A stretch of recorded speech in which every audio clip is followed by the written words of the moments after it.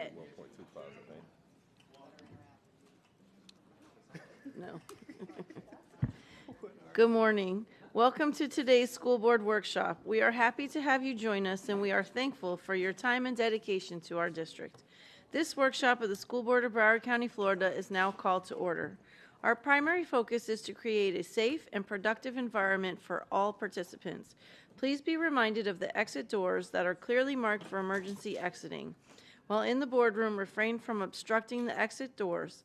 All attendees must occupy a seat with the exception of media. Once the boardroom has reached its seating capacity, attendees will be directed to a designated overflow area. Upon activation of the fire alarm system, please exit from the room in an orderly fashion and continue to exit the building and remain outside until the authority that has jurisdiction has deemed the building safe to return. Thank you for your cooperation. Board Member Al-Hadef will now introduce her school to lead us in the Pledge of Allegiance to the flag. Mrs. Al-Hadef.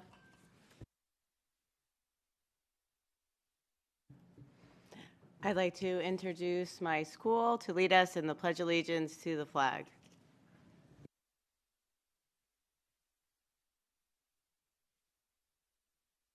Please stand for the Pledge of Allegiance. I pledge allegiance to the flag of the United States of America and to the republic for which it stands, one nation, under God, indivisible, with liberty and justice for all. Please be seated. Thank you, Coral Park Elementary School. Good job. Thank you. Board Member Rupert has requested a moment of silence. Mrs. Rupert is unable to be with us in person today, so I will be reading the moment of silence on her behalf. Mrs. Rupert is requesting a moment of silence for Mandy Crosby, who was a second grade teacher at Quiet Waters Elementary School. Mrs. Crosby has been a valued member of the Quiet Waters family since 2007. She will be deeply missed by staff, students, and all who know and love her. Please join me in a moment of silence.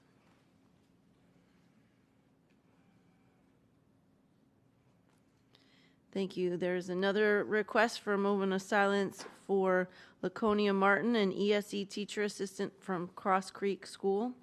Miss Martin will be remembered as a lovely person who was an absolutely delightful and kind human being. She was loved by all the students and staff at Cross Creek and will be deeply missed. Please join me in a moment of silence. Thank you. As we prepare to begin this school board workshop, we are reminded that our vision is 100% proficiency for all our students. As an A-rated school district, we begin the vital task of sustaining this achievement. We will continue educating all students to reach their highest potential. Our theme this year is Believe, Empower, Achieve, One Broward. Today's workshop will operate in accordance with School Board Policy 1020, and the board will review the items as advertised and presented by the superintendent.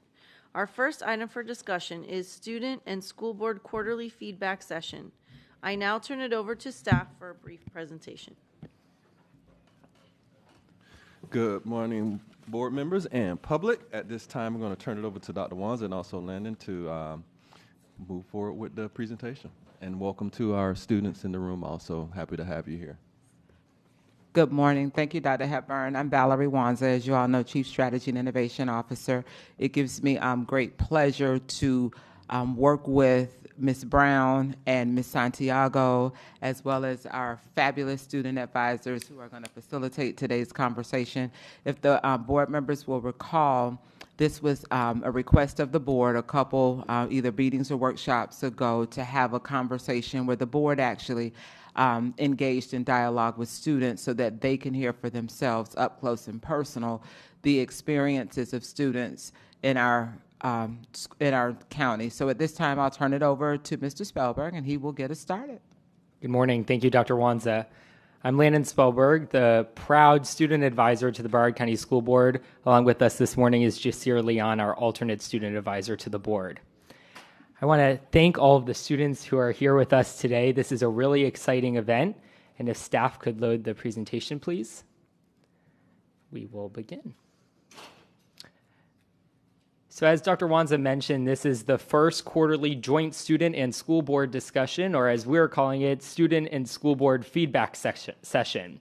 Today, we will introduce the students joining us, discuss the topics that board members and students requested, and then with time left, we will have an open forum and feedback with our students.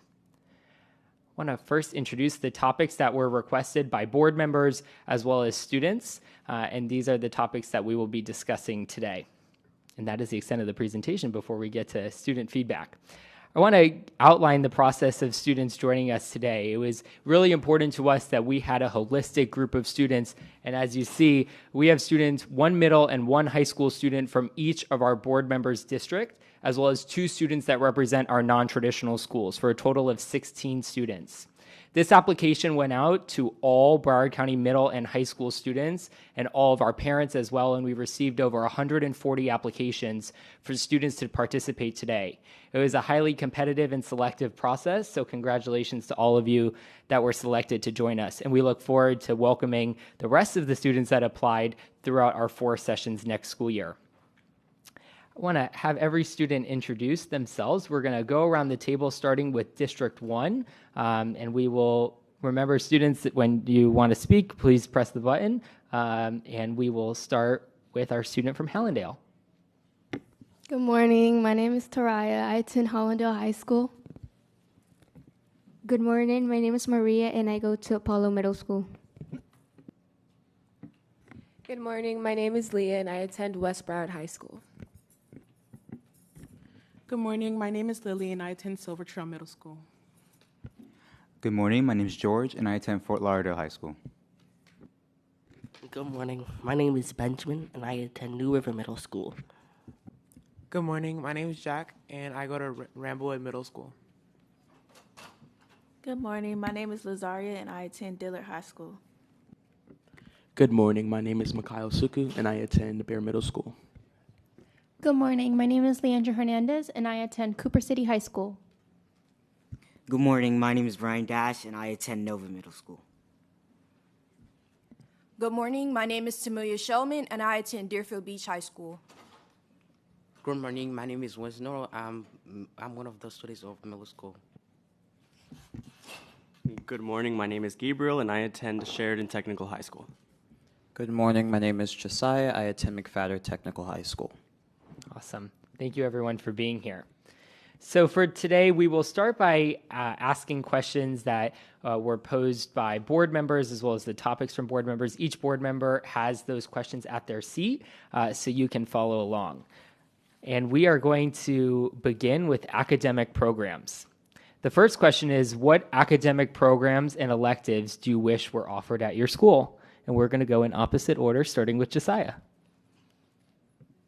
First, I want to say it's a pleasure to be here, and thank you to the board for allowing this, and thank you, Landon, again for facilitating. But when it comes to academic programs, I believe that I have seen that what's been missing a lot is our superlative type electives, so our music, our band, our instrumental type electives, and also theater, other types of things that would be instrumental to facilitating student success. I believe that indulging in those passions, and I've seen throughout many districts that indulging in those passions will lead to a brighter student.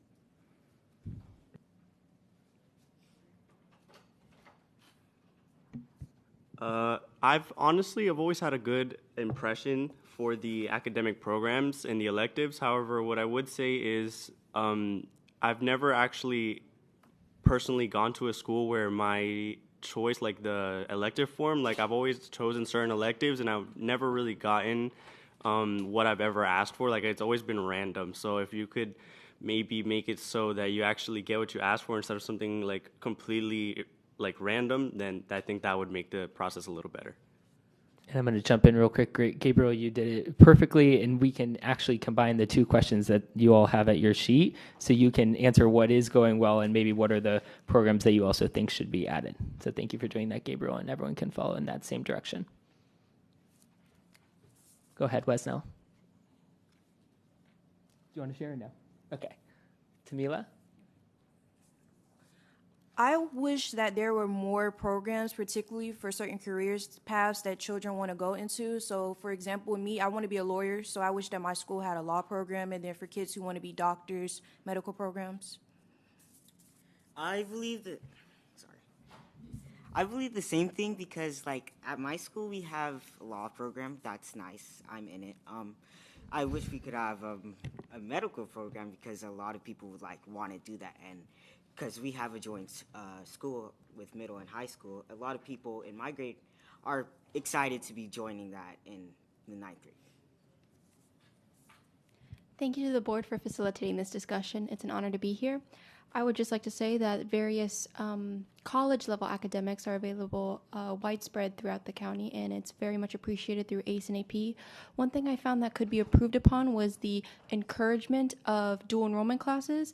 I found that throughout the district, while many schools pay for the Broward County for dual enrollment at various community colleges, so students may earn the AA or just earn widely transferable college credits, they're not as encouraged as ACE and AP classes. So students do not have the opportunity to get an AA, which is a 2-year degree that could not only expose them to semester-based academics and more of the college format, but also significantly cut costs of post-secondary education. Thank you.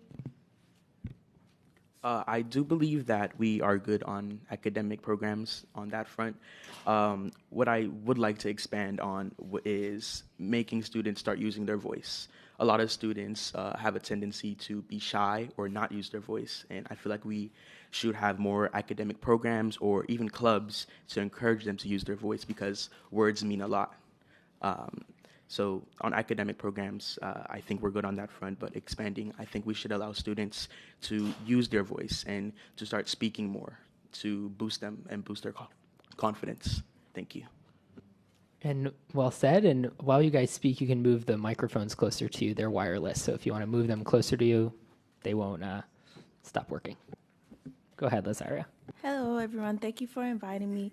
I've had a good, with the academic programs, but what I feel like will prepare kids more for college is having study groups, because as you get into college, the knowledge, it gets harder and you start struggling. But as me being a senior year, being in athletics and stuff, the dance program, the band, I've been in a lot of programs, and sometimes study group is better when you learn from your peers and your other students, because sometimes kids can explain something better to each other rather than a student.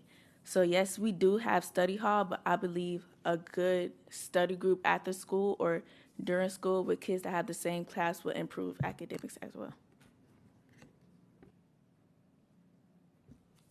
Sorry. I think that we have really good academic programs, but I would like us to have more college and more experience in job roles, like law school, medical school, all that in middle school, just so that we can get a preview of what it's like. But I think we have really good leadership skills in terms of middle school.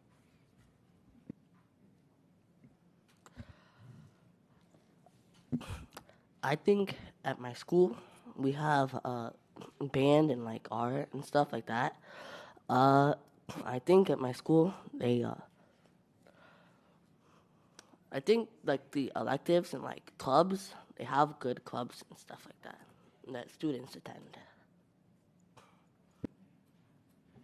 So first off, thank you for having me. I appreciate it very much. One of my concerns is the encouragement of different types of level college readiness classes. So a lot of AP classes are very encouraged within a lot of schools. A lot of schools have APs, although some don't. But I also believe in the encouragement of classes like IB and ACE. Those aren't very widespread, and they prepare, I believe, give another forefront for students to have different kinds of thinking compared to AP, such as the free response questions that ACE and IB offer a lot more in comparison to AP. Thank you so much for having me. I love, excuse me, I love the diversity of the programs. Excuse me. I love the diversity of the programs at my school. Everyone finds a program that uniquely fits them. However, I would love for our Cambridge program at our school to be expanded for different classes as well as electives. And I would love for more classes that mimic the rigor of high school classes, as I find that some of them are a little easier than high school classes, and I would love the rigor. Thank you. Good morning, everyone. So I attend West Broward High School, and I'm a senior this year. So I personally feel like we have really good electives at my school. Me personally, I have my CDA, so I'm able to work in a preschool now and get paid at a higher level as a high schooler. And there's juniors that get it. So since junior year, I've had friends who have been working in a preschool, and my friend now knows she wants to be a teacher because she's got an experience working hands-on with kids. We also have a vet program at my school. So I personally feel like we have really good electives, but maybe expanding it and bringing, like, piggybacking off of what she said, like a law program at the school to kind of tap into other careers rather than just a couple. But I think the ones that we have are really strong, and they provide good opportunities to students that you can join freshman year to kind of get a feel as to what you want to do. And our ACE program is good as well. I know my school's working on expanding it, so I feel like at West Broward we're doing pretty good on that level. I believe at my school we have pretty good elective programs. As it was mentioned before, when you choose your electives is random. So I believe there's a lot of students that don't really take their electives seriously because it's not really something that they like, something that they chose. I think students should be encouraged to actually take electives a little more seriously because some people think that since they're not core classes, they're not as important. I think we should also encourage our tutoring sessions because it's very important, especially for the kids that have high school courses, to get good grades and good passing scores in their end of course exams because it's pretty important to have the high school courses early on in middle school. Good morning. I personally feel that our ACE department is really good, and I know they're expanding with different programs. The programs I would like to see at my school are culinary arts because I have a passion to cook, guys. I really like to cook. And in the future, I would like to be a chef, so our ACE department, I know, is working on a culinary arts program for us students and an art program. We have digital design, but it's not like hands-on art like it used to be, so I wish we could bring back our art program. Thank you, everybody. We're going to move on to college and career readiness. We're going to start with a raise your hand question. Raise your hand if you've talked to a teacher, guidance counselor, or staff member about your future. Awesome. So we're going to now go this way, and we'll start, if you're a high schooler, by talking about what has helped you learn about college or careers. What hasn't helped? Middle schoolers, do you feel ready for high school? Why or why not? What ideas do you have? We'll start with Taraya. Hello again. What has helped me is talking to a personal teacher.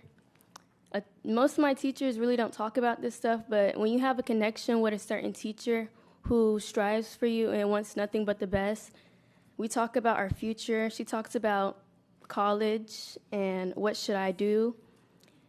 And my guidance counselor, I only went to her once to talk about my schedule change. But if I ever have a problem, I just go straight to her, and she helps me through it.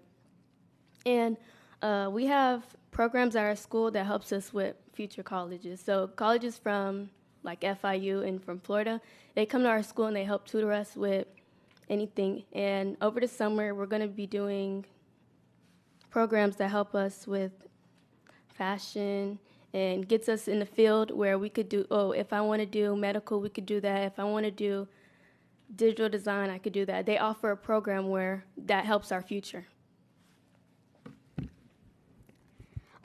I think at my school I've talked to a lot of teachers and counselors about high school. They help a lot telling me, and not only me, a lot of students at my school, which classes we should take in high school based on also what careers we want to follow in college.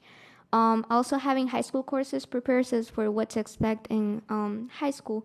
And when high schools come to our school, they give us a good idea of what classes they have, their clubs and sports that could also help us to get scholarships.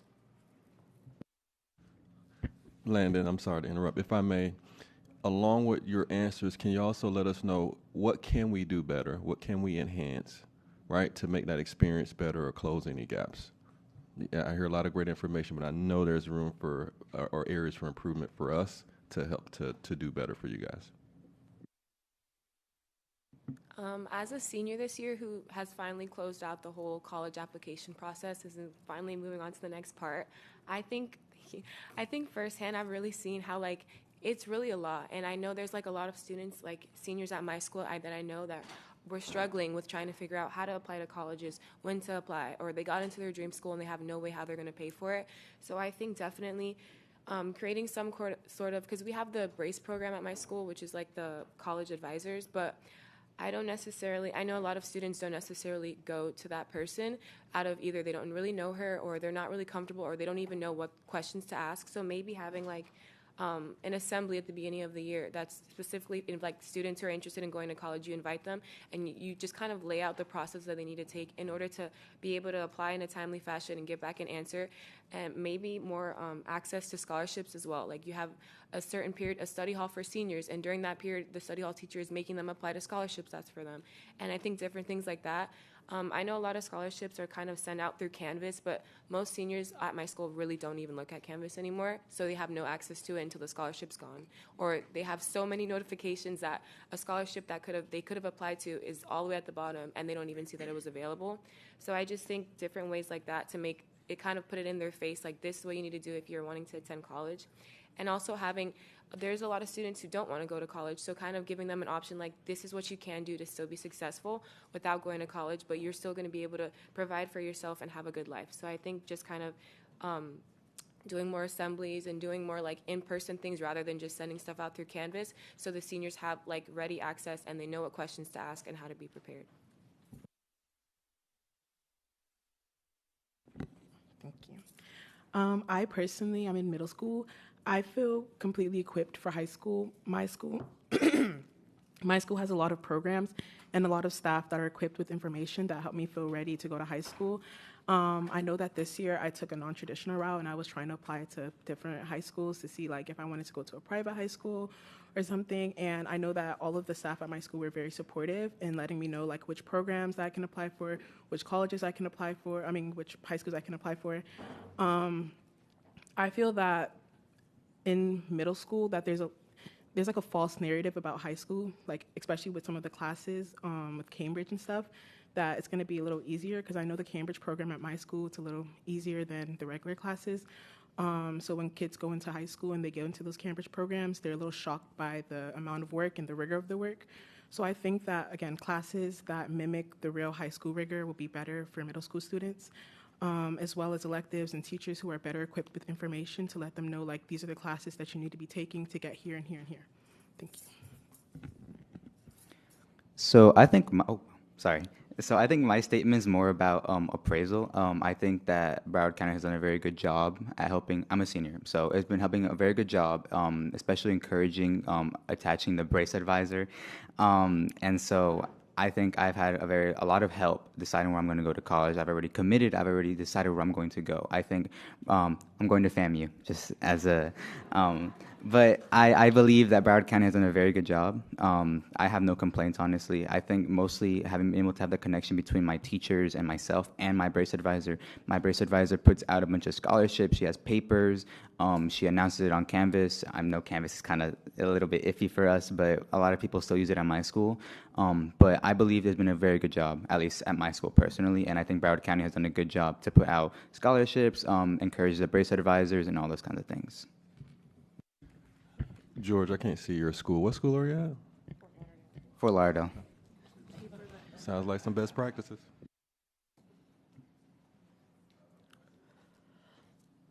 At my school, I do feel ready for high school. I'm in 7th grade. I think they should have more like advanced classes at my school.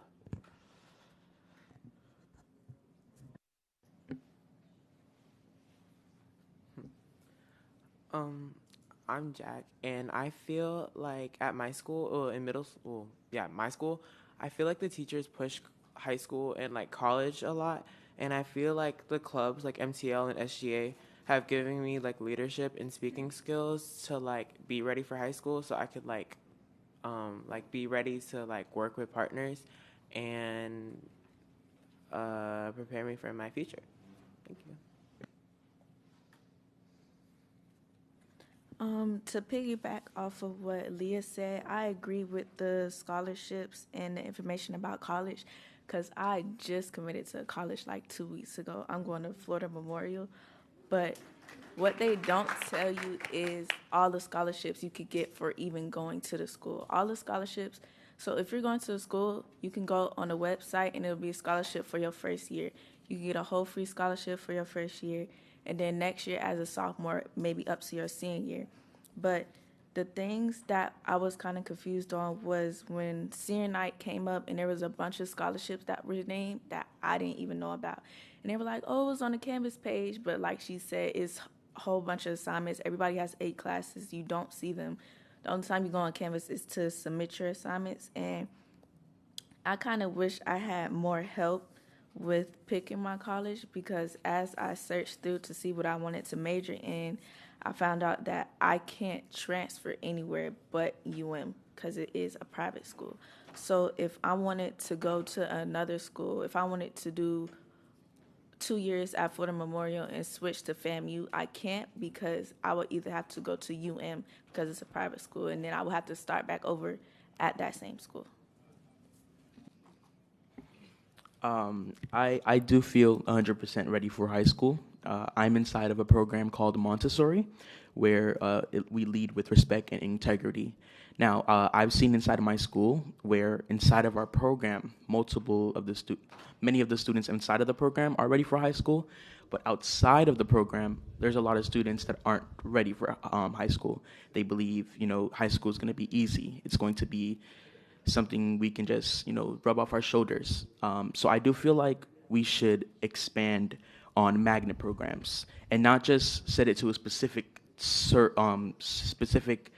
region of kids. I think it should be, in the whole school so that the students who aren't as, ready and aren't as fast as other students have the same opportunity as the students inside of magnet programs. Yes, so I feel. Thank you, Dr. Hepburn, for encouraging constructive criticism in this discussion. It's greatly appreciated. I have 2 main points I'd like to touch on in terms of this topic. For guidance counselor and college preparation, while I have received ample aid in my years at high school as a senior, I have noticed that the underclassmen who follow me will not get those same opportunities to speak to a guidance counselor as we all have due to I've seen a widespread guidance counselor shortage. I've seen from personal experience that guidance counselor departments will be non-existent. Heads will be gone for weeks, months at a time before their job postings are listed as open, and administrators are becoming temporary counselors, and students cannot get the aid that they need because when they have a question, they are redirected to administrators or a temporary assistant who is never in their office because they have a job that requires walking around and being present at all times. My second point is in the relation to technical electives, to piggyback off of what my peers have already said. I believe that technical careers aren't as encouraged as perhaps the college path or applying, which is perfectly fine. It's just that electives such as automotive repair or AC repair, technical careers that can be quite lucrative and often better suited for many students, are not as funded or encouraged or widespread in many schools. Thank you.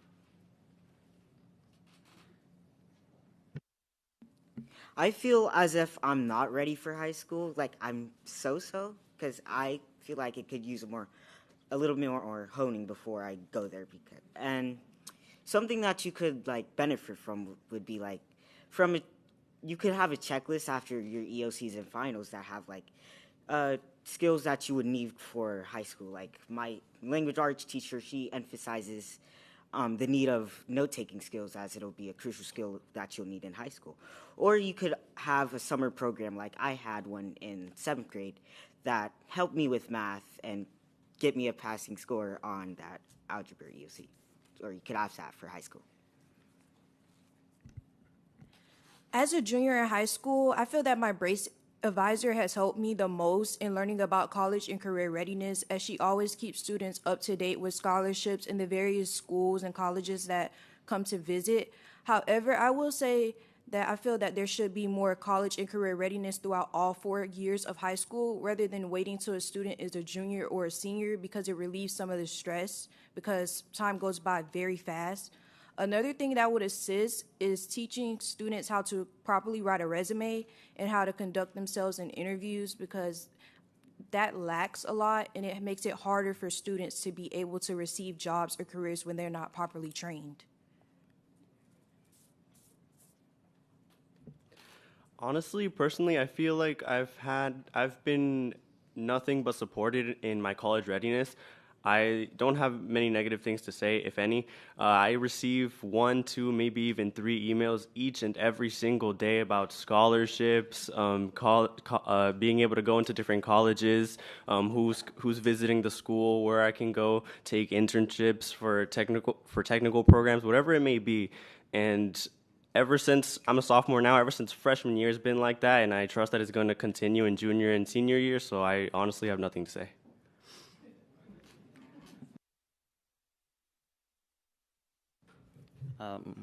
As I have 3 points that I'd like to make on this topic, just to piggyback off of what Leah said about the process. I think it starts from the bottom, starting in freshman year. A lot of the times I have seen that students are not engaged with the college process because they are not exposed to it early. They're exposed to the rigors of high school and, following with your exams, getting assignments ready, but they're not exposed to the aspects of applying to the college, learning about the college, understanding what makes going into college readiness ready. And it's a lot of times I had to instigate it personally with my advisor and with my brace advisor. I had to join the brace club. I had to become a leader in that club just to learn about opportunities that were never exposed. And the other part too is the financial aspect of paying for college. A lot of students don't understand what it means. They understand, okay, we fill out an application, we go in and we apply. But what happens after that? What do you engage with after that? Do you contact the school? What happens with financial aid packages? There are certain aspects of that need to be involved. And then the third point, me having to engage with an advisor and finding out that I do not have a guidance counselor because my guidance counselor had to be removed. That is something that I think Leandra mentioned about there being a shortage. That is something that I found to be very detrimental. And in having to split between 3 different guidance counselors and being exposed to them, that is something that I found to be very lacking. My final thought on this is that there is a multitude of programs and facilities that students have access to for college and career readiness. But it starts at the bottom, and it starts from personal engagement. It shouldn't just be a student instigation of learning about these programs. You have to push it not on them, but you have to be ready for them and expose that to them. Thank you. Thank you, everyone. We're going to skip down because I want to make sure that we leave time for board members to also ask questions. So we're going to do the 2 raise your hand questions, and if anyone really has something they want to share, you're more than welcome to. But we're going to go to co-curricular activities and clubs. Raise your hand if you're in a club, sport, or activity at school. Okay, nice. Did anyone have anything of those questions they want to address? We'll go to Maria and then George. I feel like at my school, clubs should be more encouraged. Students just think of clubs as, oh, I have to go to a meeting helping the events. But it's not only that. You can get a lot of experience. It can help you in a lot of aspects in your school life, but students don't really see that. So I think it should be more encouraged and promote. George? So this is a very club specific. So I participate in my school's marching band. I'm very active in the musical aspect in my school. Me, as amongst other people in the county, are very fearful that we're being cut our funding for musical programs. We fear that maybe in 5-10 years there might not be any more musical programs that we might see. We're afraid that maybe by the time this upcoming freshman class leaves, we might slowly start taking them out, slowly start seeing less band classes, less theater classes, essentially just the fine arts in general. The funding seems to be lacking at some point, to the point where it's just painful to sometimes even be part of the marching band. Not working instruments, broken instruments at that matter. And I just think that there should be more encouragement for those fine arts instead of just trying to slowly remove them from the county. To piggyback of what he said, I'm also in the band, but I dance for the band. And I've been dancing for the band for 4 years, but this is the only year that we haven't had any transportation to any away games or any far events because we got cut off the athletic funding for some reason, and I don't know what it was, but it started a big uproar between social media and students. It was like, not, it wasn't bullying, but it was kind of like some kids would be like, oh, Dillard doesn't have money, Dillard doesn't have this, we don't go anywhere because we don't have money. I think we should start a GoFundMe for Dillard. It was horrible. But we tried to see through it, but it was just kind of like we couldn't even enjoy our senior year or our senior games because we didn't have any transportation to go anywhere. We couldn't, it was to the point like we won Jamboree and we got made fun of on the internet because we didn't have a bus. But we had a bus that day, but I'm saying like at certain points in time, we didn't have a bus at all. We couldn't support our football team, and the cheerleaders as well didn't have a bus either, and they had to ride with the football players. I don't know how they did it, but they had to ride with them. And I just feel like the funding with the band and the curricular activities should be even more boosted, even with the dance program, because I'm also in that too. We also have a hard time struggling to find costumes or funding, even with that, for our shows and things, because the dance program is really big. We have 4 levels. I'm in level 3, and we have a lot of shows, a lot of senior activities. We have a senior showcase coming up, and it's to the point like where the seniors have to come out their pocket for their dancers for their dance. Brian? I wish I knew that, because I get to pick my classes at my school, but I wish I knew that in 6th grade, I wish I knew more about my law program, that I wish I could be in it for 7th grade. But for other things like externally, not just internally, for people that just want to apply to one school, you could probably send out emails to people in our county going to 6th grade or 9th grade, telling them about the programs that you offer for the school choice. To piggyback off of what the 2 prior students stated about band, I play alto saxophone in my school's marching and symphonic band, and I've always wondered, does the school district or the schools determine how much money is allocated to the performing arts department? Because why does it appear that the athletic departments receive much more funding and support than our department? We are growing. I would say my band has definitely grown from my 9th grade year to my 11th grade year, and we have a lot of students who are coming to play, and band is a wonderful organization to become a part of because you're not only learning how to play an instrument or learning to dance, but you're also fostering a community among students. But how can we get students to join when we don't have enough money for instruments? We don't have enough money to be able to go to games or events. It makes students feel discouraged and not want to actually be a part when they don't have enough to be able to support themselves. Well said. Josiah? So the other students, they said my point far better than I could say it, but as a flute player, I have been a flute player for several years, and to incorporate that with the band aspect, my funding for my school personally, it got cut, and we don't have a band program, but our support facilitator gave us access to funding where we could play musical instruments, and that did get cut because they said, well, we have sports teams who do need that funding because they do more events than you, but how can we say that the sports teams do more events when without us and without our program, we wouldn't have that student engagement and facilitating, because we are the ones who march. We are the ones who practice. We spend day in, day out learning these instruments, facilitating that, and yet we can't even get to practice our skills. But to touch on something else, that they talked about the musical aspect, but I want to talk about the academic funding for academic programs. A lot, I have seen personally, a lot of the programs that are incorporating in our schools like Model UN, club aspects, BPA, different things funding are being cut. Personally, I had to pay out of pocket for 4 academic trips this year, and the cost was overwhelming, not only to me and my family, but also to my students. And while there's always an aspect that people say, well, go and fundraise, go and do such things. But it's hard to fundraise when you're not have access to resource to fundraise, or you don't have teachers or support facilitators that are there. And there's only so much that a teacher or a guidance counselor or an administrator can do when it comes to money. So, and just to add a final point, cross-access to clubs and extracurriculars.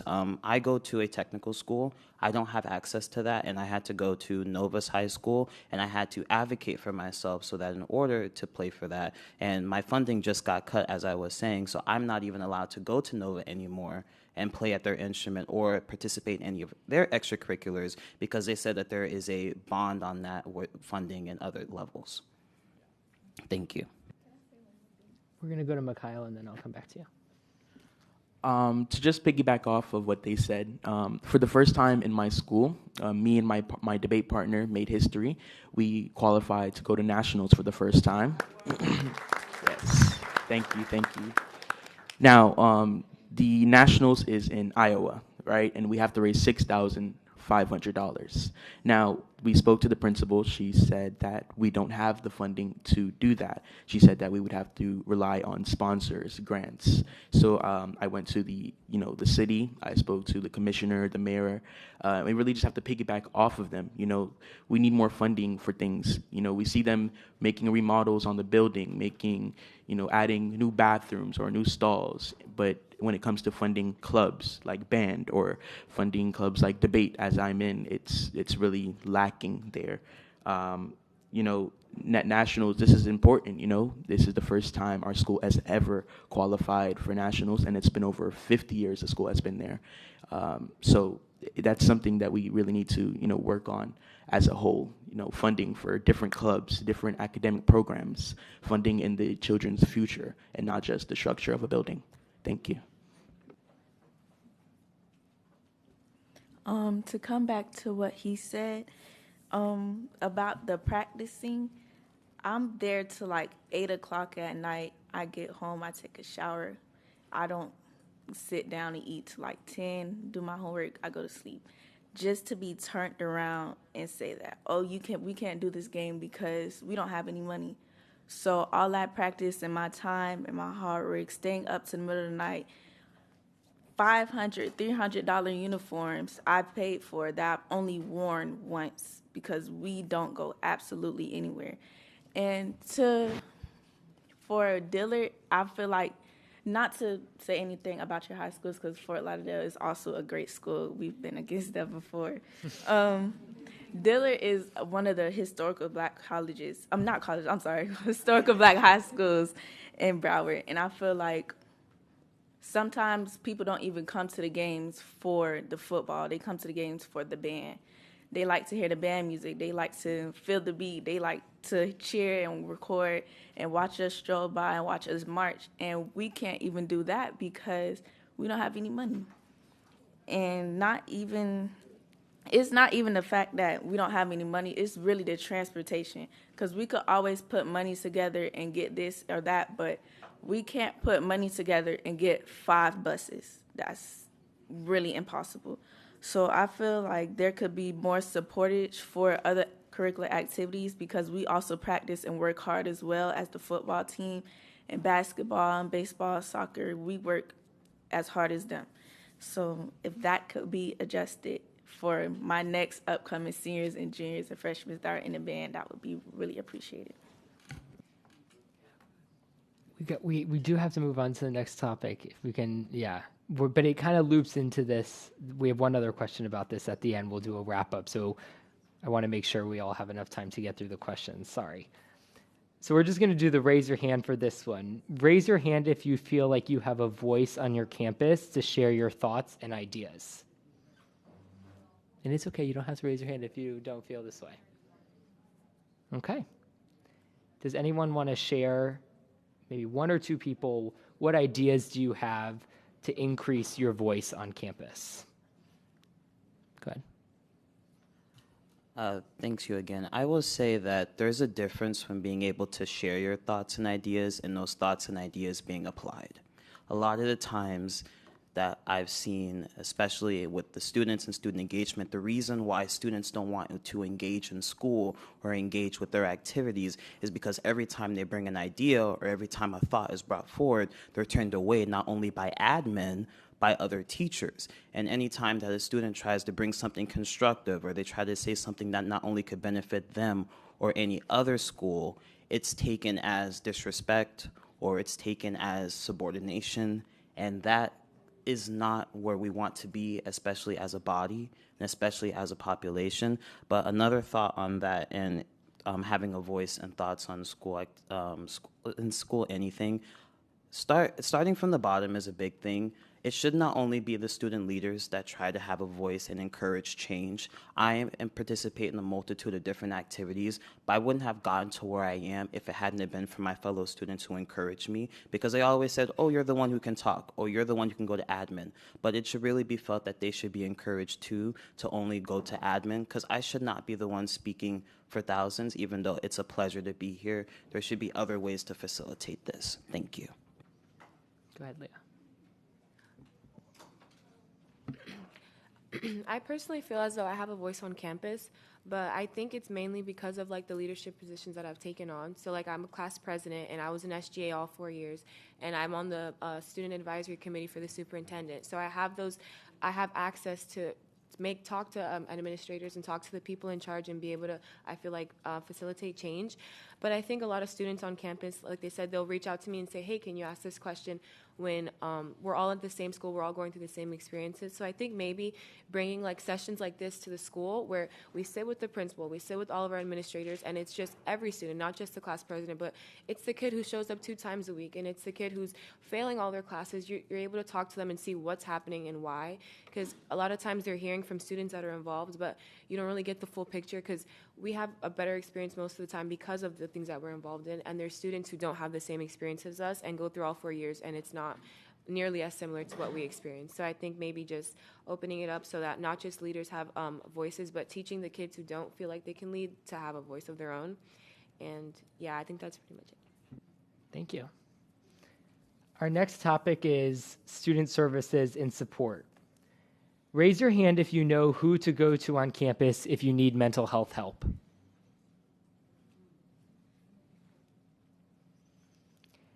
If so, who do you go to? And if not, is there anything you wish your school did more to support students? So we're going to go around the table, and if every student can share one idea pretty quickly if you can of what service you think you need to be provided, or what service is not offered at your school, or maybe a service that is provided that's not working. We'll start with Taraya. Hi. So I know who to go to if I need any problems. I would go to a trusted adult first, which would be one of my favorite teachers.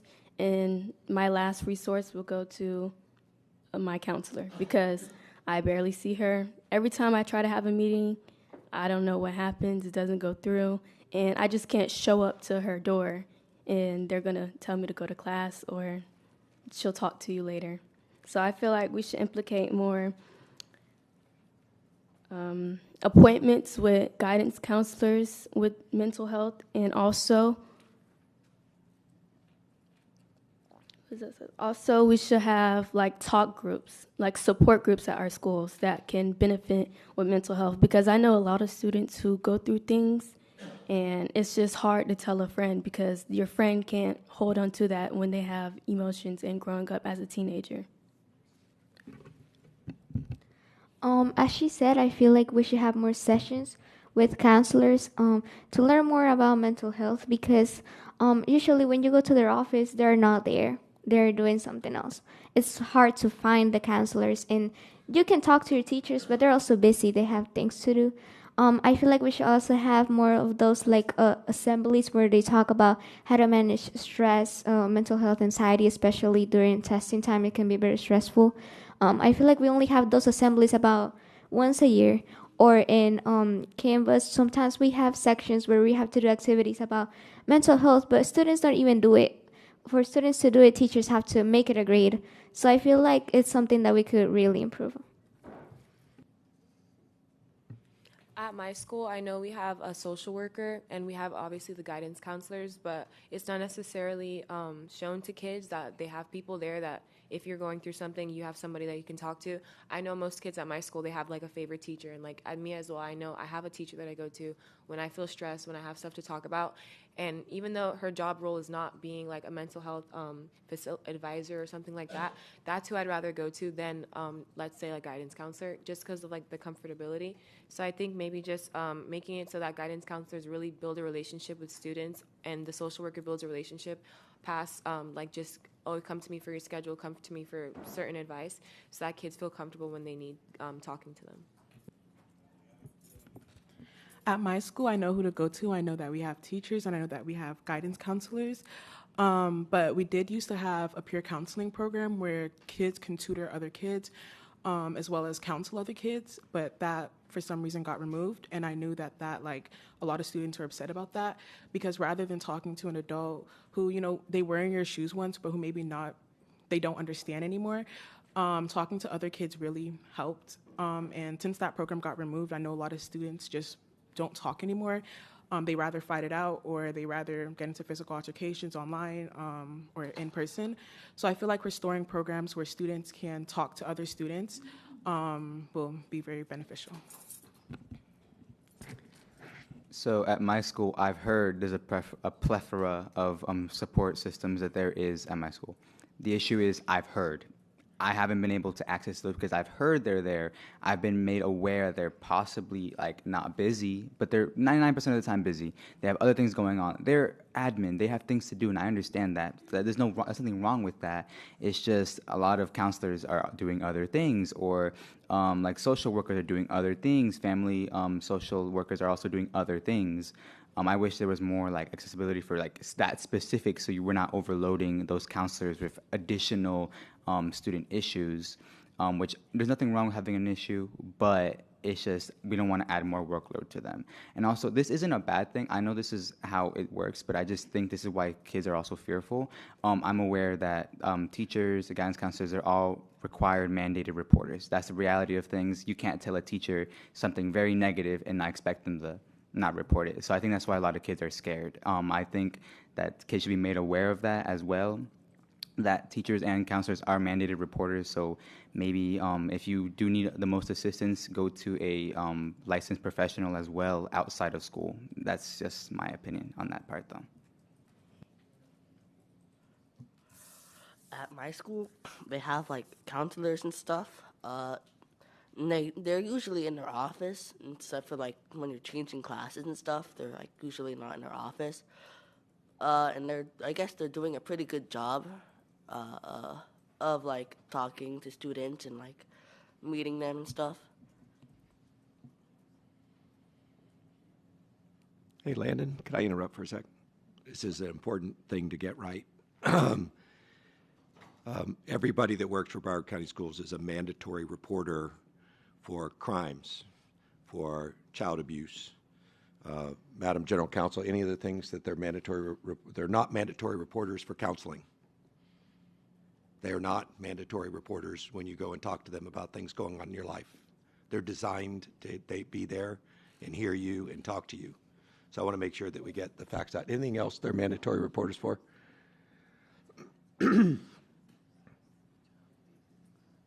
I'm sorry, what else are they mandatory reporters for? Batista. The law provides that they're mandatory. Everyone is a mandatory reporter if there is a possibility of self-harm, harm to others, or child abuse. Right. So for the gross majority of counseling, which is I have this problem, I need to talk to somebody that's not about self-harm or harming others or abusing a child. For the gross majority of counseling, counselors are not mandatory reporters. And I know that word gets out real clear, and this conversation is really, really important. But for anyone listening, I want to make sure that they get they go to the counselors knowing that it's generally a safe thing, unless there's harm to yourself, harm to others, or child abuse. Maybe at the end we'll have staff also clarify about guidance counselor contacting parents. I don't know if Dr. Fulton or Ms. Hollingsworth about if a student is provided a service about contacting parents. That may have been what was referenced as well as a reporting.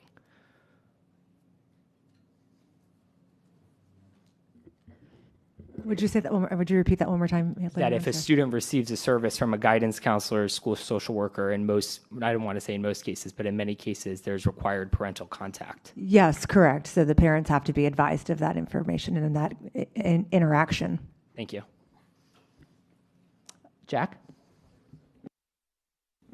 At my school, I feel like all the security, the teachers, and the guidance counselors are always there if you need them, because they're mainly in their office or at a post, like waiting for someone to like walk by, because people can just walk and ask them like if they need help or something, and they can make an appointment so that they can leave like during an elective to go like speak with their guidance counselor about stuff happening in their lives. And I feel like everybody's pretty much there for you. I don't know about other schools, but I know at my school, they're always there for you if you need something. At my school, I'm not sure who to go to if I did have any problems, but who I do talk to about my problems is mostly my teacher. But like Leah said, most counselors or anybody, you can't just walk up to them because they're never in their office, or like if you walk in, people would immediately know like, oh, you here for this person, they're not here, go back to your class. It's that type of thing. Like, it's not even a scheduled appointment because I don't know how to do that either. I don't even know if we have that. But I feel like peer counseling would really help. I had that in middle school, and I felt like it had helped me with my anger issues. And after that, I've never had a peer counselor ever in my life. And I feel like there should be like a group session, like a therapy or something, because some kids are not mentally mature for college or for life. So I feel like a therapist or somebody that has the knowledge of college or life in general could help them or even help me.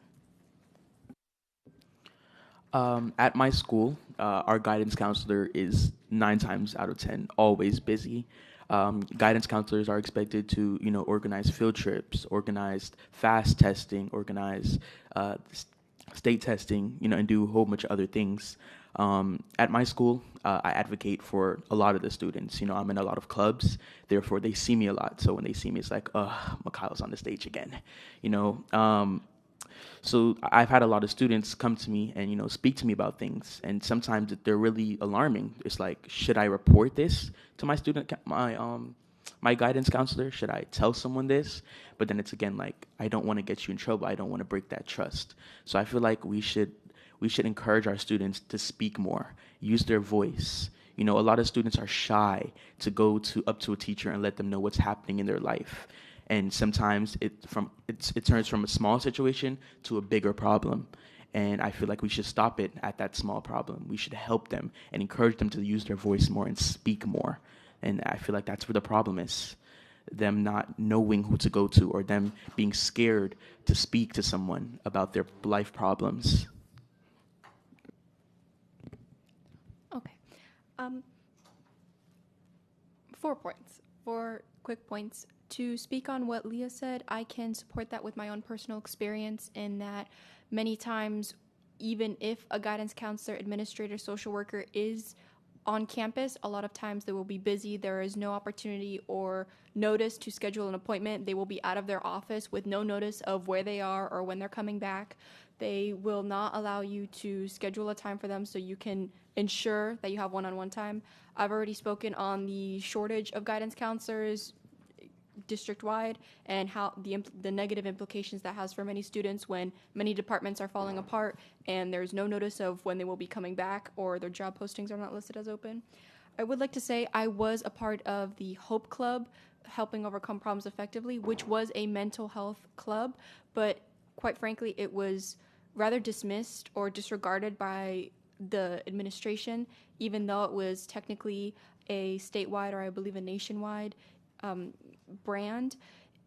Our meetings we were not given a proper room for our meetings. Any decorations or beanbag chairs or any times we had for counseling sessions, our meetings would be canceled with no prior notice, or the decorations we had in our room to make people feel welcome and establish connections with their environment would be torn down without us being told. In terms of mental health issues, I'd also like to speak on academic burnout. It's a topic I'm sure many people here are familiar with. A lot of times, at least I've seen, there have been an excessive removal of honors classes which leaves only regular and AP classes or ACE classes available. And why is that a problem? Because it essentially only leaves two polar opposites for students, both of which have negative implications. You either go to a basic class, which can round down your GPA and often expose you to other students who have behavioral issues or cause disruptions in class, which is not good, or you go into an ACE or AP class, which is great, but a lot of times, depending on the student's aspirations, those classes have an extremely excessive workload and strict regulations because they are college-level classes that the student may not be prepared for, but they are still pushed into going there, and now they don't know how to handle how this much work on top of their extracurriculars, on top of whatever happens at home, on top of whatever they do outside of school, on top of preparing for college or a technical career. It can become very overwhelming, and that causes a lot of mental health issues that I've observed within students, and they don't have anyone to talk to, and they break down halfway through the year. I personally had a health issue arise because I had an extreme stress overload, and it caused an autoimmune breakout, and I had to go to the hospital. In terms of, to further push this, I believe that 504 plans also need to, in terms of accommodations, people need to look into the mindset of which students are applying for these. Due to my health issue, I had to seek a 504 plan or accommodations to give myself extended deadlines so I could properly manage my time and do these workloads. And me, as well as several other students around me, and I know this is a district-wide issue, would be turned away from getting a 504 plan or accommodations because, oh, you have good grades on focus. You don't need it. They don't look at what it takes to get those grades. They don't look at the mindset you have. They don't look at the stress that happens at home or even at school when you're talking to your teachers and you're getting emotional. They just say, oh, you look good. You don't need it. I feel as though that's very dismissive, and it's not looking at the whole picture. Thank you. I think we would benefit from having more effective wellness checks because we have those rethink ads with those videos and quizzes after them. But we have those self-assessments also that I'm sure you'd see at least one alarming result, but like who actually looks at those? I've never seen anything done. So we could benefit from checking those results and doing something about them. I believe there should be a wider range of mental health activities and presentations throughout the entire school year instead of just one part of the school year, because a lot of times when mental health is spoken about is when we have to do the rethink ed assignments. It's for a grade, and in some kids' minds they may think, what's the purpose of me really paying attention to this? It's just for the school. It's not really encouraging me to focus on my mental health. At my school, I'll always go to my counselor whenever I need help with something. She always hear from me. At my school, you go to the counselor, they tell you, like, if you're having any problems, go to a counselor or a trusted teacher. But the counselor, like a lot of these other students have said, usually isn't there. For example, I even tried setting up a meeting the other day, and she literally never even replied to my email. And I understand that's because she's busy, but that's my exact point. And for example, things such as the wellness checks, like the rethink eds, a lot of them, like the teachers are always telling you, hey, do it, take it seriously. But the truth is the students don't. They don't, like, because they're just these wacky videos that are trying to give off a point, but the students, like, they think like, oh, it's just the school board trying to make it look like they care, like trying to make sure that the students like have some sort of trying to make sure that the students can't say they didn't do anything. But it's not really taken seriously. Like, for example, especially when every year they do that one assessment that's one survey that's super long. Like a lot of the students, they just the same answer, like go through it, or like they literally just change up the answer. They don't even read the questions. And my point is like to make them more, enhance them and like make them a little more hands-on maybe, just so that students are like, even if they don't take it seriously, like it'll still put like a dot in their head like, hey, this video has a point actually.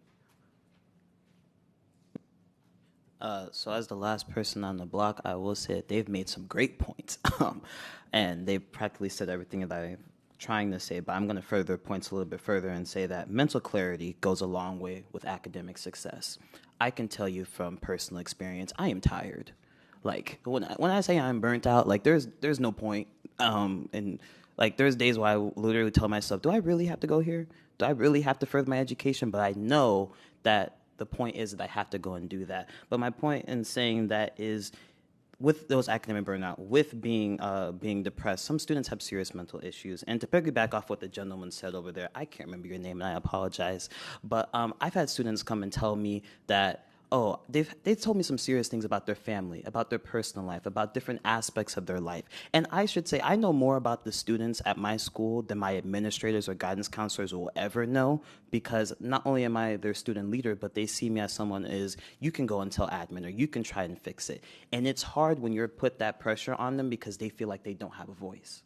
And like, yeah, we have our district programs like HRC and mental health and peer counseling, but those need to be furthered. I'm the president of my HRC. When I can tell you, like Leandra said, I've had programs being dismissed. I've had initiatives taken away because I'm trying to further mental health and clarity. And my final point in saying that is, I have a 504.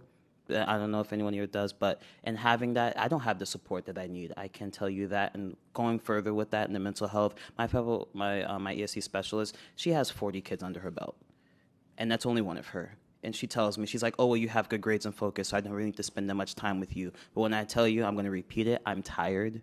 And being tired goes a long way. And my academic success, yeah, I may have A's, but when you look at what it took to get there, people don't understand the backstory and the late nights that I spend, the students that I have to talk to, and it gets harder and harder each year when you're you keep on repeating the same things and nothing is happening. But thank you.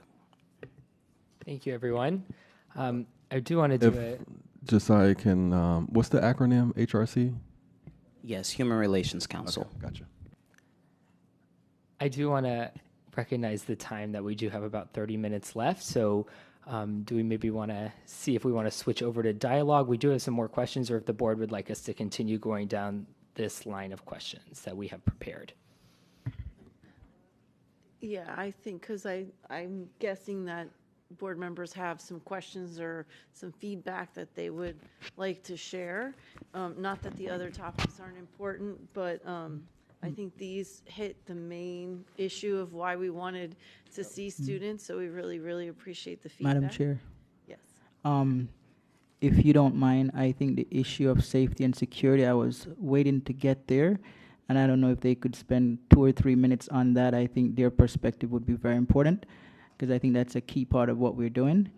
I was hoping that wasn't the last part. I think it says that they've actually filled out a form with that information on it. So maybe they could share that Madam Chair, with may I? us. Go ahead. So we wanted to make sure that we're not mentioning any school-specific security vulnerabilities, and we went over that with all the students prior to today's discussion. So we did request, every student has a form at their seat to fill out if there's any school-specific issues that they would like staff to address. They do have the ability to write that down, and we will collect that at the end and share that with our Chief Safety and Security Officer to make that improvement, rather than publicly sharing a security vulnerability. Would you like to just hear the general answer? Do they feel safe or not? Just Exactly, quick around. because we have some general questions, and I think it would be imperative for us to understand how they're feeling, because that would provide us with information as to how we should react to that as a school board. Okay, well, so we'll just, the general question there looks like, do you feel, what makes you feel safe at school? Or Can we do you a maybe feel raise hand for that one? Yeah, that would be Okay. good. Some general, maybe 5 people. All right. So will you raise your hand if you feel safe at school? Okay.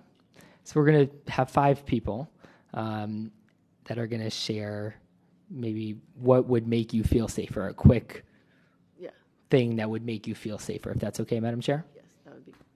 Okay. Anybody want to share? Go ahead, Taraya. We're going to go around 5 people. Okay. So I want to say thank you, whoever did the metal detectors. The first week of school, I was hot. I was standing in them long lines. My feet was hurting because I had my new shoes on.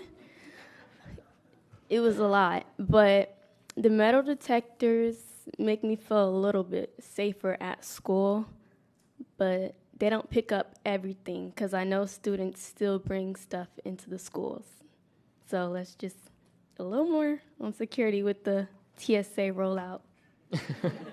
Metal detectors. And I felt like in the beginning, I was like, well, I don't want to go through this. Like, I'm not going to the airport. Like, if so, let me pack my suitcase. But I was like, they wasted money on metal detectors knowing we could have got more school books and stuff. So that's why I feel like we should get higher on the TSA rollouts. And yeah, that's kind of it. Oh, okay. Yeah, thank you. Anybody else on this side? I'm going to keep moving around. Sorry, we'll come back to you. Lazara? Go ahead. So the thing that didn't make me feel safe at the school was the cleanliness of the school, because as you know, Dillard had a open case of tuberculosis, which is a lung disease and lung failure. So if you catch it, you can start coughing up blood. And I have a weak immune system and bronchitis, so I easily could have caught it, but luckily I did not. I felt like we at least should have just shut the school down for a day or two or cleaned the school, but I had to continue to go to school because that was my last week of school as a senior because I had to get my grades up. So I had to wear a mask every day, gloves, because I wasn't trying to catch anything anybody had. And also the bathrooms, they are really, really, really, really dirty. Like, I literally hold my bladder until I get home. And I have practice until 8. So that's like 8 hours of me holding my bladder. So if we could do better on the cleanliness of the school and like making the students feel more safe with the TB thing going around, that would be really appreciated. Anyone on this side? Go ahead. I would just like to speak towards the alertness of being aware of threats made to several schools. I understand several schools here probably have an experience. Someone calls a threat into the school and you have to do a code red, a real one, not a drill, and it can be very scary. Obviously, we don't have control over those unfortunate circumstances. We can only try to enact it as much as it should. Recently, in my personal experience during PM3 testing, a FAST, there was a threat called in to my area, my school, and a code red was supposed to occur. It didn't. And I didn't even find out about it until after the school day had ended when I was speaking to a teacher. I feel like though it was only a one-off scenario to my understanding, that something like that can be extremely dangerous for students of all schools when you're not doing a code red when you should, regardless of there's testing or not. Because had that threat been real, lives would have been at stake. Students would have been walking around during testing, juniors and seniors, because not everyone is in a room, and they would have been severely endangered. And that's a preventable instance. Thank you. Two more. Gabriel? The main thing that I believe is that it needs to be made sure that these security guards know like how imperative it is, like that they're in their proper post, doing the right thing, and making sure that the students are safe. Because a lot of the time, I think it's easy to walk out of class, or you're going to the office, whatever it may be, and the security guards, they're not doing anything at the moment, yeah, but like they were sitting down, talking with each other, and in one case, like for example, like a one-off case, a security guard lost his walkie-talkie. A singular one. And it's just things like that, like making sure that they're ready and able to protect the students if needed. And our last one, Josiah. And then we'll turn it over Just back to the from personal experience, the thing that makes most safety, and Leandra mentioned it, cleanliness is a big thing. That's a major priority. And also, thank you, Gabriel, for mentioning that about security guards. But my personal experience is substances, different variable types of substances. I'm not going to give like figurative, literal examples, but I've seen students carrying around certain things that should not be.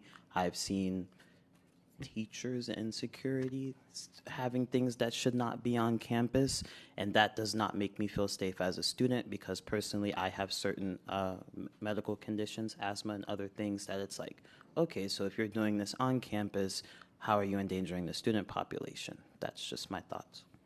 Thank you, everyone. And I know a lot of people had things to say about this, but I want to turn it back over to the board. If you have anything specific that you weren't able to share or anything at all that you weren't able to share, please write it down. As you saw, Dr. Lozano was walking around addressing some of the concerns, and it will be addressed. So please make sure to write that down. And I will turn it back over to you, Madam Chair. Thank you. Thank you. Next, we'll have public comments. The first person signed up is Deidre Jeter. If you'll come to the microphone.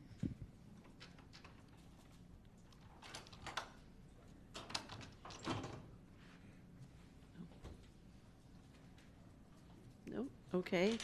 Tamu Gilbert. No. Okay. Then I guess we will go to board comments. Mrs. Leonardi. Thank you. And I really can't express how much I appreciate all of you being here and our student advisor for organizing this. It really has been so refreshing, and I think we will be seeing the repercussions of this conversation and these conversations going forward really impact our school district for years to come. So thank you for all of you being here and sharing your feedback and being so prepared to do so. So thank you. I wanted to touch on some of the themes in the electives conversation as well as the mental health conversation. But since we were just talking about safety, I do want to commend our staff. Dr. Lozano has been very responsive, and I brought something that a student at BCASC brought to me, to Dr. Lozano, something regarding metal detectors, and Dr. Lozano met with that student, visited the school, addressed the issue. So I say that all to say, not just to give Dr. Lozano props because he deserves them, but also to demonstrate to you guys that if there is a safety concern and you come to us with it, it is taken seriously and we do try to address it immediately. So thank you for sharing that feedback. With the electives conversation, I heard a lot of, first I want to shout out Josiah's feedback about the need for more arts and more of those electives. I think throughout this school year, for me at least, and I think for several of my colleagues, we've seen the benefits of the arts in our schools through various performances and things like that. So thank you for bringing that up, and I really do want to highlight that, the need for more of the arts in our electives. I heard the conversation between Tamila and Brian about the desire for more law and medical programs at their schools. And we do have law and medical programs throughout the school district. So I think maybe we need to do a better job of connecting students with the programs that they desire.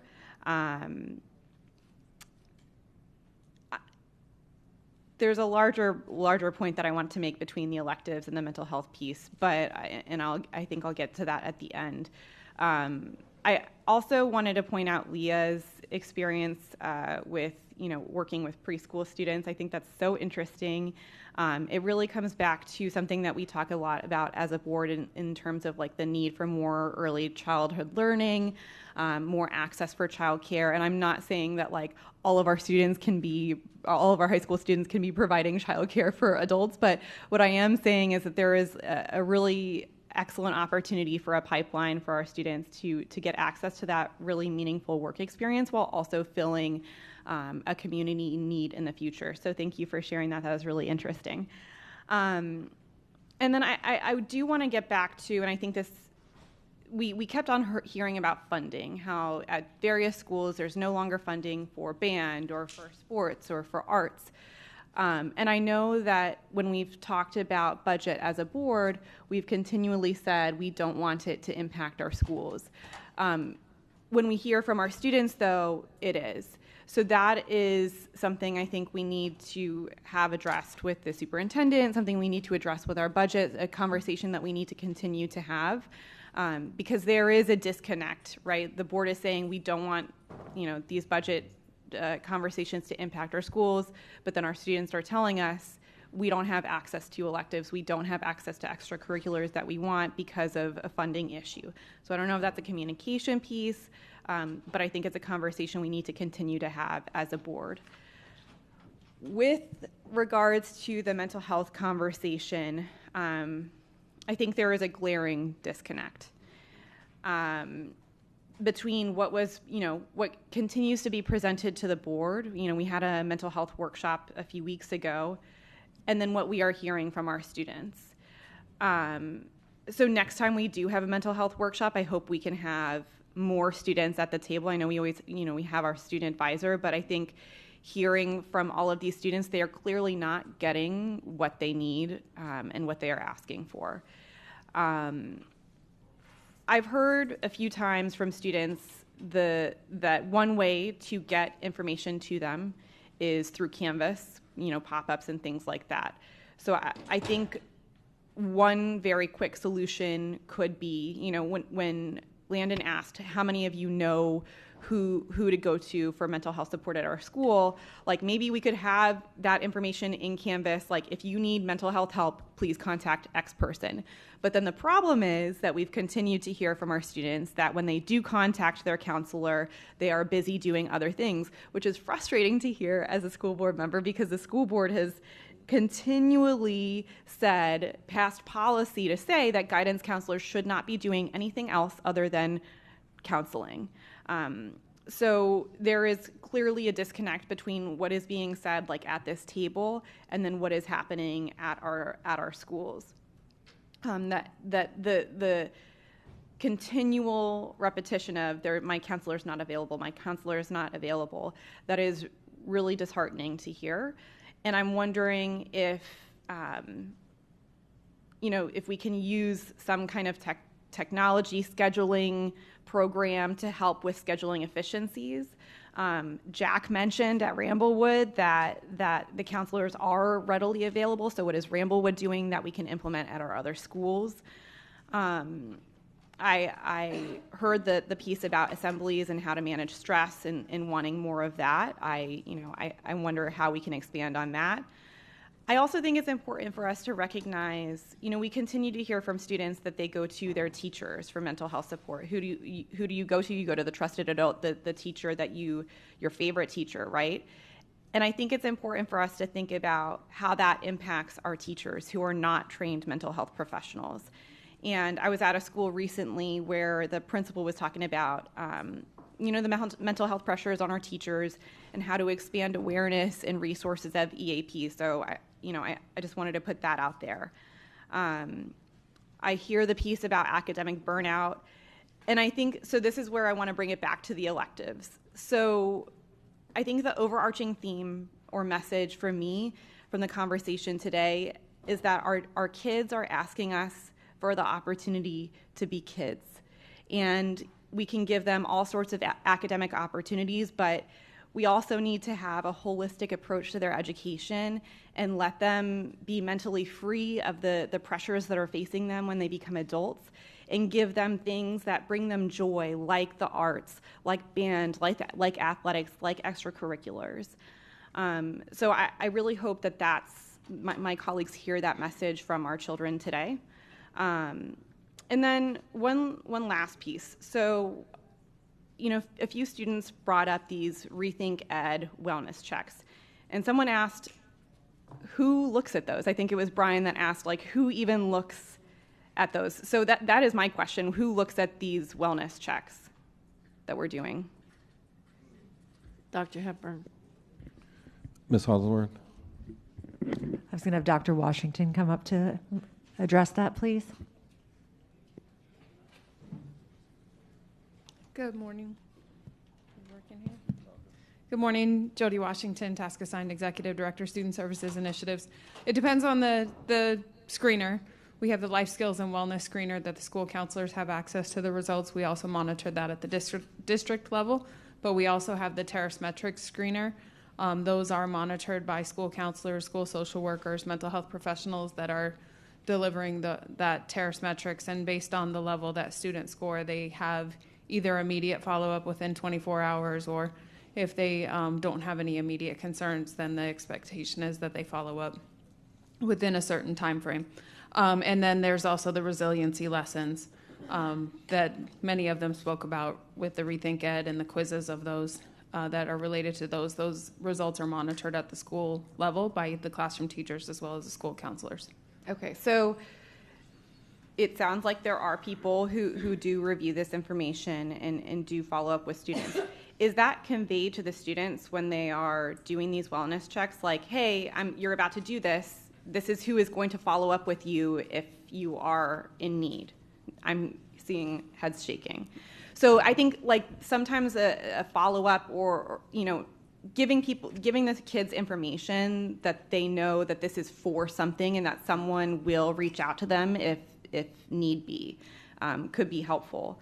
And then finally, I've been thinking so much about the use of technology in our schools. And the school board made a decision to restrict the use of cell phones throughout the school day. For me, it was a mental health piece. It was a mental health choice. That is what informed my vote on that policy. I think we have not thought a lot about the way that this educational institution uses technology and how it impacts mental health of our students. So I do not think that, and we heard it from our students, that using videos and software to do mental health check-ins, to do resilience lessons, is necessarily a helpful or effective way to address the mental health needs of our students. I think it comes back to the academic burnout piece as well. So I think I would really love for us to have a larger conversation about how we are using technology in the educational setting and how that is impacting the mental health challenges facing our youth. And I would really like us to rethink the way that we are administering videos and online lessons to students to address their mental health challenges. I just don't think that's an authentic or effective way to do that. Thank you. Oh, and my cell phone and email are on the school board website, so if any of you have anything that you need or any feedback or are interested in volunteering or anything, I am here to serve you. Thank you. Thank you. Dr. Zeman. Thanks so much, Chair. Ms. Leonardi brought up a lot of the critical points from the feedback, and she was so wise to thank you for coming. It's not easy to be prepared for a session like today. Sometimes it's not easy to share some of the critical things, but you guys did a great job. I've left this conversation very optimistic about the future of Broward County and wherever else you guys decide to plant the flag. You're a very impressive group of students. From the board's perspective, though, I share Ms. Leonardi's disappointment about the data that we get. For example, we never hear about the number of kids who want to see a counselor and cannot find one. We're not thinking creatively about the use of technology. Wouldn't it be great if counselors were available to you with your laptop, which is the way that many, many, many adults in society now connect with their therapists? Why can't we do that? Why can't we have a pool of therapists that are available for you after hours when you are stressed out about school or about funding for fine arts or about the other things that you brought up? We have to not just think about the risks inherent in technology, which we've done at great length, but also think about the use of technology to solve problems and the data that gets to this board. Again, we are not aware of some things that we could make some decisions to support. I'm really struck recently, and I think other people in the K through 12 business are as well, with student engagement. Not just through fine arts, not just through athletics, not through academic challenges, not through teachers who care passionately about your future, not administrators who are working tirelessly to provide the systems that you need, but from all of those things which are really linked together. Some people get great student enjoyment out of marching in the band, and I pray that you're in the Marching 100 next year, by the way. This will be very exciting. Great school that you're going to attend in a great city. But other people get it through other fine arts. Other people get it through law or medical programs. There are people who have come here and talked about what gets them excited about going to school every day, but in the United States, only 25% of students are actually engaged when they go to a school, which means 3/4 of the kids are living lives of quiet desperation right in front of us, and they are suffering. And our mental health system is just clearly not responding to the needs of the students. And we've got to collect better data. We have to staff it. When we do staff it, we actually have to fulfill our own policies about people being available. I think we have to track things like somebody raises their hand and says, I want to talk to a therapist, and no one's there that day, maybe no one's there the next day, maybe no one's ever there. Because the worst thing about being courageous enough to say, I'd like to get some help, is when you get silence in return. Because it just reminds people of the shame and the guilt and the resistance sometimes people have to go get help. And that's not what we want to be as a district. So student engagement is a key to high levels of academic performance, high levels of reaching your potential. I'm anxious to learn more about that from us and to get better data about mental health, real data about mental health. Not the number of bodies that we are, not the number of positions we have, many of which are not filled, but the number of times someone says, I want help, and they don't get help in an appropriate amount of time. A couple other small points that came out last year when we were doing the final wrap-up of some position descriptions. We looked at the brace counselor. I've never understood that term. It confuses me. I know what they do. I can read the job description, but I don't know that it's really serving our students to continue with that name. I think we need to get some insight into the budgets that are school level. Why are fine arts programs getting cut? Why can't we afford instruments? Why are we paying for facilities management when we could take that money and pay for a bus to take you to the athletic events that you'd like to go for and that you train so much for? That's your engagement, which means it has to be our concern. And if we can't get that equation right, if the budget doesn't provide your principal enough resources, discretionary resources to pay for buses, I think we're not doing our job. Not our only solemn responsibility, but one of them is to take a whole bunch of money and make sure it's spread in ways in which it fulfills, everybody's need to reach their potential.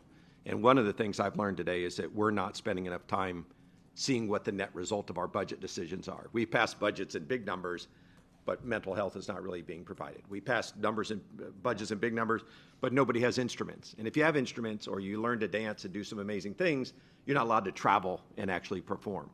And that's your engagement. And what we found, even in weird things like VR glasses, that what's cool about VR glasses is not the VR. It's like simple to do VR. It's trivial, actually, the technology.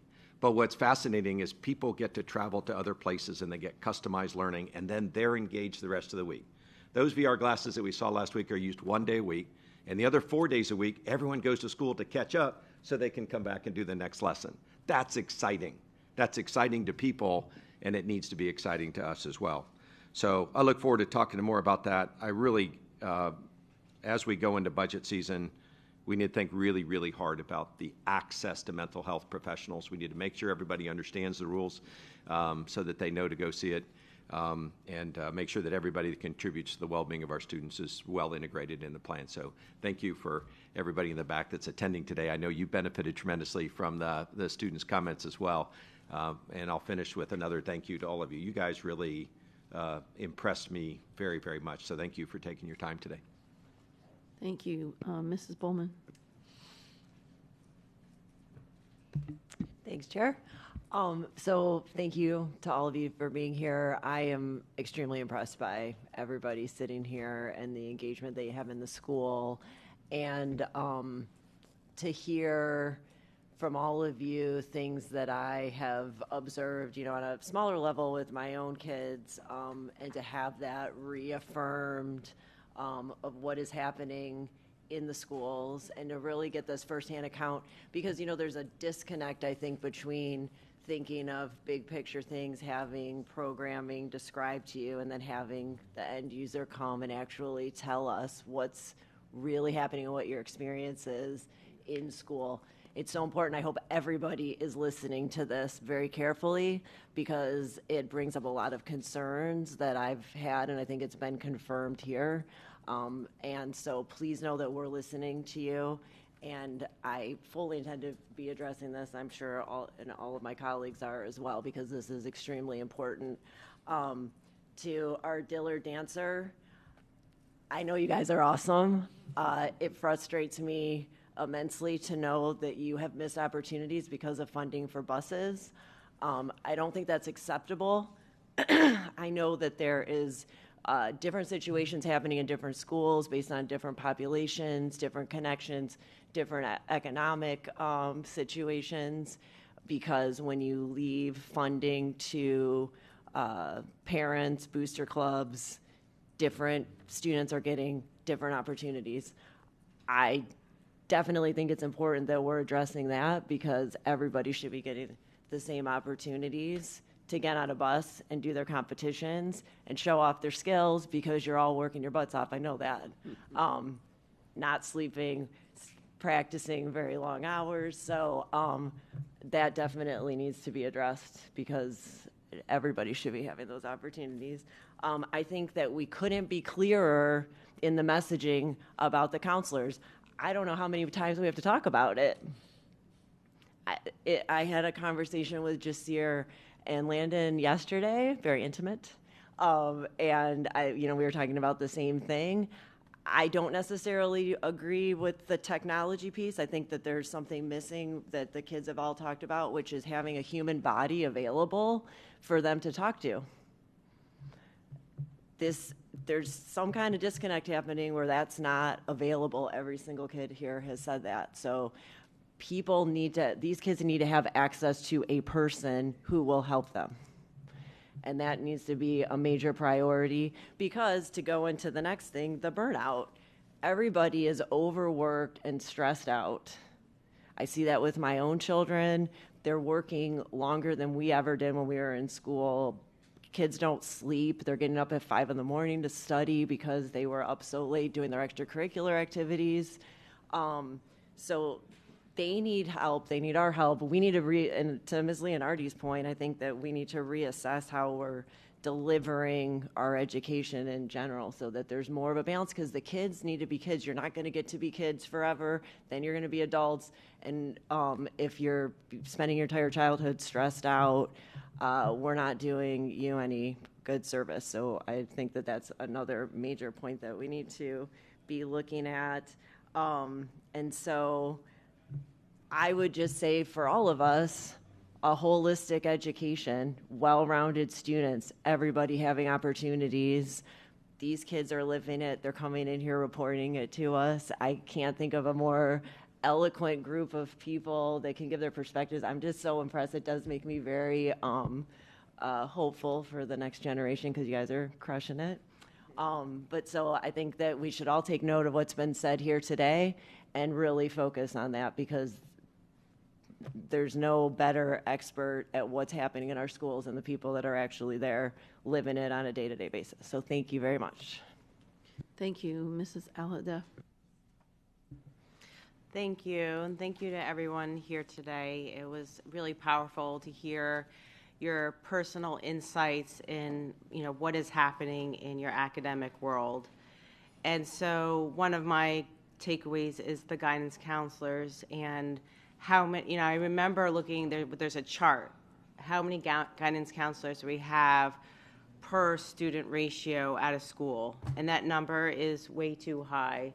So I would challenge the board that we, in our budget conversations, that we increase the number of guidance counselors by double by whatever we do have.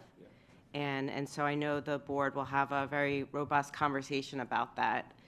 The other big takeaway for me was someone brought up support groups, and I don't know if we're doing enough of the support groups, but I think that is an amazing way for many students to come together to have discussions and having somebody guide those conversations. But to have those group conversations, I think, would be very beneficial at your schools. The peer counseling program, I'm not sure if we're doing at some schools or all of our schools, so I'd like to get additional follow-up information on that. And then my other takeaway was someone brought up about the cleanliness of the school or lack thereof. And I know that, our janitors and how we're cleaning our schools, and I think that's going to look a little bit different next year. But that is a huge point, not only for the health and well-being for our students' health, but just in general, right? We want to go to clean schools. So that is another big point. I think that we need to make sure that our schools are clean. And then the other point, so we have the Broward Education Foundation, and that's the organization that helps to fund opportunities. And so I don't know how we communicate this, Dr. Hepburn, to our students, but if there's a need to, whether it's busing or a program or something like that, that we're connecting them with the Broward Education Foundation so that we can help to make sure that they have access to those resources. And I think in general is we need to have life skills for our students. We need to give you guys the resilience to be able to deal with these pressures that you have. I know my daughter Alyssa, she as a freshman in high school, she was up all night studying, and there was a lot of pressure on her, not because I was putting the pressure on her, but she was putting the pressure on herself. And so I think that we have to find those healthy ways to deal with that pressure, through exercise or talking to somebody. And then I think if we can give you those resiliency skills to be able to deal with this pressure, because I wrote down, and I think my colleagues did too, academic burnout. And that breaks my heart to know that you have all this pressure that is going on and through your academic career to just succeed and do better and take more college courses, but why, right? Why do we need to do that? So I think we need to take a fresher look at what is the necessary skills that you need now and not try to be someone 4 years from now. You don't need to have a college degree in high school. Thank you. Thank you. Dr. Holness. Thank you, Madam Chair. So I just want to thank all of our students. It's such an honor to have you here, and you certainly, basically, you're the why in what we do. So I'd like to give them a round of applause because I think they're so deserving.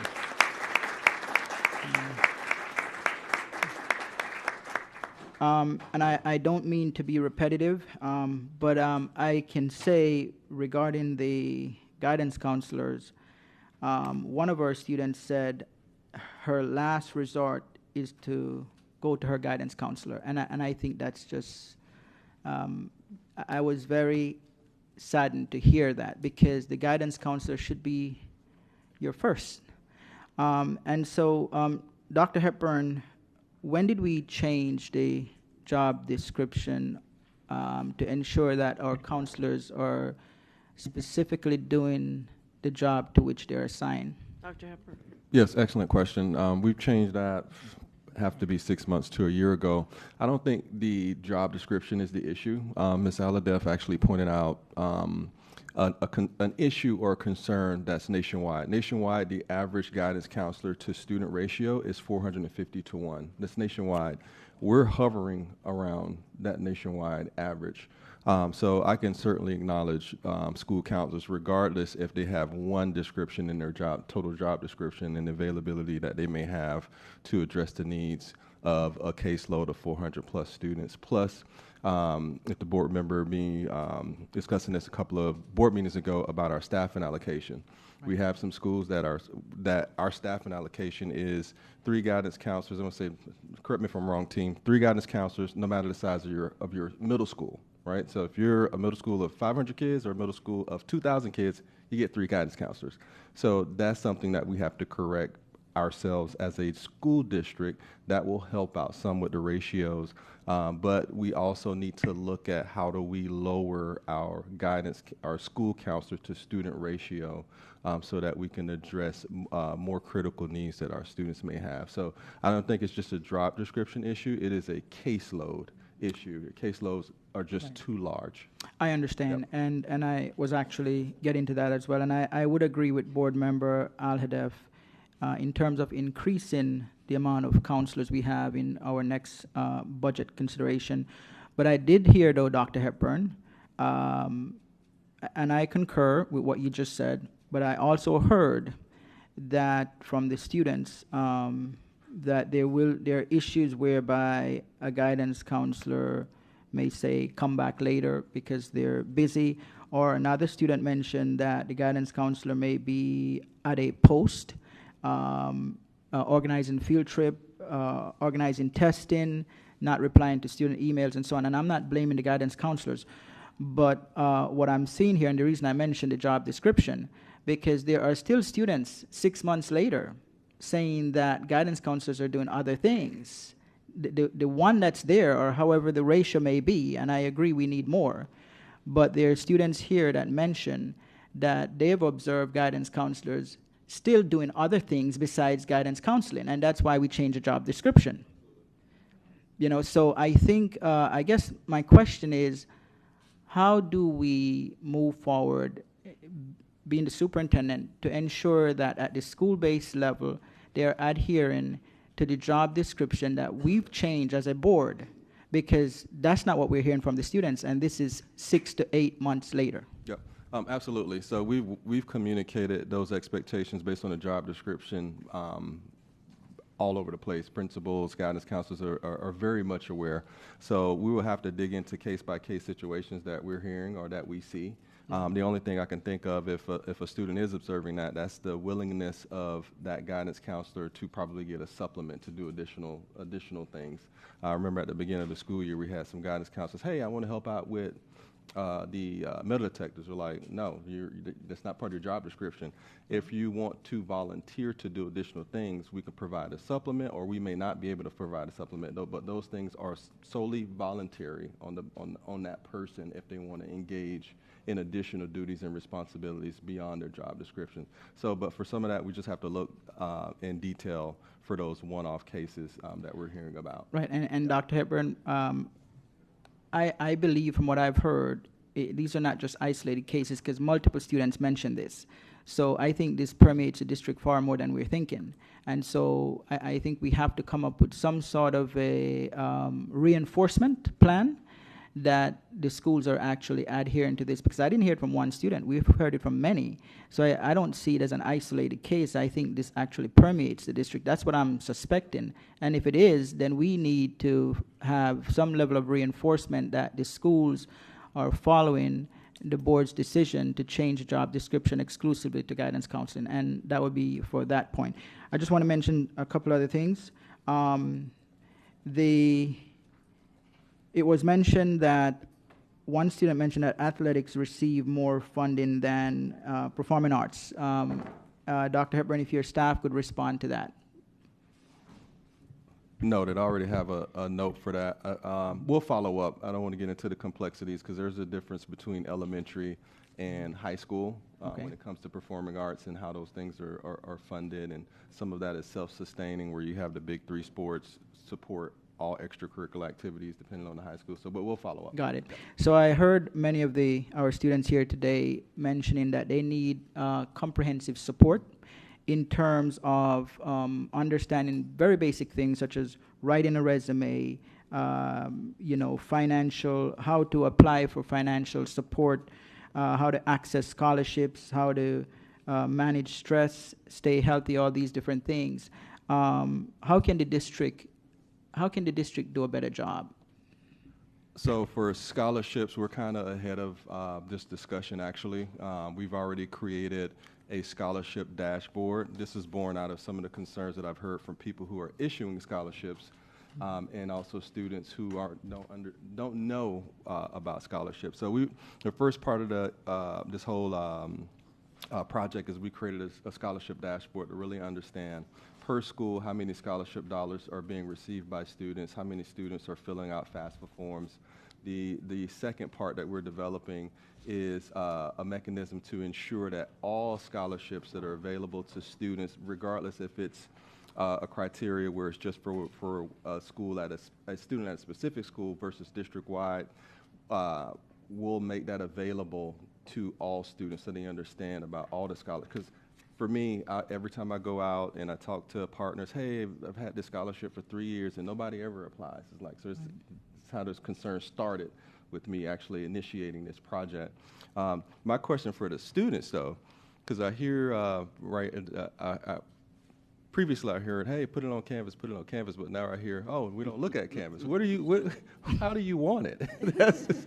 Because I hear both. Like previously it's like, put it on Canvas, we put a lot of stuff on Canvas, but how do you want to receive information moving forward? If I get probably like 2 or 3 who don't use Canvas and say, hey, this is what I prefer. Go ahead, Taraya. So you guys know how you change Pinnacle to Focus? Mm-hmm. You should use Focus. I use Focus to check my grades every day, to check my schedule. So Focus is better than... Yes. It's better. All right, I can start with Jack and we can go across. When we're on Canvas, they give us like little notifications, Mm-hmm. but nobody really checks them. So I agree with what she said. They should put it on Focus because we always have to use Focus like every single awesome. day. Yes. Thank you. Zaria. For my school, I do have a class group chat for my class, and that's where I get most of my information from. So maybe the class group chats and group me share them through their sponsor or the announcements where everybody could hear it. Okay. So we can drop a link in the group chat to take you to a Focus or Canvas to see it all. Yes. Okay. Definitely Focus. It's amazing. Also, Parent Link. I know you guys send out emails a lot, but sometimes it's kind of hard to distinguish which email is important and which email is not, because you guys do send out a lot of emails. So definitely Focus, because we check our grades very often, and there's like a section on top, like a remind section. I think that would be an amazing place to drop anything that's really important for the students to know. All right, last one, Leandra. Thank you so much for giving us the opportunity to speak toward this, even though this is technically, the timer pause, even though it is technically on your time. I believe it's not an either-or situation. If possible, I think it should be launched on a multitude of platforms. I agree with my peers that Focus is a great place to start when a lot of underclassmen and people of all grades really check their grades pretty frequently, but it also depends on the school. Some schools don't use Canvas as much. My school does. Half of our assignments are digital. They don't even bother giving out physical papers. Everything is on Canvas. You always check Canvas. And personally, I commend my guidance department I commend my brace officer at my school for sending out monthly scholarship bulletins of dozens of scholarships for local kids in Broward County Public Schools, but those are only for seniors. So seeing those kinds of bulletins expanded for kids in middle school, underclassmen, so they can accumulate enough money before they're in junior and senior year, which is a very stressful time when you're writing college applications, when you're finalizing your grades, when you're talking to your teachers for recs. Creating 500-word essays for a dozen scholarships at a time on top of that can be quite stressful. So having those resources available to younger people on Focus, in addition to Canvas and any other platforms, would be greatly appreciated. Thank you. Thanks for the feedback. I'm glad everybody's using Focus. I'm just going to let Brian answer because go he's ahead, had his Brian. hand up a couple of times and not been called. So go ahead, Brian. You could potentially allow us access to the school emails that we have, because with the app you could get notifications on your phone, and with that you could get out overview of what you're getting an email from. To sort of just piggyback off of what she said real quick, a lot of the assignments are online, and I feel like that's a really downside of that. I feel like a lot of assignments should also be paper-based. Yes, we are, moving forward in technology, but I feel like it really restricts us. A lot of students are able to cheat, use certain websites. And I feel like if we use paper more, if we're allowed to write more, that not only will our percentage of, people passing go up, but more acceptance rates for colleges or universities. I really think that's also a huge problem, online work. Thanks for the feedback. Okay, Madam Chair, I'm going to wrap up. I have a couple more things and then I'm done. I did hear the comment regarding cleanliness as it pertains to schools, and it was mentioned as well the bathrooms, the restrooms. That is concerning. I think that should be the first point of emphasis when you talk about cleanliness for a school, that the restrooms are clean. And I think even though we may have adequate custodial services, Dr. Hepburn, I think emphasizing that restrooms must be clean is important. We are an organization, an education organization, but we are in the customer service business. Students are our customers too, as well as parents. And if we have our restrooms unkept, that create health issues, safety concerns. So I think we need to have a greater emphasis on making sure that restrooms are of major focus in our custodial services. Lastly, I'd just like to mention that I know that we are an A district and we are proud in terms of our academics, but as Board Member Bullman mentioned, we do need to be an A district holistically. We cannot fail holistically as an A district. We must be an A district in our aesthetic appeal. We must be an A district in our cleanliness. We must be an A district in how we address mental health issues of our children. And we must be an A district in terms of our overall support of students. So I appreciate that we are an A district in terms of academics, but we also need to focus on those areas that are not necessarily measured by the state and be an A district for our students. Thank you. Dr. Holness, you just started something. My team is going to be upset.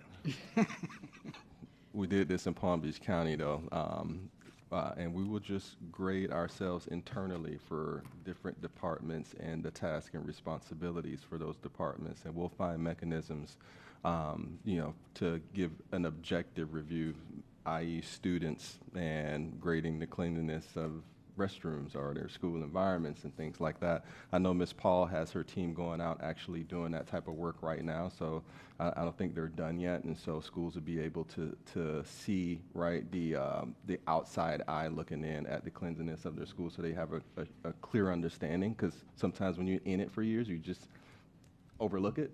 But that is a priority for us. But overall, for different departments, we'll expand that idea. Yeah. Great, and I hope for the cleanliness, they start with the restrooms. Absolutely. Thank you. Thank you, Mr. Sever. Thank you, Madam Chair. First and foremost, kudos to every single one of you coming up here and speaking and sharing your ideas. Very impressive. This is invaluable insight for all of us up here, hearing about the day-to-day of student life. As Dr. Holness mentioned, you are the why, and having the opportunity to hear this directly from the students was really fantastic. So I appreciate everyone for their participation and for coming and speaking with us today.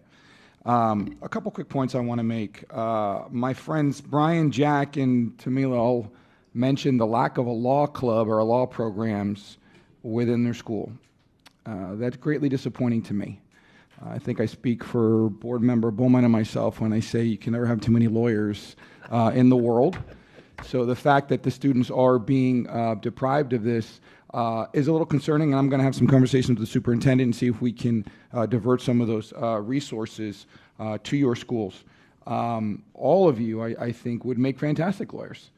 In addition, I would encourage you, for those students who currently don't have those programs, perhaps consider joining the debate club. That's a good opportunity to hone your skill set, and will help you in the future, especially if you have aspirations to litigate for a living. Next, where is Lazaria? Lazaria. How are you? I'm fine. I was very disturbed to hear that you cannot get transportation to go to football games. That's very concerning to me. I remember as a former, many years ago, high school athlete, having the cheerleading squad and the band and color guard and the dance team being part of my games was very important. We stunk back then, and I'm not overly sure that people actually came to see me as much as they came to see you guys. So having you guys participate as an entire squad with the football team, I think is very important. Dillard performed pretty well last year. I think you guys won 9 games, if I'm not mistaken. So you should have shared in some of that success. And that's very, very unfortunate hearing that you didn't have the transportation to get to those games. I'm going to have some conversations with my colleagues and the superintendent about how we can address that. And absolutely. The band has also opened a lot of opportunities for me. I got to perform for the Fox News and the Orlando, Florida Classics, they really open a lot of opportunities, and that's why some people come to the school. And us not having transportation also decrease the rate of people getting into band or even people coming to Dillard. Yeah. You guys need to be there. I mean, that's the bottom line. You're just as much as part of the football team as the quarterback and the wide receiver. You guys need to be a part of that, and you should be a part of that. And I'm going to look into that. I do want to ask a follow-up also to you. You made mention about the lack of study groups. I remember when I was in high school and I played sports, my coach was very, very adamant that the teams or portions of the teams would get together and have to do homework and assignments and things like that together. So in effect, we kind of had our own sort of private study groups that we had with our teammates, and members of the coaching staff would help us as well. Do you experience anything like that with your dance team coach? It's not really the coaches. I would more so say the teachers, because even when I'm in class and I don't understand something, I will ask my teacher and I'm still kind of confused, and my peers will try to explain it to me and be like, "Oh, you can't talk in class, you can't do this, you have to pay attention. Why you didn't ask me a question?" It's because you can't explain it like a kid can explain it to their own self. So a kid's understanding is much better than a teacher is, because some teachers expect you to immediately know what they're teaching. Like for me, I take pre-calculus honors, and I didn't have an algebra 2 teacher, so I don't really know what he teaches, and he was just kind of like, "Why you don't know this?" I didn't have a teacher. So sometimes I would have to teach myself or ask my partner that sits next to me, because it's really hard, especially with calculus itself, it's just hard. So the group would really help for others. I understand. I thank you for bringing that attention, and kudos to you for taking pre-calculus. I could never handle such a course. Thank you. Madam Chair, thank you. Thank you, Mrs. Thompson. Thank you. So first, like my colleagues, thank you guys so much for taking your time to come and be prepared. You guys are not only inspirational and, like my colleague says, our future. I also want you guys to know that we hear you, that we are here to support you, partner with you, and work to take some of this burden off you, because I think adults like to say, you guys are going to save us. Well, we can save us with you. So a couple of points I wanted to bring up, along with elected funding and our CTE funding as well. This was something I went to talk with Ms. Formosa and Landon yesterday, and one of the things we really need to look into is funding these programs like law, our health, and HOSA, whatever HOSA stands for, I forgot, health, science, something. And I also want to remind the superintendent and my colleagues that we fund a strategic partnership department that should be helping connect these groups with potential funders. So it's not just on the Broward Education Foundation. There's a department we have that could be doing this. I also want to bring up middle school information fairs. This is also something that came up today. Lily, you were talking about how you had teachers that were helping you decide where you wanted to go to high school. I think this is a missed opportunity for Broward County to promote our different high school programs, different law schools with law programs, our different special electives, because our middle schoolers sometimes aren't even aware of all the potential opportunities they have. And I would really like to see, I know we had that big showcase, but I really think we should revisit that idea on a regional basis, and then also targeting our 6th, 7th graders so they know about their opportunities coming into high school. And then finally, on the mental health piece, I am so sorry that some of you have had the experience that you cannot get the help when you need it, or that you feel like you are taking on your friends' burdens. This is something we need to do better, and I know my colleagues and I really want to make it better. And I know Mr. Shapiro, Ms. Winter, Ms. Solano, and Dr. Washington are back there listening to you guys and want to kind of bridge this gap. It also reminds me of my frustration from last meeting that we just spent $130,000 on an assessment for our mental health services that don't include students, and I just really want to see a plan to make sure our students' voices are included in that, and I know the superintendent will bring that. But I think we need, as a board, to focus on bringing in more staffers And I know that there's financial considerations, but real people are the people that you guys need to talk to, not a computer screen. And I know that works for adults, but it's different.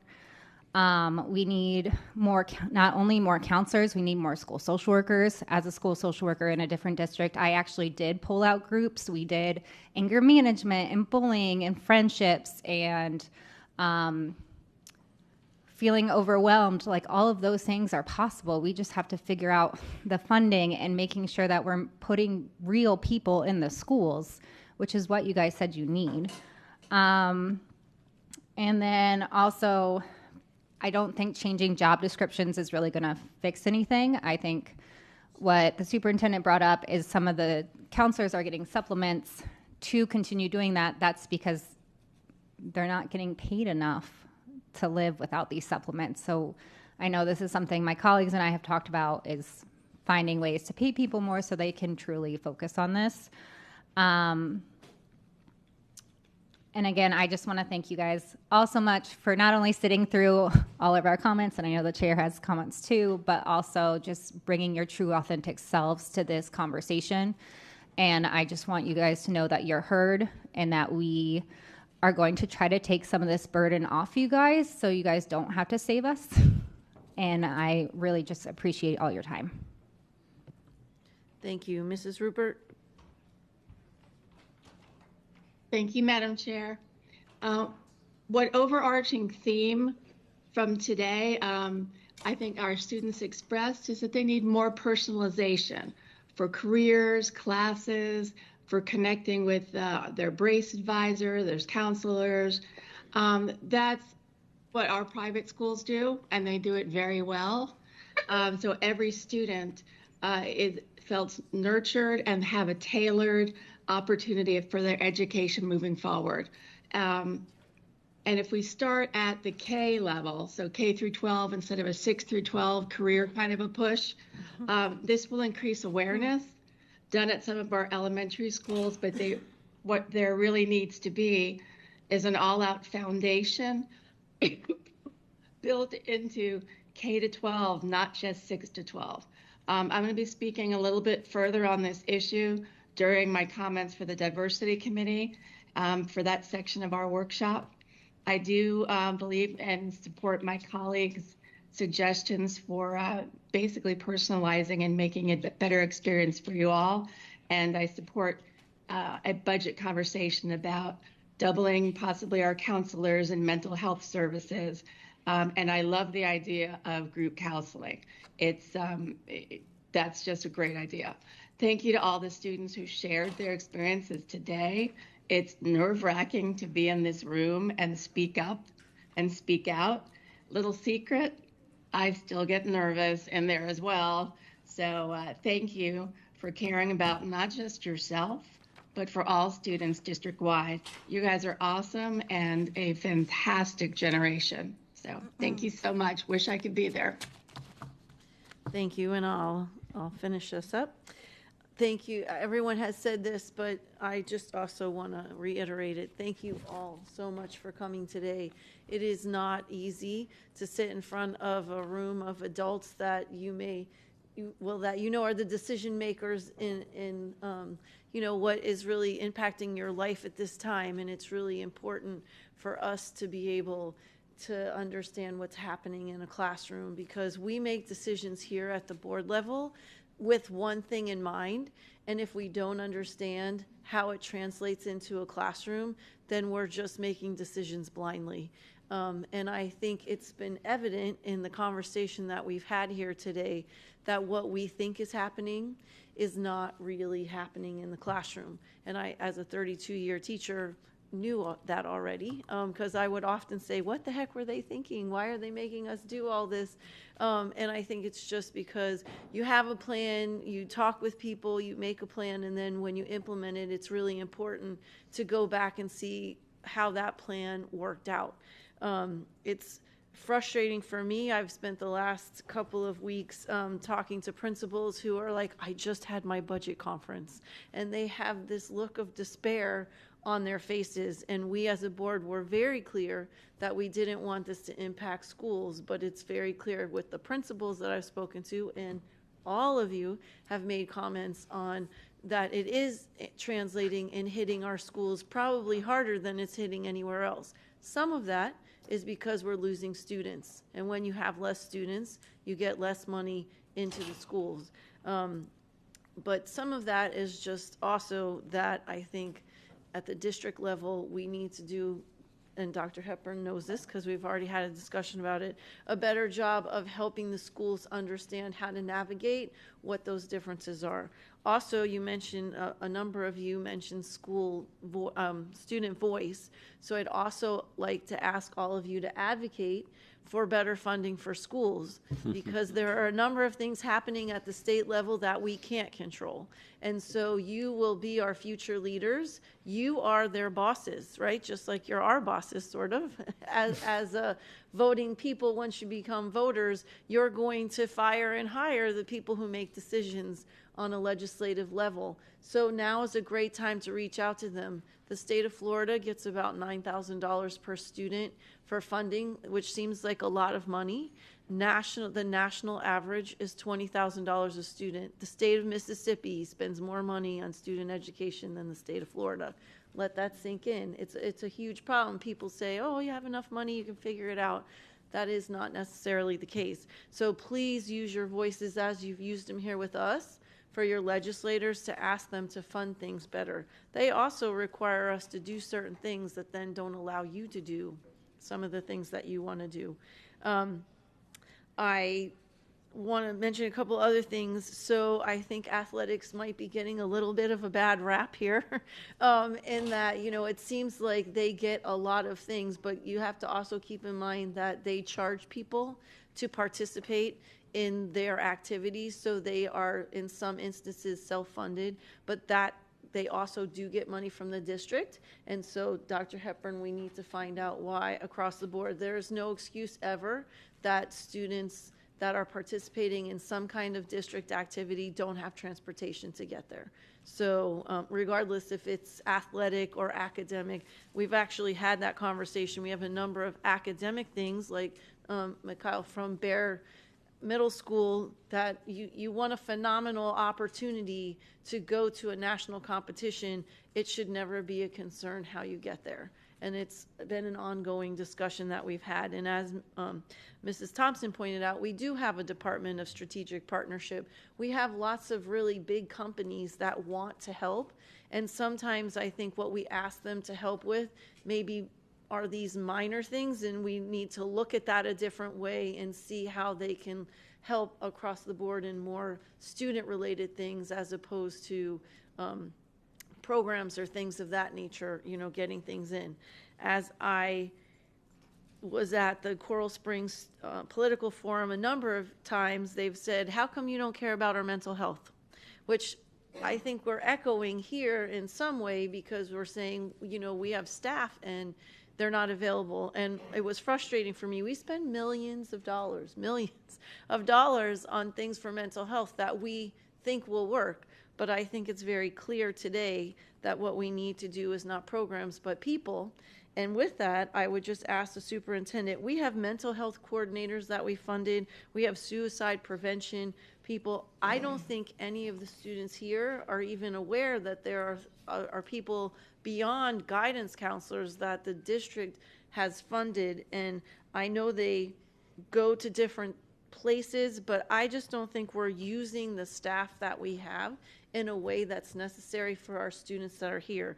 Those mental health coordinators could do some of the support groups that we've asked about. They could maybe Mondays they're at one school, Tuesdays that are at another, where they're organizing these support groups to help students with that resiliency, with some of the things that they're struggling with, to help them, as Mrs. Aladev said, have resiliency and be able to get through that. We said a number of times we should let kids be kids. I agree with Mrs. Aladev 100% that why is it that when we're in middle school, we're trying to hurry up and finish high school, and when we're in high school, we're trying to hurry up and finish college, and then we get to college and we want to hurry up and finish that. You know what? You're an adult for a really long time. really, really long time and a kid for a very short period of time.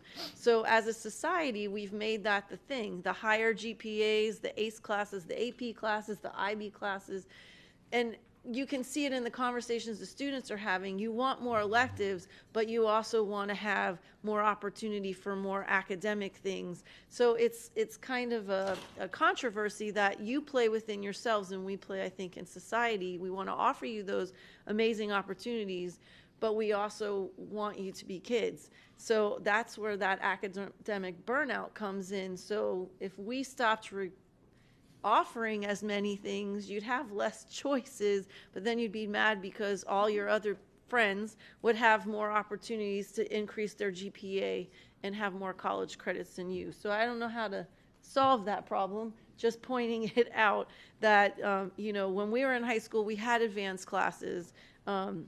We didn't have the ACE and the Cambridge and Cambridge and ACE are the same thing. Dual enrollment, all of those things, and I think we all turned out pretty okay. And we're still adults moving along in that time frame. So I think students put a lot of pressure on themselves because they see a lot of those opportunities and they don't want to miss out on anything. So I get it 100%, but you also have to learn how to just breathe, right? Take a step back and just say, I really like art. I like drawing. I like dancing. I like all of these things. I have to build that into my schedule. And we as a district have to allow you the opportunity, not just for academics, but for those down times for you to be able to breathe. So those are some of my main things. I was going to ask the same question Dr. Hepburn did because we were told Canvas was a good place. We offer a scholarship. I run a foundation that has scholarships, and we struggle to have students apply for them. And it's a $4,000 scholarship per student. And I hear part of the Lions Club. They have struggles, the Kiwanis Club, all of these places where they have money to give students. So I'd love to have another conversation, even maybe just a focus group with your dashboard to figure out how do we do a better job. Because I know Brace Advisors, as one person mentioned, I think, Leandra, that your Brace Advisor has a newsletter that goes out, and somebody did, and there's a link that they have. They've been doing that for a long time. I know when I was a teacher at South Broward, our Brace Advisor did that.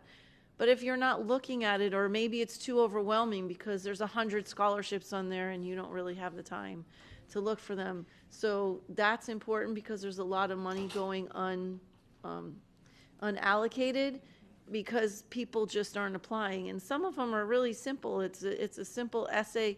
My son won $1,000 to write about why he likes being an American, right? I mean, but you have to take the time also to be able to figure out which scholarships meet the things and the skills that you have.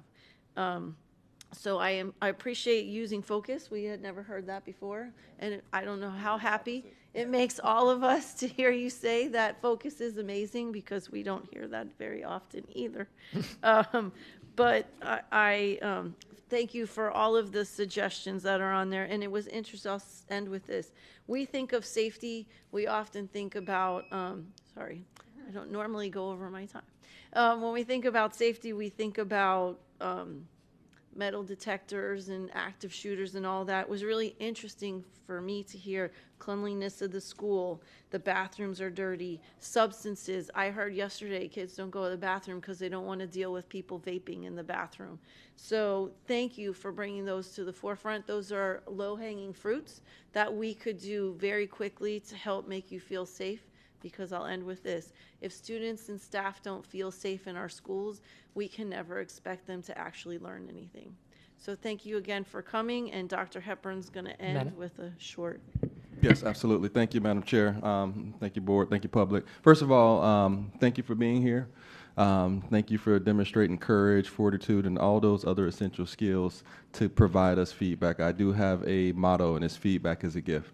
I don't get my feelings hurt, right? I want to understand your lived experiences because it is very important to us when we get that feedback to ensure that we're following through in changing our practices and our strategies just to make sure you have the best learning environment, the best learning opportunities, everything that's going to help you excel post-secondary, right? One of the other things I want you to realize too, as we already started a journey to continue to get better, Landon, Alana, I'm looking to working with you just here, who and the rest of the student advisory group that gives me feedback all the time on a monthly basis that has helped us really iterate and be innovative around our work. But I want everybody to understand that you are in a very competitive environment, right? The next step in post-secondary opportunities is going to be very competitive. I know for some of the things I heard about ACE classes, AP, academic burnout, it sounds like your principals are trying to push you to be as competitive as possible so you have those opportunities after you leave us, right? It's not going to be easier after high school, but I've also heard that you want a well-rounded education, a wholesome opportunity. And, you know, I have kids of my own too. One of them just literally graduated just recently. And she's talked about some of the same things that you guys dealt with early on.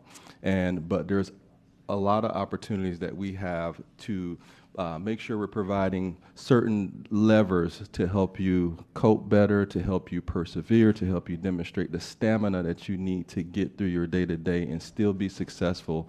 Because I also heard from you guys today that you want more rigor, especially for the middle school kids. The middle school kids, I want more rigor. I want to be better prepared for high school. I don't want any surprises when I get into my freshman year. And I also heard from some of the high school people that you want more rigor also, right? But we also need to make sure that you're engaged in performing arts and fine arts if you choose to. I didn't hear things about physical activity. We need to make sure you're engaged in physical activity too. Those are actually great activities to be engaged in, right, for your mental health and also understanding how to persevere and stamina with those coaches who are probably yelling at you. You know, Lazaria knows, right? All right, has that helped you through your academic journey also, your coaches? Yes, actually, because doing after school programs actually helped me with life. Because I know later in life when I get in college, like I'll know how to juggle everything. Because being at practice till 8 o'clock, you have a schedule. Go home, eat, do your homework, go to sleep, wake up. So it actually does help participate. Yeah. So those are all those additional supplemental extracurricular activities that we have to encourage our students to get engaged in, but we have to make sure those opportunities are there at the school also. So we'll work hard just to make sure and evaluate and assess where we are currently so we can continue to make those improvements. Also for the parent, I think we have some parents in the audience, right? Yeah, let's give a round of applause to our parents. Right, you have some successful young men and young ladies. Looking forward to what they accomplish in the future. Thanks for your ongoing support. Without you, we know they wouldn't be where they are right now. Leah, this one goes out to you. If you're going to college or post-secondary locally, we got a job for you in early learning. So it's a great part-time job for you if you're going to stay local. Just throwing that out there. Thanks for all that you guys do. Continue to advocate. Continue providing feedback. It's going to help us as a school district get better quicker. Go ahead, Len. I see you got your hand up. Well, I just want to share my gratitude to the board for asking us to do this session. Ms. Leonardi, thank you for proposing this initially. I think that this today is a beautiful testament of how amazing our students are in Broward County Public Schools. It would be wrong if I didn't recognize the tremendous improvements that Dr. Hepburn and Cabinet have led all year while Alana and I brought you feedback. Thank you. I know that all the things that were shared today with Dr. Hepburn and Cabinet will be addressed, and I appreciate all of you for including us at the table and giving that feedback. And finally, I want to end by thanking all the people that made today happen, our strategy and innovation team and our athletics and student activities team. It was a collective effort to make this happen, and I'm incredibly grateful for the staff that supported this initiative. Thank you. Thank you so much. Okay, we're going to take a 5-minute recess before we go to item number 2. So have a great day, everybody.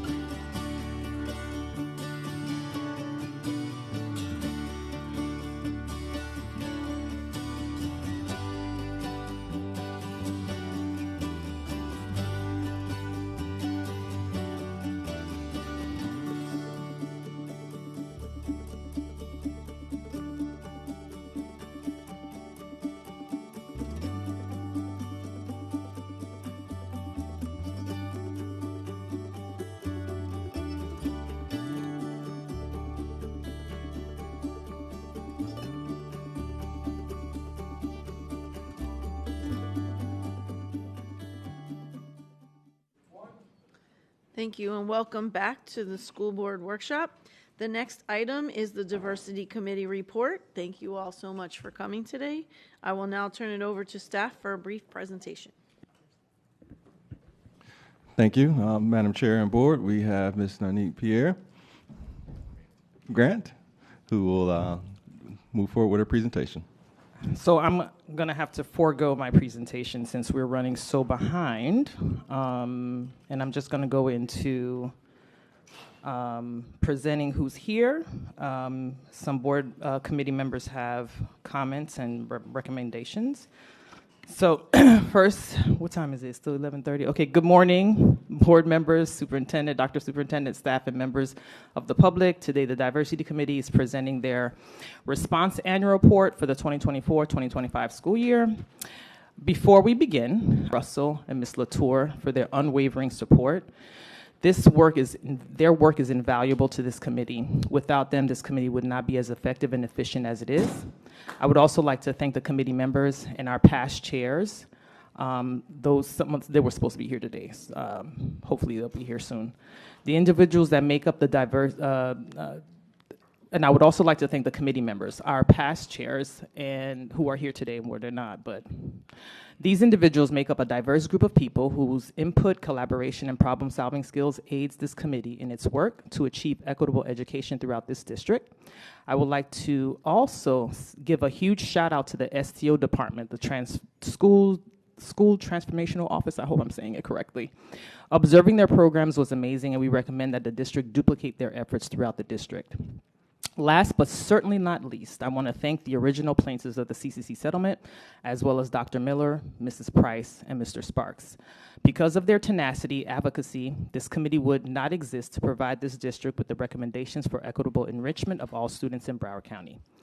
Today, you will hear from the committee members on their observations during site visits. They will provide a brief overview and subsequent recommendations. This year's report was collaborative effort that included several other advisories. We hope that this report will not only improve the district, but maintain the level of excellence that the district strives to demonstrate daily. Before I turn it over to our board committee members, I'll just say who they are and who are here. We have Dr. Fahima Ghani, we have Carrie Taboa, we have Erica Hansinger, Corey Shear, Windsor Ferguson, Rashid Gray, and myself. And I'd like to turn it over to Mr. Sparks, who will give us some historical background of the CCC settlement for those board members who are new. And Mr. Sparks, you're on. Thank you, Madam Chair. My name is James Sparks. I'm one of the original members of CCC. I see one face here that we go back, Ms. Batista. We were there from the beginning. And, you know, I look at it and they tell me we can't even teach history no more. Well, if we can't teach history, what happened? What changed the school system? What do we have to do to make a difference? We had to change history. We are history. If you can't go back and look back at what happened, what was going on, and can't talk about it, then we'll never know how to change the future. I listened to all the kids today, and the kids were talking about situations and circumstances that were going on in their schools. Those are some of the same situations and circumstances we as CCC tried to bring about in the beginning. And just a little history on diversity. Before, Broward County used to have George Allen, who did everything that went for the black community. When this board wanted to do something, they go to George Allen. He signed off, they give him a check, and they go do it. Well, we at CCC decided we didn't want to do that. That's why we became citizen concerned about our children. Not just an attorney, not just a person who's getting paid, and we wanted to make a difference. And the difference being, as you see, she just named all the board all the people. Well, we asked the board, you send people who represent your schools, represent your community, and let them tell you about what's going on in their schools. I know my schools in my area, you know what I mean? I even know about some of the things in yours too. So who better than the people? But what happens is when the people come and make recommendations and you guys up front who sent us there don't listen, then that's a problem. I looked at one of the first things on the summary for, and I'm not going into the what, but it says textbooks. It said most of the schools have the required textbooks. Well, there's a problem with that statement. Why would it say most of the schools? It should say every school in Broward County should have the textbooks. And that's what the diversity committee is about. And that's why you need them to go along and check out everything that's going on in the school and come back and make recommendations. Now, seeing this statement, what are you guys as the board going to do about it? See, now what, in the next few months, we'll be looking at that and let's see what happens. You know, I have to take my hat off to the superintendent. I have seen a lot of changes. I came back with Frank Petrozelli.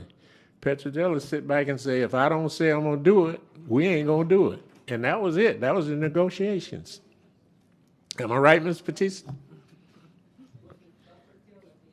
Yeah, okay then. Well, but anyway, what I'm saying is we have a good group of people here in this committee. We have a good committee. And this committee needs your help. And they need your help by you've sent them here. So now we need you to listen to them and take their suggestions. You guys know some of the problems going on as a school, you know? You know what you need at your school. You know what you don't. Why would one school look one way and the other look another way? I give the example all the time. I had 4 girls. And listen, those girls were growing fast. And all of them would need shoes at one time. But guess what?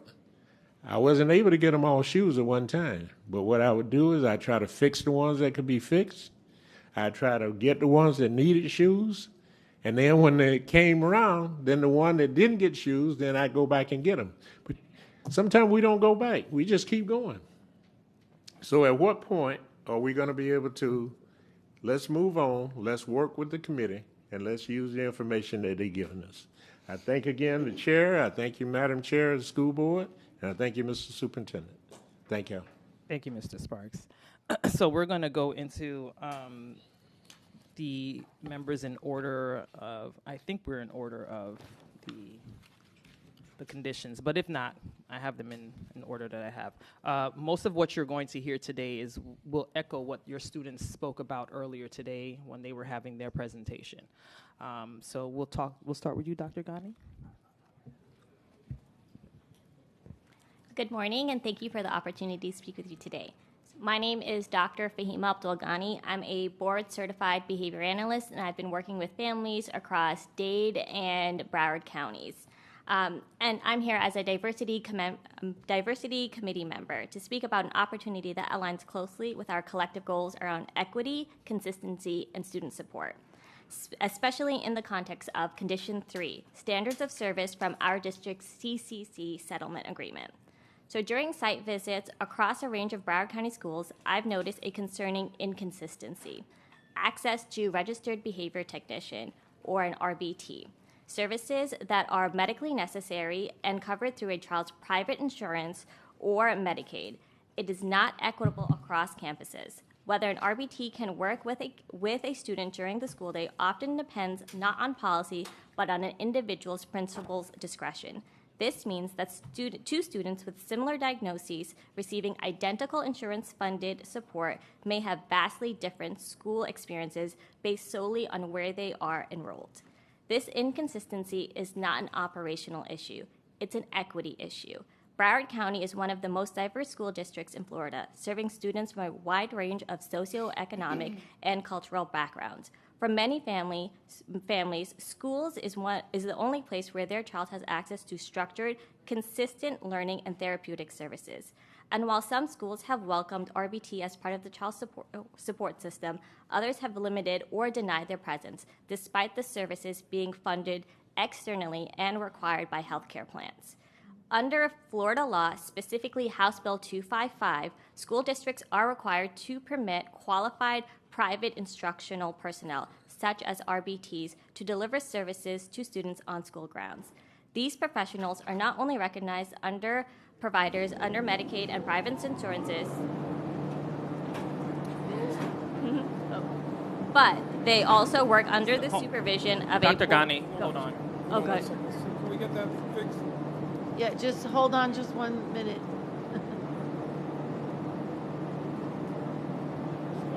like the trailer's going to crank up at him. It's like, I did a great job.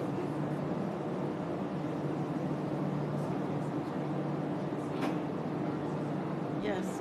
We'll take a short recess till we figure out what's going on.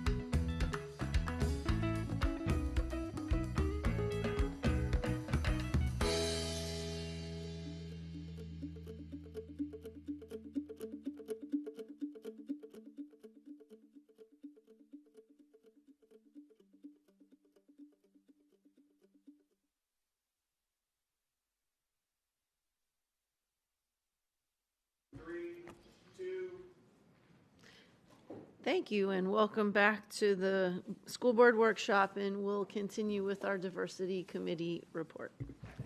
Thank you. So I will continue where I left off. So under Florida law, specifically House Bill 255, school districts are required to permit qualified private instructional personnel, such as RBT, to deliver services to students on school grounds. These professionals are not only recognized providers under Medicaid and private insurance, but they also work under the supervision of a board-certified behavior analyst to implement evidence-based support plans that are tailored to each student's needs. Aligning with Condition 3, which calls for consistent standards of service across all schools, I respectfully recommend the development and implementation of a district-wide protocol that ensures equitable access to RBT services in all schools. The goal here is not to remove school-based discretion entirely, but rather to provide clear, standardized guidance so that principals, teachers, families, and providers can work from the same understanding and set of expectations. Specifically, I'd like to offer the following collaborative recommendations. 1. Create a uniform district policy that clearly defines the role of RBTs as private instructional personnel, ensuring access to campuses in accordance with state law and student need. 2. Develop a standardized onboarding and documentation process for RBTs, similar to the procedures already in place for speech occupational therapists to ensure safety, professionalism, and clarity. 3, provide training to school leaders and staff so that purpose, scope, and limitations of RBT services are well understood and implemented consistently across all campuses. And last but certainly not least, establishing a monitoring mechanism to track where RBT services are being utilized, allowing the district to identify patterns, disparities, or barriers to access and intervene when necessary. These steps will not only support compliance with Florida regulations, but also advance the district's commitment to equity and excellence. More importantly, they will help ensure that no student is denied services that they are entitled to based on their zip code or their school assignment. I believe we all share the same goal: to create an educational environment where every student, regardless of ability, background, or school, is given the tools and supports needed to succeed. By working together to create a consistent, transparent process for RBT access, we will be one step closer to that goal. Thank you for your time and consideration, and I look forward to your support. Thank you, Dr. Ghani. Appreciate that. We are going to turn it over to Erica Hansinger, who will be addressing conditions 5 and 6.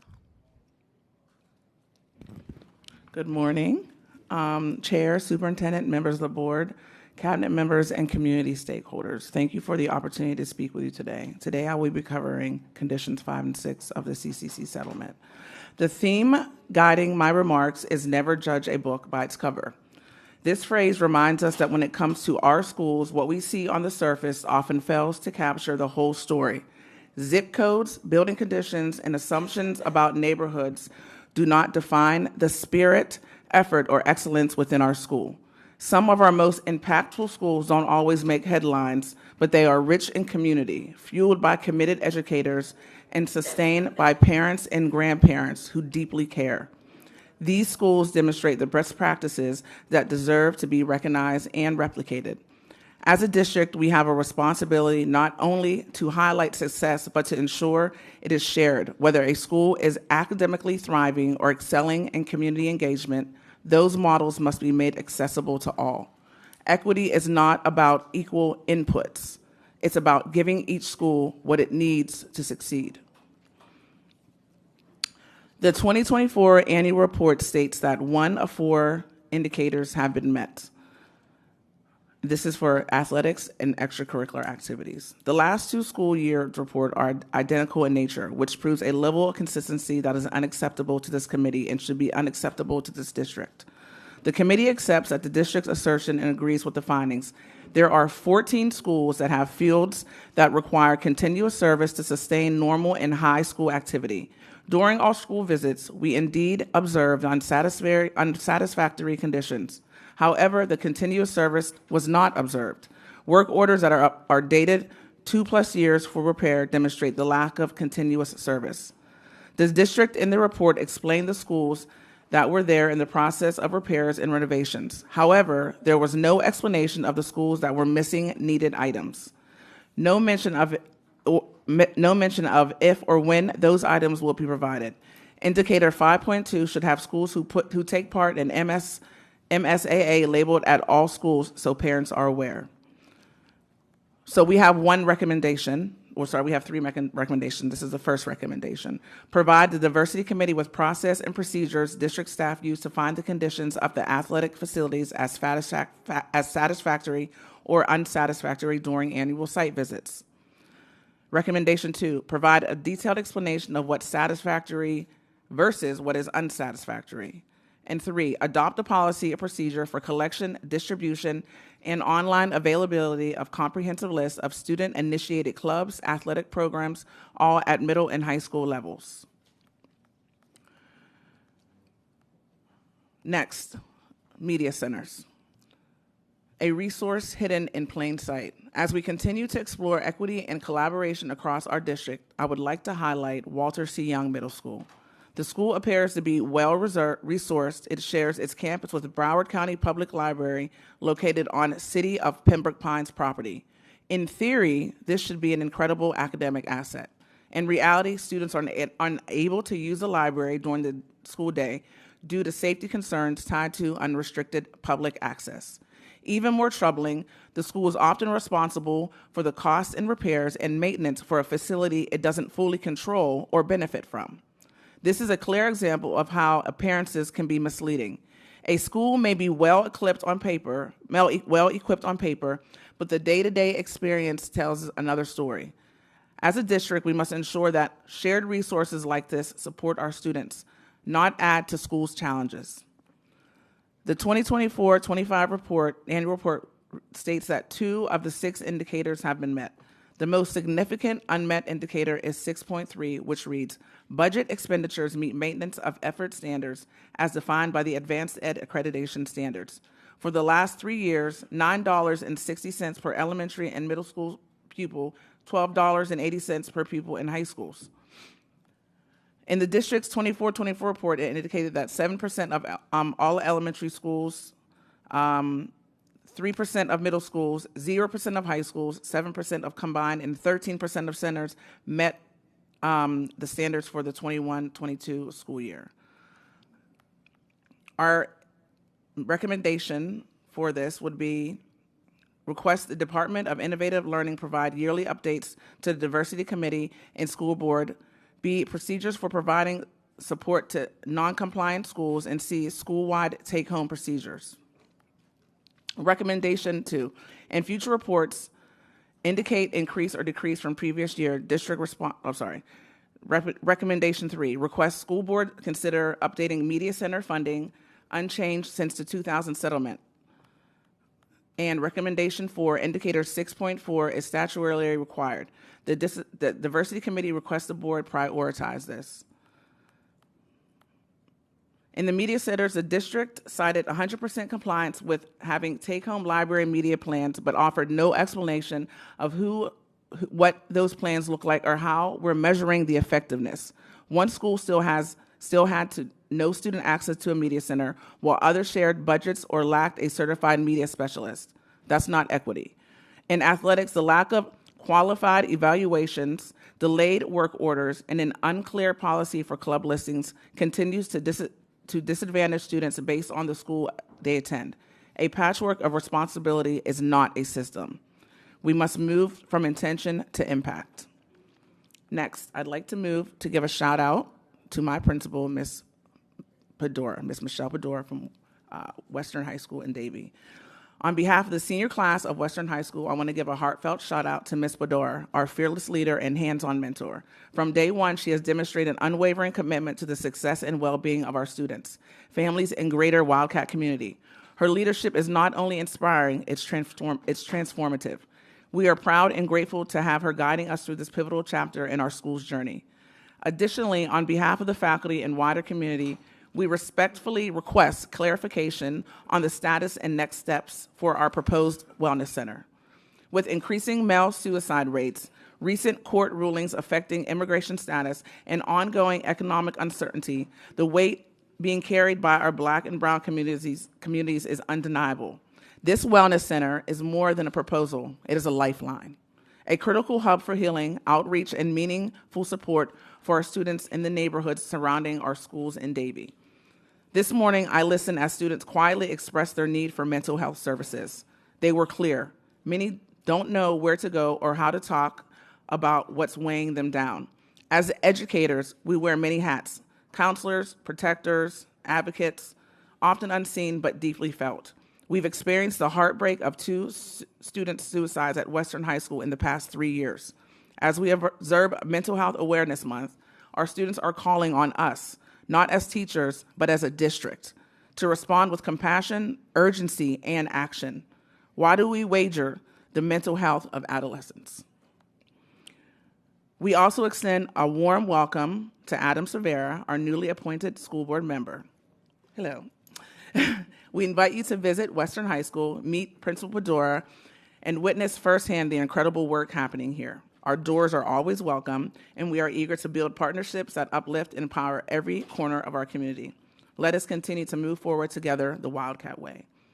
Thank you for your time and attention and your continued commitment to our students, but I am not done yet. Thank you, Madam Chair. Honoring a true champion.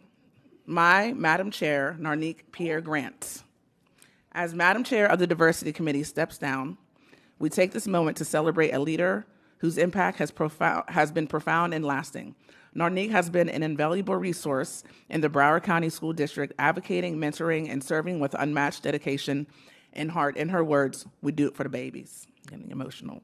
Her passion and her energy, our unwavering call to action, have ignited purpose in so many of us. Learned so much from her. Her leadership has been both a compass and a catalyst. She is not only a powerful advocate, she is my friend, my sis, someone who presents and lifts and strengthens those around her. She has fought for the schools and communities that are too often overlooked and misjudged. With conviction, clarity, and compassion, she is a voice of reason and a force to be reckoned with. We know that. And of course, her signature quip, trash. Just one word. But when Sis says it, it's a full statement, a challenge, a reminder to raise the bar and demand better. Sis, you deserve your flowers. We love you, we honor you, and we thank you for everything. Thank you.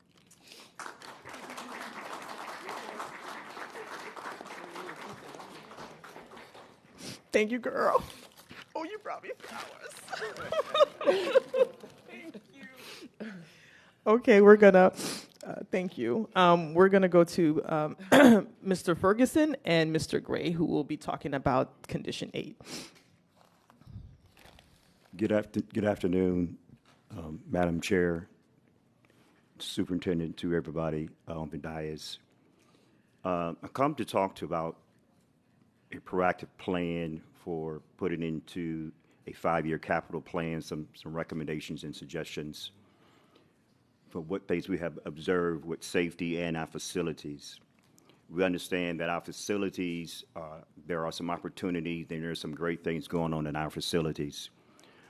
So just to start first dealing with some security issues, at the schools that we went out and observed, 90% of the schools have blind spots with their cameras, and they have issues with just safety, whereas it is chip tile where people will trip and fall. Some of the challenges the work orders are put in as replaced tiles, but not explaining that these tiles have holes in them and our students or staff can trip over them and fall.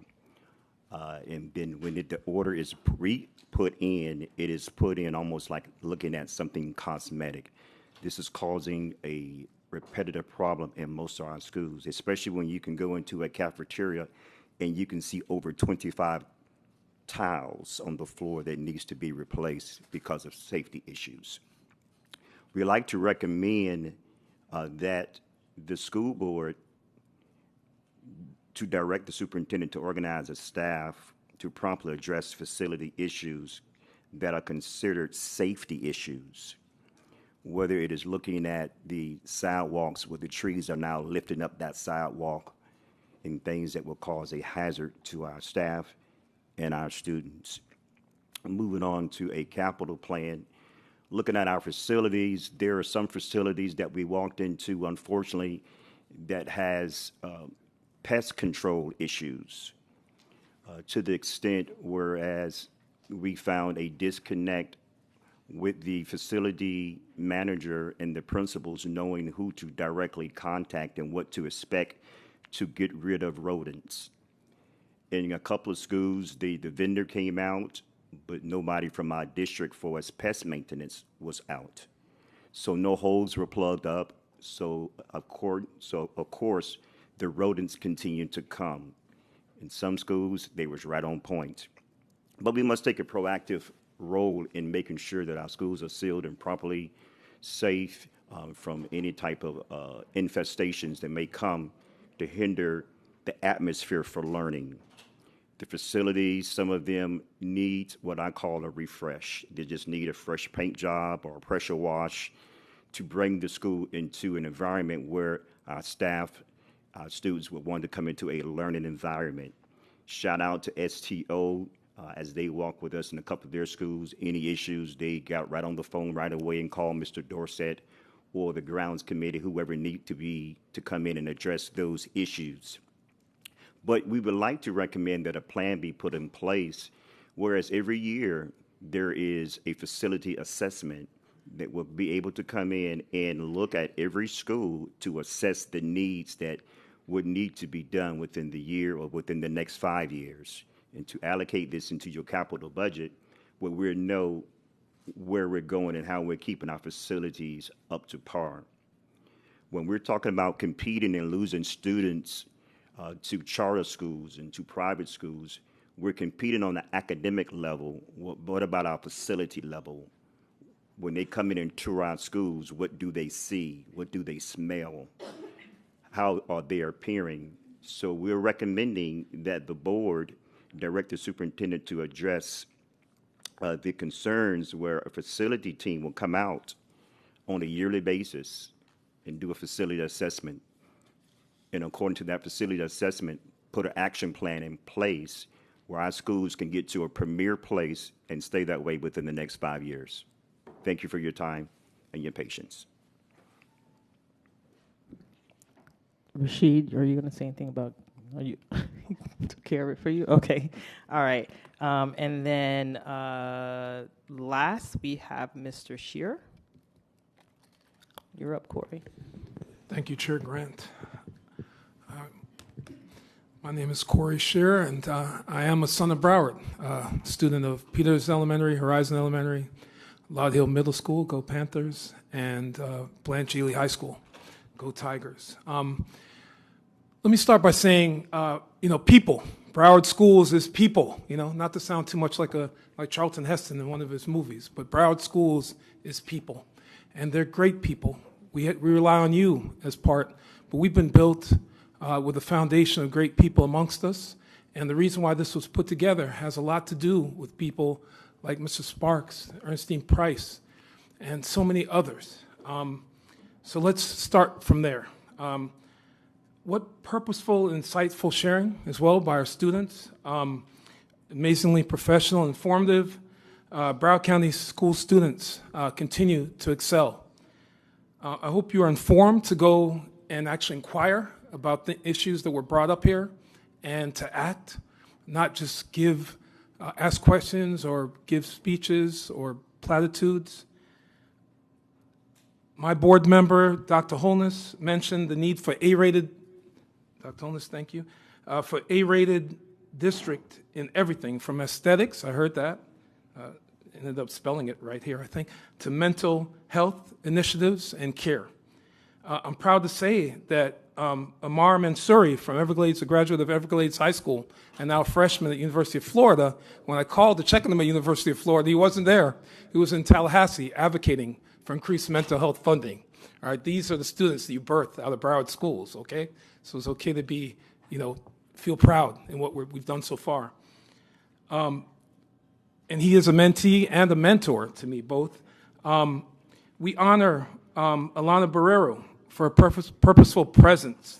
She made me cry. And diligent work as student advisor on the diversity committee. She is positioning herself to be great, but great for others.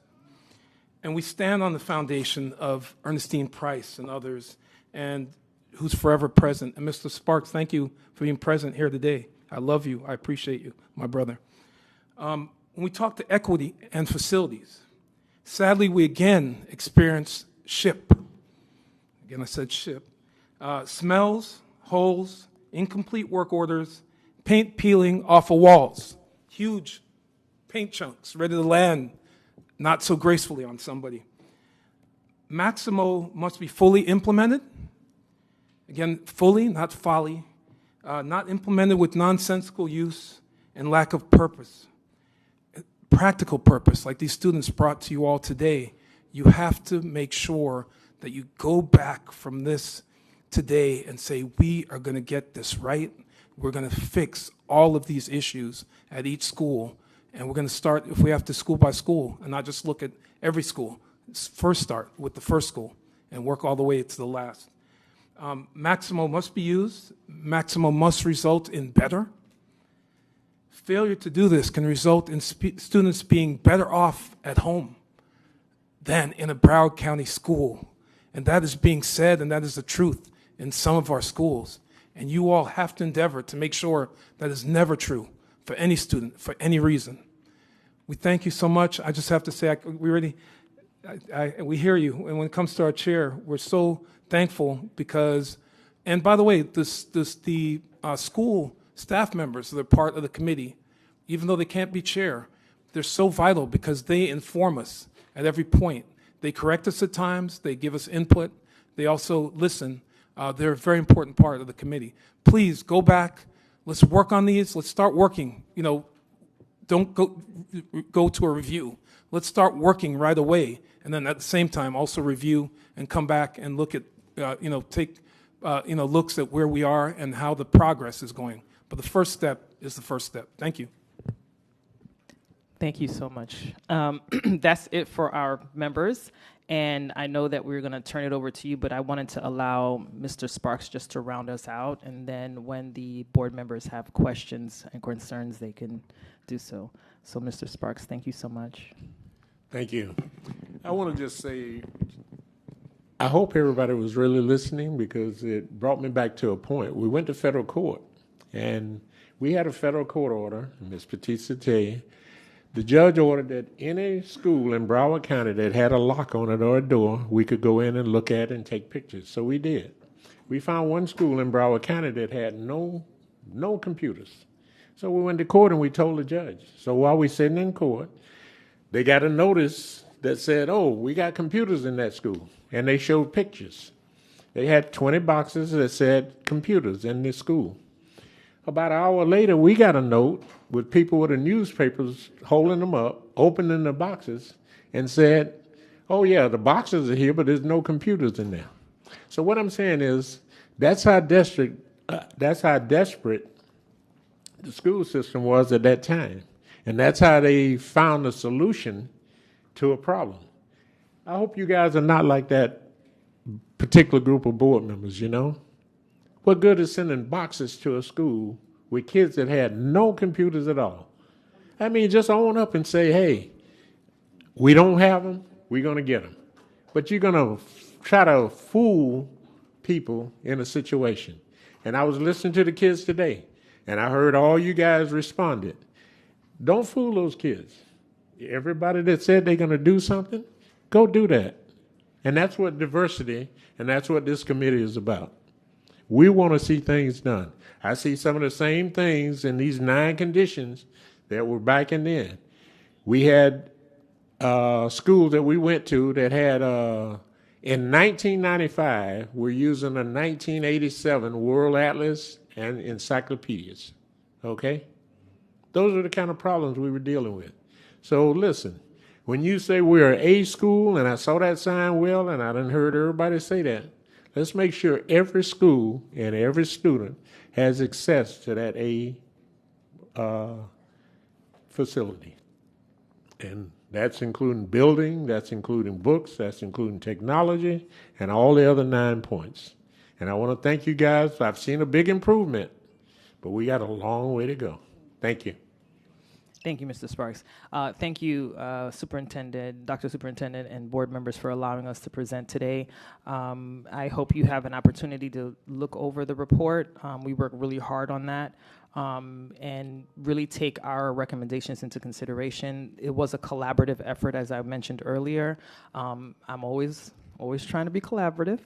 And so we look forward to your feedback and whatever questions you may have. Thank you so much for the opportunity. Thank you. Board Member Thompson. I just had a question for the superintendent. We heard facility concerns. We've been told there's a facilities assessment happening. When can we expect that to come back to the board? Yes, you should. Thank you, for Ms. Thompson, for the question. You should have that, Ms. Paul, correct me if I'm wrong, by July, mid-July at the latest. I think they're kind of wrapping that up and collecting all the data in the reporting format. And it will come as a report or at a workshop? No, it'll come to a workshop, so we can review it as a board. Dr. Holness. Thank you, Madam Chair. So I'd like to thank the Diversity Committee for your wholehearted commitment and dedication to the work. I appreciate each and every one of you. And thank you to our chair, our wonderful chair, for all of your leadership on the committee. So Dr. Hepburn, I have a couple of questions. The committee provided really detailed, thorough information. How will you use this information on recommendations going forward?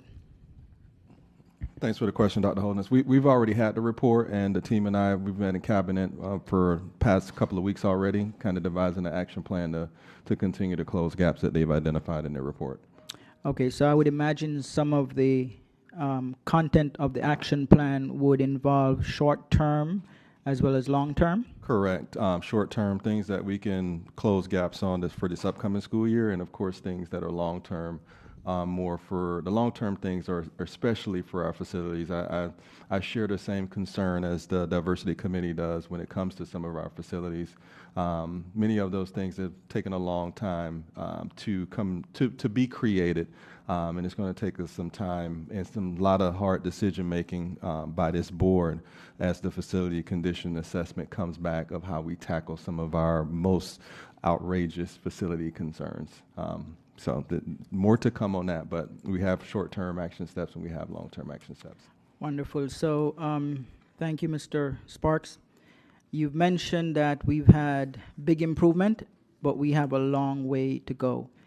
And I would agree with you on that, but I will tell you that we're going to remain resolute. We're going to continue to be diligent to make sure that we are in compliance and that we are fulfilling the recommendations from the committee. I think this is a very important committee, and I thank you, sir, for your input as well. So Dr. Hepburn, I have a few questions on the summary of the findings. And before I mention that, I would like to just make a comment on the Walter C. Young library issue. I was a former teacher at Walter C. Young many years ago, and it was mentioned that it was discovered due to unrestricted public access that it is impacting students' use of the library. Can you speak to that? And then I will have some more comments on the content of the... No, I can't currently speak to that. I won't even ask the team to speak to it because I want to go take a look myself. I actually made a note to go out to the school and review it myself and see what the committee is talking about. And if it is city-owned property, we can go talk to the mayor or the city manager to figure out how we can address it. Okay, I see Dr. Lozano raising his hand. Go ahead, Doc. So Dr. Paul and I have been working on it. The fencing is approved. It's going to happen, and by next school year, it'll be secured and totally fenced off so that it will be a separation from the library and the school. Thank you, It's Doc. been resolved. Okay, so Dr. Lozano, in the upcoming school year, that will no longer be an issue? Yes, sir. Okay, thank you. So I have a few more questions. When I look at the summary, it says the committee observed that some schools allowed technology to be checked out and and some did not. So Dr. Hepburn, I know we passed an item that coming August 11th, all students will have laptops. So I just would like you to assure the committee of what we voted on, and that this particular concern will not be an issue in the upcoming school year. Yes, you are correct. That won't be a concern for the upcoming school year. Okay. And as we continued, it mentioned that the committee seeks student achievement, retention, and graduation rate data that is broken down by demographics. It's indicated here that this remains an ongoing issue. Can you respond to that concern? Yes, certainly. So I have to talk to the committee because we do provide the information to the public. Just need to find out more of how they want to receive it, if it's something separate than what we provide to the board during our workshops. Okay, I can recall that this information was requested in the past. I can't recall when, but it seems familiar. So I hope whatever they're looking for, that it can be provided in the form that they need it. Yeah, we can talk with the committee to figure out how they want it. But I know we have it publicly available from workshops for PM1, PM2, and then we'll have our PM3 workshop that I have. Hopefully we'll have graduation data by then. I highly doubt it. It usually comes out in the fall, but we publish that graduation data too. Understand. Now, it mentioned also that athletics and extracurricular activities seems to be fewer in middle school. Is that factual? And if it is there a reason? So I know Patty Brown is gone, but Dr. Wanza may be able to back me up. I'm just going to put my principal hat on. So as a middle school principal, high school principal. High schools, of course, larger environment, a lot more kids, so you have more students to fill different types of sports. Middle schools usually a quarter to half the size of a high school, and so you usually kind of stick with the big three or the big four, basketball, soccer. Sometimes you may have softball or baseball, but often not. So you don't have all the same amount of sports as a high school and a middle school. And then they don't have the facility similar to a high school, too. Right. So it kind of limits what they can do. I know in past districts I've worked at or past schools, because it doesn't allow every student to participate in sports. Usually all students can participate in track and field. Right. But for basketball, you can only fill a certain amount. You try to do, what do we call those? I'm having what you used to call it in college also. Intramural, yes. Intramural sports. you try to try to fill the gap with intramural sports to give kids an additional opportunity to participate. But usually high schools and middle schools don't have the same amount of sports. I don't know if the committee is referring to inconsistency from middle school to middle school, if that's the point we were making. So we can certainly look at middle school to middle school to see if there's inconsistency in access to similar sports. Okay, so Madam Chair, we do 8 sports at middle school. Yep. Okay. If you can give us if you have the list on your head. Soccer, cross country, golf, basketball, track and field, flag football, volleyball, and floorball. Okay. I don't think that. Again, based on the nod in the head from Ms. Pierre, Grant sounds like inconsistency from school to school, because I'm assuming that all schools probably don't have middle school golf. Right. Right. It's inconsistency from middle school to middle school. Yeah. So we'll take a look. Okay. We can work with our partners. If there's a desire and the ability for the school to fill a team, if we put it out there, we'll work with some partners to get equipment and things like that, because sometimes those are limiting factors, especially for golf. Understand. Board Member Bullman, I'm not finished, but if you want to make a comment on that, you can. No, if you want to comment on, Chair, I think. Stranahan? She said she got straight hands. I'm sorry. I thought I heard Stranahan there. Okay, so a couple more things and then I'm done. So it mentioned as well, Dr. Hepburn, and I remember seeing this, I believe, in the last report, the one last year, that there are concerns with media centers not having certified media specialists. Is this a requirement, and why would some media centers have and some do not? So the strategy kind of predates me. Schools have been allowed in the past to utilize a media clerk and forego the media specialist position.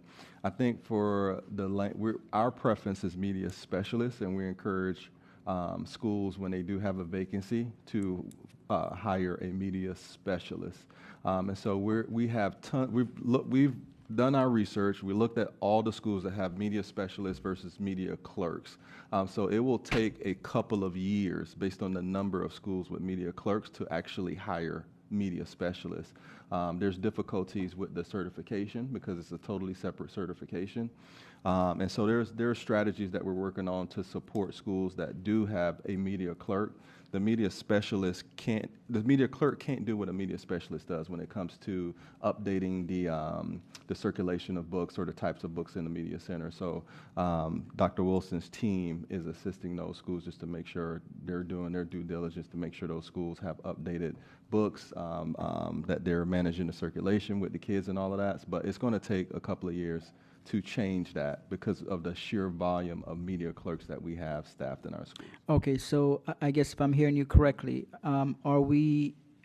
it's an ongoing process, but we're looking at attrition in terms of refilling those media clerks as opposed to hiring media specialists. That's correct. As we lose them, we encourage the schools and we support them in trying to find media specialists too. But with the sheer volume of schools with media clerks, it's going to take a couple of years. It's something that we can't just do in 1 year. Understand. And my last comment, Madam Chair, and thank you for the time.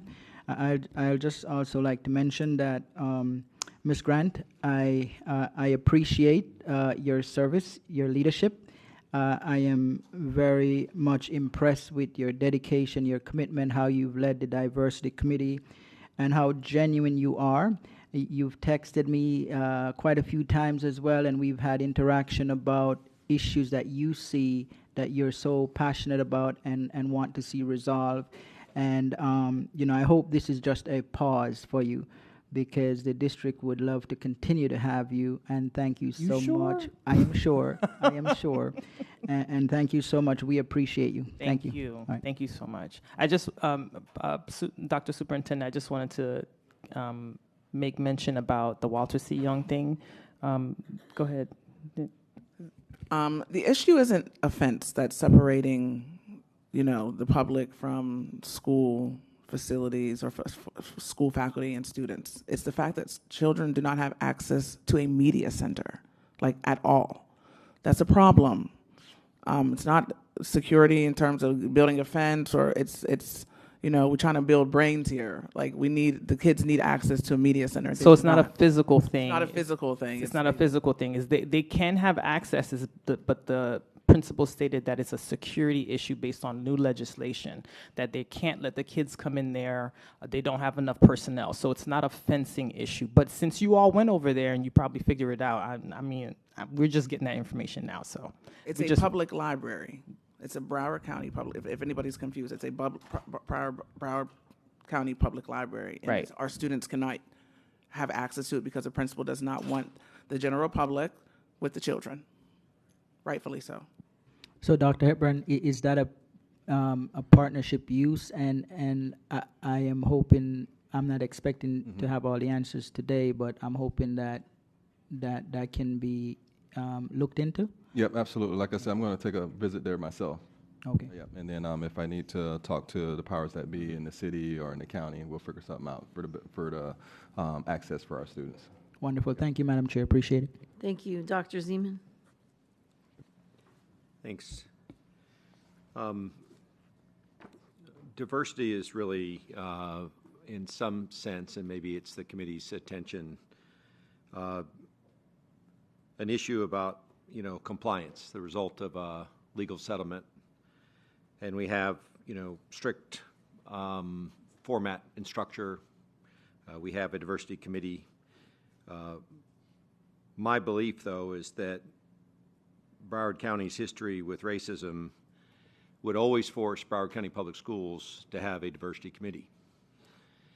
Amongst the least offensive things in Broward County was strict neighborhood segregation, strict school segregation, overt redlining. And in 1970, when I was 7 years old, we allowed black people to go on the beach. We don't need a diversity committee because of a settlement. We need a diversity committee because of our history in Broward County, and it's not going to go away. And we need to continue to be serious about these things, and I'm grateful for the recommendations in this report. I went to Markham Elementary School last week, and if you've been to Markham and you see the Band-Aid that we have there of a school, it's a bunch of portables strapped together in the middle of a construction zone with 600 Title I students trying to get an education. The walk-through cafeteria is the size of this table right here between our chief auditor and Ms. Bowman for 600 kids to get lunch every day. The cafeteria is so small, they have 6 sections of lunch. Do you think we have a perception of racial disparity in our schools? We sure do. And in some cases, we have a reality of it, and we need to know about it so that we can move forward and do much better. Of particular note to me was the idea of an annual facility conditions assessment.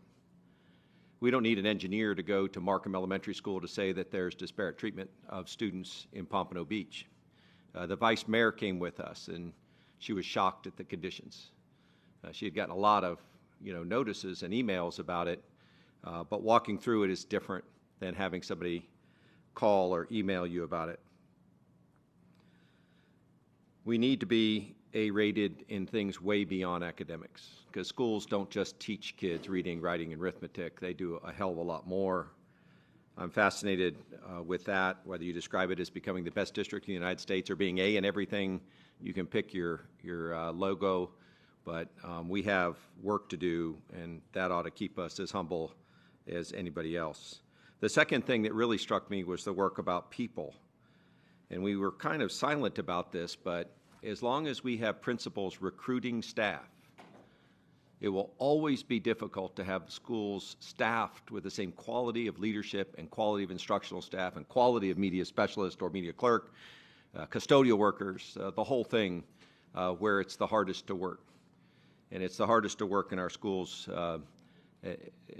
where we have lowest income, greatest diversity, and the like. And the report, to my knowledge, was silent about that, but that's a real issue.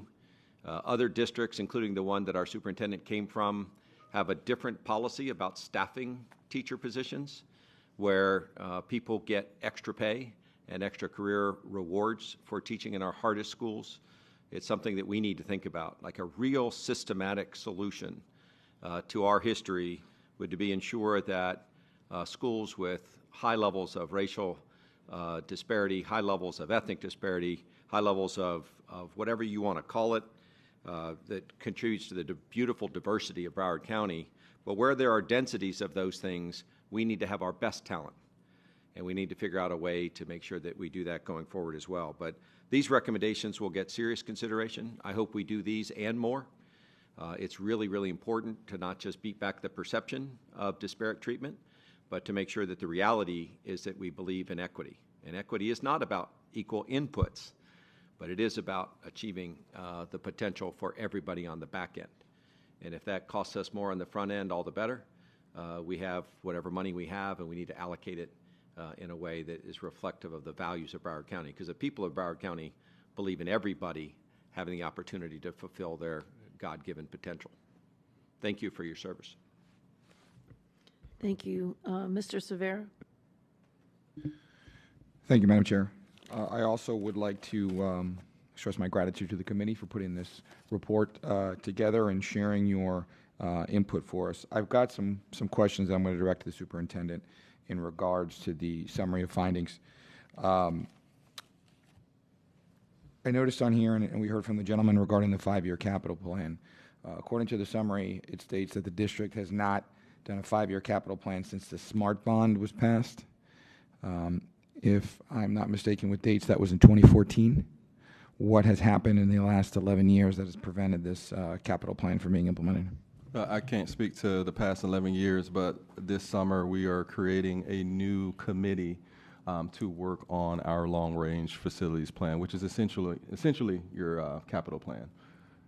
which is utilizing data from the FCA and other specific resources to provide information to the board to help facilitate some decision making as we move forward. Because we got a lot of facility issues in our district, and it's gonna be some tough decisions, some tough work moving forward.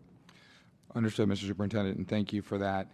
I want to touch on these findings regarding the media centers and a lack of certified media specialists within our schools. Mr. Superintendent, do we know how many media specialists are currently employed by the district? Yes, I've had to provide that in a follow-up. I don't have the numbers, but we have the number of media specialists and number of media clerks per school. So we can provide that to the entire board as a follow-up. I don't have the numbers in front of me. Do you know if the clerks outnumber the specialists? I can't say. I want to say it's probably 50. Oh, you got it, Dr. Wilson? Go ahead. Thank you. Good afternoon, Dr. Wilson, Director of Innovative Learning. We have roughly 127, clerk spaces available now for hire, and over 100 media specialists at each site. And those are rough numbers, but it's definitely over 100. We have been doing on a yearly basis, and we've actually increased our training and candidates for media specialists by about 40, where we do training to basically encourage our principals to identify an individual that can transfer their skills from the certification that they have and go through our program where they can become certified media specialists. And that's something that we've been working on diligently for the past couple of years. But we do have those vacancies, and we support the clerks at the schools as it stands. I thank you for that. I want to make sure I understand. There's 127 media clerk positions that we're seeking to hire individuals for. Roughly, that is correct. And we have approximately 100 media specialists that are currently employed by the county. A little over 100. I just have to verify the numbers, but it is about half of media clerks. Dr. Wilson, can you verify? We don't have 127 vacancies for media clerks. We have 127 media clerk positions with people in them. Yes. Okay, thank you. I just wanted to clarify that. Thank you. My apologies. Dr. Hepburn, are media specialists tasked with ensuring that age-appropriate books are kept in our schools' libraries? Yes, that's affirmative. And who is the gatekeeper for that task if there's no media specialist in a particular school? That would be the assistance from Dr. Wilson's team, and she can elaborate. Yes, what we do is we provide training every 2 weeks for our media clerks, because by contract, they can only check books out of the media spaces. So my team works with those individuals so that we have proper support at the schools. And we have been doing pop-up libraries in various schools across the district this year to show that the media centers, which are really innovative learning commons by policy 4120, how those media spaces should be. They should not be deserts of just books. It should be an interactive space where you can have project-based learning going on. You have more digital access as well as books. So we support those schools that have the clerks, but we also do the same training with our media specialists, and those two groups collaborate every 2 weeks. Thank you, ma'am. Ms. Batista, under Section 1006.28 of the Florida statute, specifically subsection 2, does this board, myself included, and my colleagues, hold any ultimate responsibility for the implementation of these library programs and ultimately the media specialists, and whether or not they are in compliance with assuring that age-appropriate books are kept in our schools' libraries?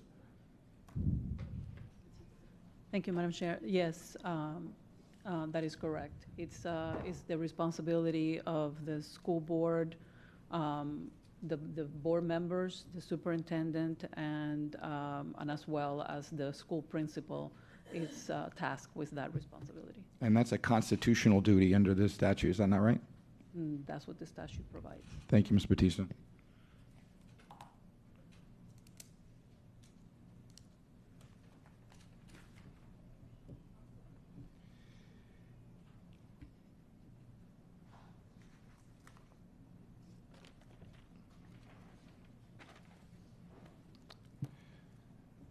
if I may,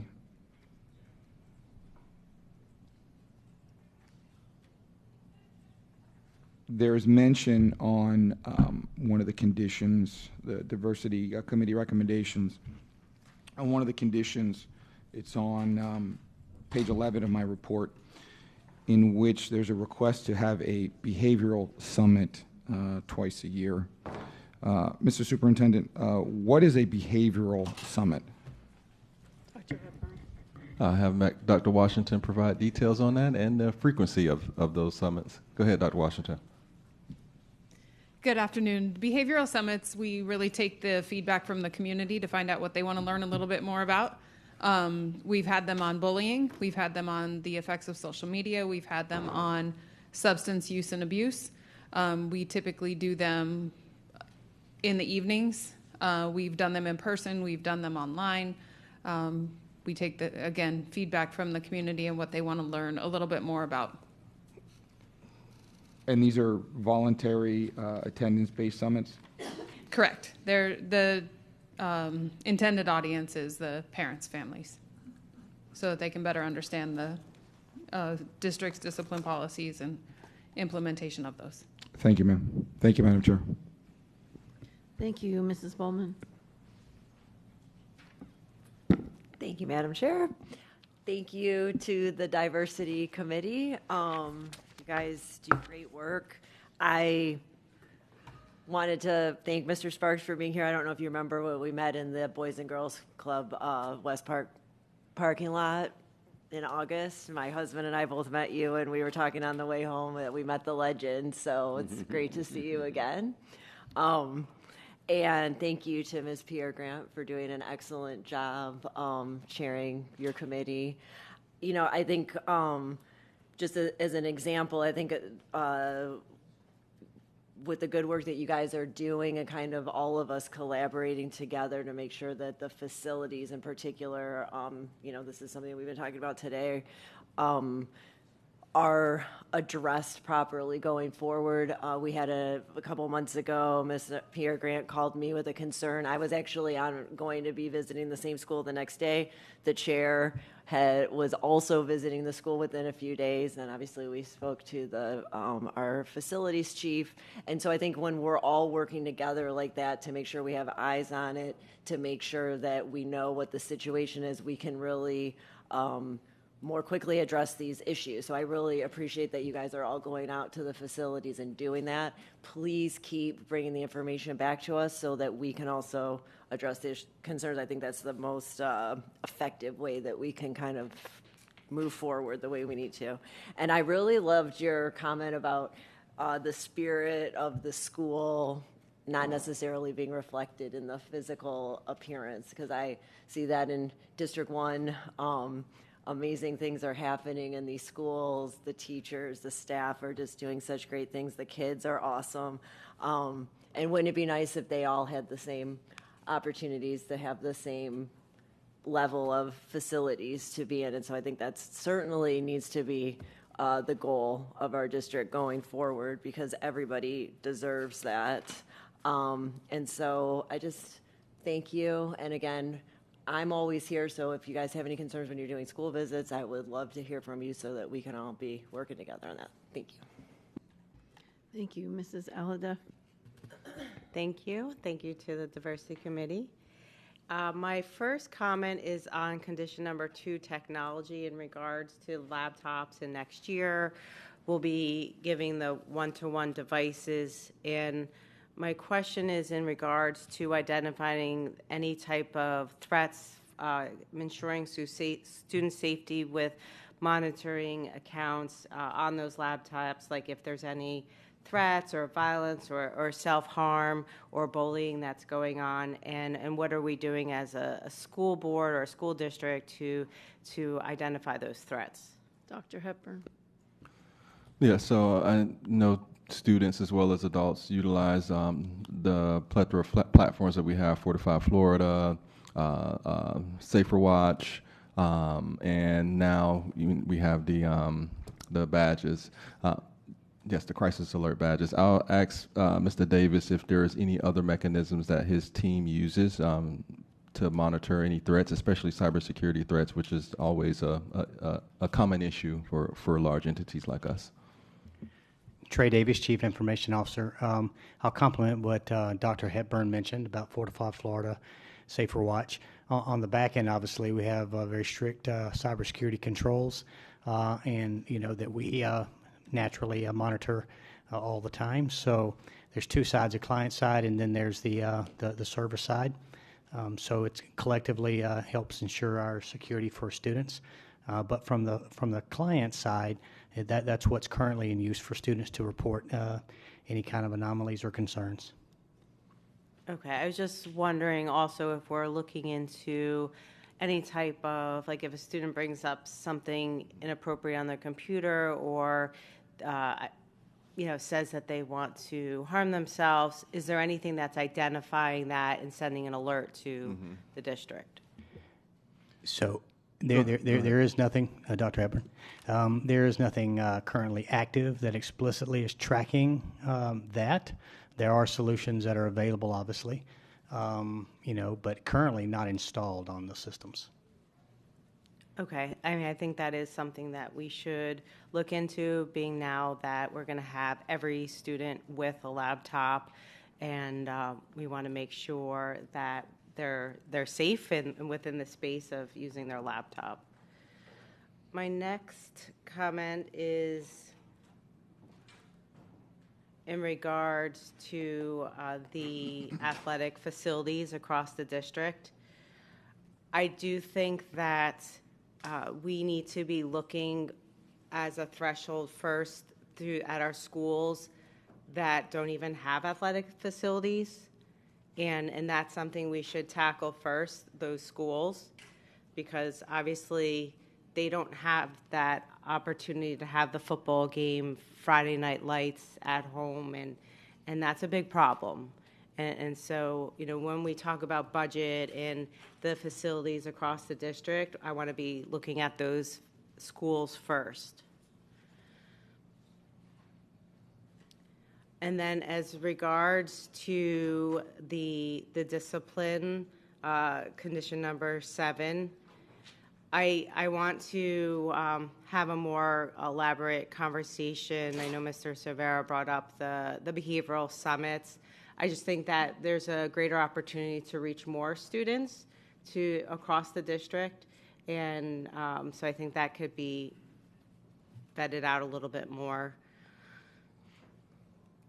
And then I do think this, as far as identifying the gaps in discipline across the district, that is a big problem, because in one school, maybe vaping gets a certain discipline, and then in another school, something else happens. So I'm wondering, are we auditing those things? How are we kind of figuring out where those gaps lie, and how are we fixing that? Just cell phones, right? With being able to have cell phones during lunchtime. Well, kids are having their cell phones during lunchtime. It's just they're not supposed to be. But in one school, are they just ignoring it? And in another school, are they getting detention? Right? These are probably real issues that are occurring. So we can't just be blind and think it's not happening. We have to address it head on. Maximo, condition number 8. This is something that has been brought to the board's attention year after year after year. And, we say, oh, well, we don't have this part of Maximo that we now need to fund. So I guess my question to the superintendent is, are we fully using Maximo to help to eliminate these ongoing work orders and backlogs? Dr. Hepburn. Yes, thanks, Madam Chair. Thanks, Ms. Alladef. That's a great question. So we have a process improvement project, several of them, and one of them does include Maximo. Maximo, 4 or 5 years ago, 6 years ago, whenever it was purchased, was not rolled out appropriately. It was not used at all. It just was at a standstill and a waste of resources. The team has done a reboot. of Maximo, and we're piloting certain things with Maximo before we scale it out district-wide for effective use moving forward. And I'll let Mr. Davis kind of provide some additional detail of what the team has accomplished thus far, and then probably Ms. Paul too. Trey Davis, Chief Information Officer. And to complement, we definitely had a reboot, actually being led by Manny Castaneda at the moment. So the team is ahead of schedule, actually, with the current project, which is in phases, working collaboratively with Ms. Paul's team as well. So we're very comfortable where we are. I wish I could rewind the tape 5 years, but the reality is we can't do that. But what I am proud of is that the team is making incredible progress. And as we report out every 2 weeks, we are consistently ahead of the schedule.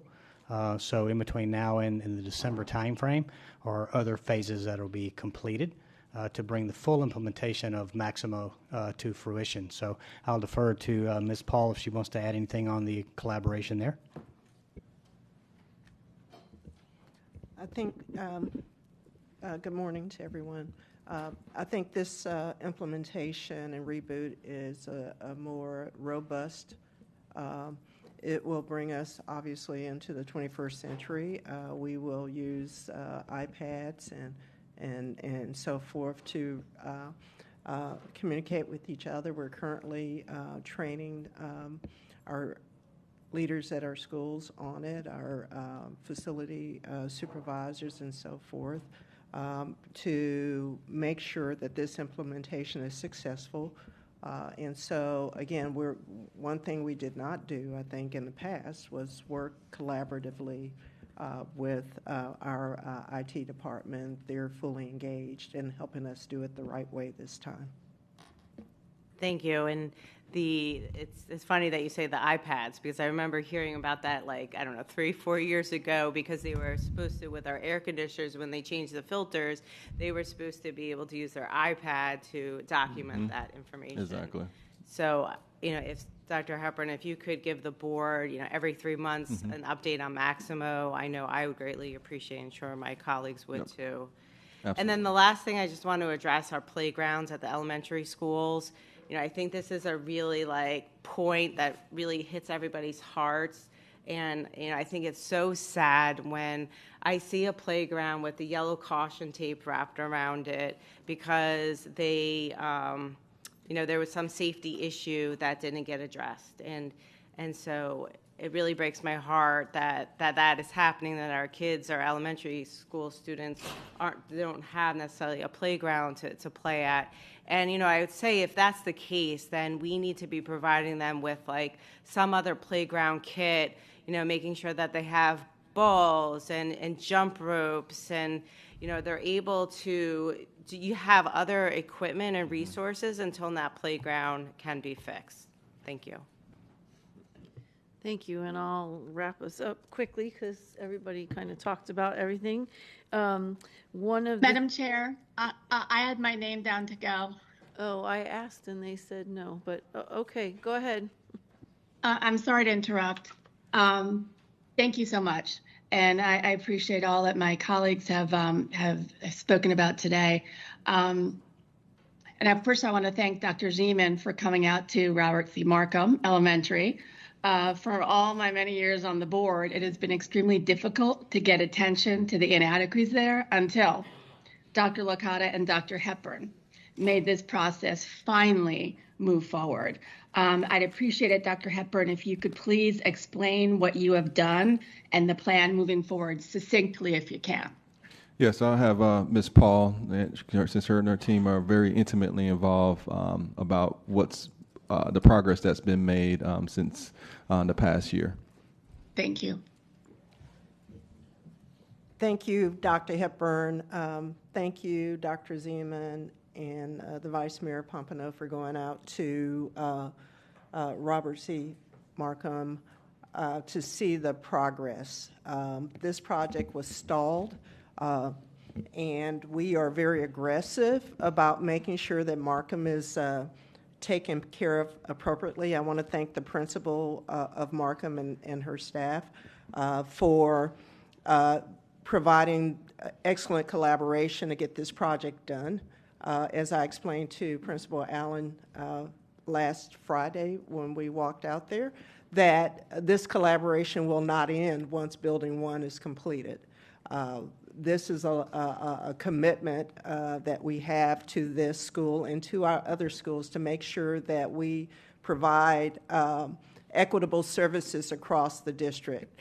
So where we are, the great news, this was not an easy project. There were a lot of complications, and I won't go into my nerd mode in explaining all of that. But the bottom line is the equipment is arriving. We are looking at making sure that this school is opened with fidelity and an amazing celebration.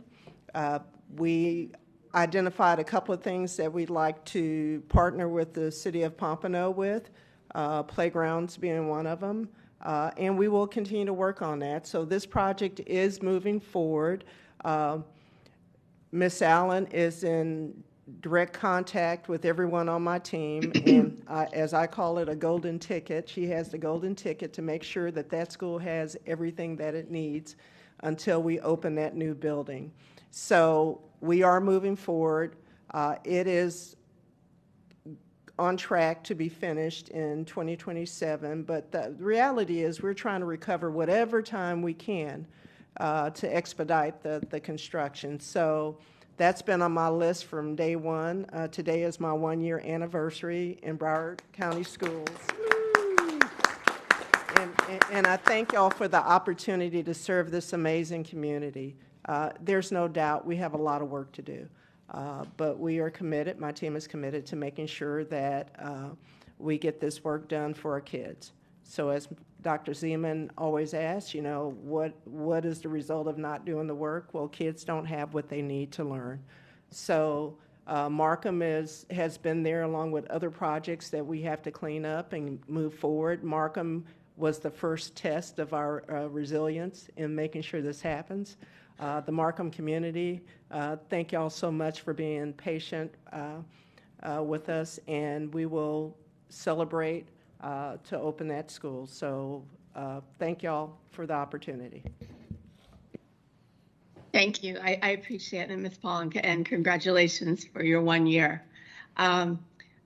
To go off that for half a second here, awareness and engagement of all of our populations who are attending our schools is extremely important. And that also includes our ESE population. Focus from day one for kindergarten should be career and college opportunities, but one that is often not spoken about is much called life skills, which are not solely just soft skills for college, but a particular necessity among our SWDs, our students with disabilities, to build independence, confidence, and practical abilities that support daily living, employment, and community participation. We used to have these courses, but they seem to have died out over the years. I would like to see all our high school classes in life skills for our students with disabilities. Mr. Superintendent, I would like the data on how many do we have currently in high schools, and how can we make sure that this happens for next school year for our students? I mentioned briefly when I spoke before about having that opportunity for our elementary school kids to really be able to see what their likes and dislikes are and have the opportunity to discuss with their teachers or so. And I've been to some of my elementary schools that are amazing. They have the alma mater on every door of their teacher, or it'll say Army or ATC or Sheridan. And they speak about that during the school year and incorporate that into their kind of classroom relationship with the students. And I just honestly think that's a best practice because it gets our little ones to think about the opportunities. So when you're in middle school, you know, there always seems to be too much to get done there if we're trying to get them ready for high school. And I know as a 9th grade teacher, when I discussed opportunities for our kids, the kids were like, we don't have time for that, miss, we're trying to catch up. I mean, granted, I taught reading, and so that was kind of one of their classes that they were forced to take instead of an elective, but there's ways around that. I mean, we constantly, spoke about opportunities and, second chances, all that kind of stuff. And our teachers get that. They totally get that and they do that. But what I like to see really is a more district push on that aspect. So the kids will be asking and they'll say, oh, you know what? I really like math or I like science. So they'll have an interest before they even get into the middle school arena and start actually taking those classes, some of them for high school competencies. So that's really the few things that I wanted to say about that. I wholeheartedly agree with Ms. Alhadeff. Excuse me. With Ms. Alhadeff when it comes to the playgrounds and these sports facilities. I know that we get the, and I'm sorry if I don't remember what it's called, but it's either Title IX or Title XI, one of those where boys versus girls when it comes to the locker rooms and sports activities. There's usually frequent flyers on those lists, and we get such, I don't want to say pat answers, but they're pretty much the same answers each year. We expect to do a lot more promoting to get more girls to get involved, to get on this, and it doesn't ever work that way. So I think another eye on that would be super helpful to make sure that we do get equity across, besides genders, but also the entire district with looking at facilities. And that's what I have right now. Thank you. Thank you so much. Thank you, and I'll finish this up now. Just a couple of questions. So thank you to the Diversity Committee for coming every year. I know that we went a few years without doing this report and it coming to the board, and it's really easy to not see things if they're not being brought to your attention. So appreciate the hard work that you do all year long and what goes into bringing these recommendations. And to Mrs. Grant, we're going to miss having your reports, and thank you for your diligence and your leadership and all that, making us have these reports come to us so we can hear. So just very quickly, the HB 522 issue on condition 3, one of the recommendations was to create a uniform policy. I think that's a really great recommendation, so I'd ask the superintendent to look at whether it fits into a policy we already have or if it needs to be a standalone policy, but that it's a state statute, so we need to make sure that we're following that.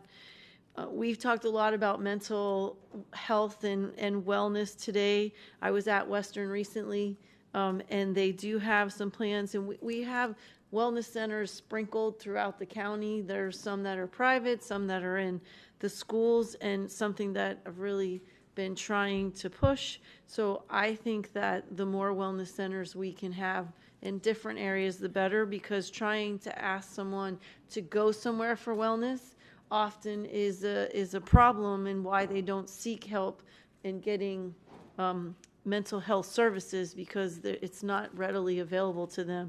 So even if it's just a small sensory room or a place where a student can go to decompress if they're having an issue, I think we should be putting some resources, maybe through our strategic partnership. I know I'm giving Mr. Chisholm a lot of work, but things that could go in a room, and then it could have a guidance counselor in there that would be available when students, so that's there, even if it's a rotation of a guidance counselor, so it would keep the issues where students said they were going and not finding a guidance counselor. If that room in every school or center, whatever, some of them are more elaborate than others, was staffed by someone all the time, it would help to alleviate the fact that students are going somewhere and being told they can't stay. So I think that would be a great addition, and equity for our students, because it may not look the same everywhere, but at least they'd have access to somebody. I won't beat the horse on Maximo, but as Mrs. Alhadeff said, it's not even just from the Diversity Committee. We've heard it from a lot of different places, and I think we need to finally put our money where our mouth is there. Just a little plug here, middle school sports. I think the reason you see some inconsistencies is because the salary for coaches stinks. and which is true for high school as well. So we may have them available, but they may not be implementing them because they don't have anyone to coach them. So we've talked about looking at supplements and how we can increase them.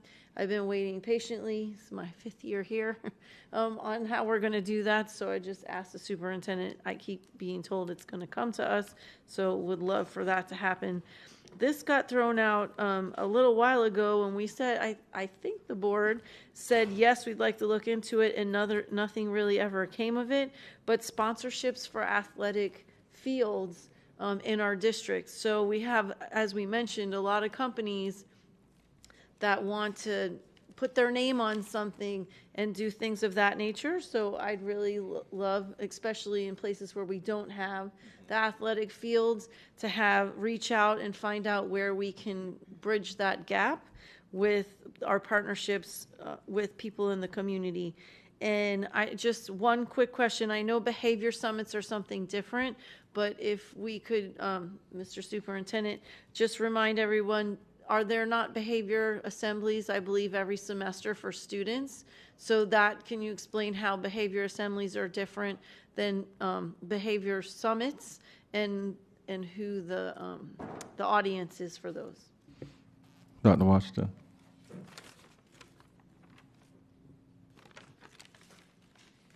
Yes, so we do have behavior assemblies at the start of each school year, as well as when students return from winter break. The goal of the behavior assemblies is to orient the students to the rules and policies outlined in the Code of Student Conduct, and explain the consequences that come with breaking the rules. It also is designed to connect students to the resources that are available. So during those behavior assemblies, they do get introduced to the school counselors, the school social workers, the professionals that are on campus that can give them some support and assistance. I think what we heard from students is they may not have connected with those people personally yet and may not be comfortable going to them. So there's some work that we can do there to make those connections. But there are assemblies for students at least semesterly. Some schools actually do them quarterly. And just a quick question, because the behavior summits you mentioned could be substance abuse or any of those things. Do we have additional assemblies? And I'm asking on purpose because I've asked for them in a way that we teach our students how to be more resilient in terms of not absorbing things and maybe reflecting, especially when we look at cyberbullying and things of that nature. So do we do substance abuse and all those? Do we have those assemblies throughout the school year for our students as well? We do have assemblies available that cover the topics that you just spoke about. They are on a school-by-school basis. So we provide the school administrators with what we have available, and if that fits with what they're working on for that time period and that year, then they will invite us to come in. Okay, thank you. You're welcome. Thank you so much. Thank you again to the committee, and we appreciate your report so much. Thank you. Okay, we're dismissed. Yes, we're going All to take right. a brief recess to get. Thank you, Ms. Pierre Grant. And I see you got your flowers. I did. Thank you. Congratulations. Appreciate the hard work. And thanks to the whole diversity committee team. Really appreciate your feedback. It's important for us to get better. Thank you.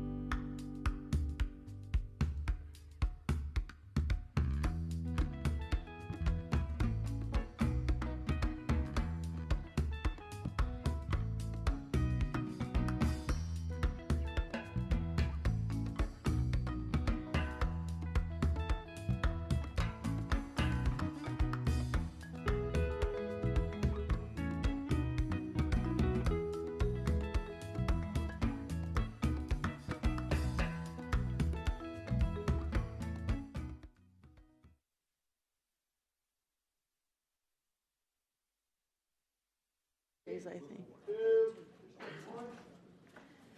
Thank you and welcome back to the school board workshop. The next item is redefining our schools update, and I will now turn it over to staff for a brief presentation, which will actually start on page 28 of the PowerPoint if you're following along. Dr. Fulton, I'm good. Go ahead, Dr. Wanza. So, good afternoon. Thank you, Madam Chair, school board members, Dr. Fulton, and to our colleagues across the organization, as well as our community members, both here in the boardroom and listening online. So I'm Valerie Wanza. I'm the Chief Strategy and Innovation Officer, and the full presentation is posted online, as the chair said, for the interest of time. We're going to actually go to slide 28. We have the full redefining team, if you will, here. If questions are come up around other parts of the presentation, we are here to answer questions, but really and truly, we want to start to have the conversation with the board around phase 2 for redefining, which will begin essentially after this workshop, and start talking to the board about some concepts and some areas of focus. So you will see on page 28, one of the main areas of focus will be school consolidation. You will see what the key drivers are. So obviously, in the previous conversation, Ms. Paul and her team advised that in the summer we will have the full reports for the facility conditions assessments available. So those will drive some of the decisions, as well as enrollment trends. One of the things that we did in this year's redefining was we presented actual groupings of schools as it relates to concern around enrollment. So we will have that, as well as internal and external stakeholder. Hanover research firm actually did a research survey, if you will, with parents, specific to parents in the district, as well as they just completed one of parents of students who have elected to attend charter schools. We've also done some research ourselves, if you will, informal type surveys of parents who have elected a school choice option for their student. So we have a multitude of different data that we're going to look at as we start to formulate some decisions. And then we know that we'll be partnering and collaborating with municipalities and organizations, looking at some P3s, some public-private partnership opportunities. And the other part we want to do is actually, we've built some momentum coming out of phase 1, so we want to capitalize on that, and then also look at how we phase in some replacement schools via school consolidations. And then obviously through all of this, we will have to engage with the communities, because we know that different communities have different needs, and we will engage with the community. We believe that we have done some great work in how we actually engage the communities on campuses, transitioning them. I'll never forget Ms. Leonardi when she said we cannot have people standing in an auditorium. So actually transforming gymnasiums almost into Florida room settings and making people feel comfortable to open up and have conversations.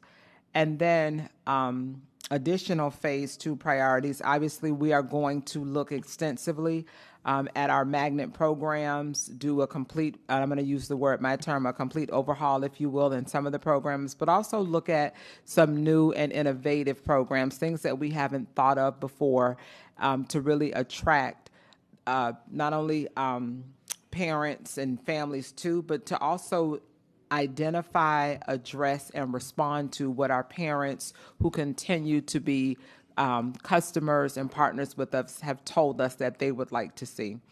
Then we know that we do have to review all the feeder patterns. We talked about this in phase 1, but really kicking it off in phase 2, look at some regional feeder patterns for gifted programs, elementary, middle, high, as well as dual language, as well as other themes and areas of opportunity. And then some of the other areas that we will look at is options for district managed charter schools. We know that we have received one of great interest around a district operated or managed charter for potentially students with autism, but look at all the options that are out there, expand our technical college footprint, I know there's a presentation coming up right after this one around modernizing our student transportation services, and then also look at opportunities that we can provide some fee-based childcare services for employees in some of our buildings that are underutilized currently. Let's see. And so our next steps after today, obviously we're going to get feedback from the board. We will complete all of the adopted changes that the board approved in January for next school year, where you see an update from each work stream. We will have all of that work completed by June 30th because we know that we must be ready for students on August 11th. We have definitely much future collaboration. Tomorrow, I do know that the superintendent will be having a mayoral and municipal roundtable, so that along with many other conversations, but really conversations with municipalities around supporting the district's efforts, and then obviously start to formulate our key goals and objectives for phase 2 of redefining. So, Madam Chair, those are the 4 slides that we've gone through, and we're here for questions on the entire presentation. Okay, So, Dr. Hepburn. Yes, before we go to discussion, just want to mention to the board that the last couple of slides that Dr. Wanza went over, overarching recommendations that are being included in phase 2 of redefining. Would love to hear from the board about any additional things that we need to think about that are not on the slides as we start our work during the summer. We're engaging with municipality leaders, for-profit, nonprofit, and all the partners for some of the programmatic things and leases and space and all of that. Also, that future very difficult decision that we have to make about closing schools and consolidating schools. So would love to hear some discussion on that as we move forward too. Thank you. We'll move to public comment. So the only public comment I have listed is Ms. Nicole Morse.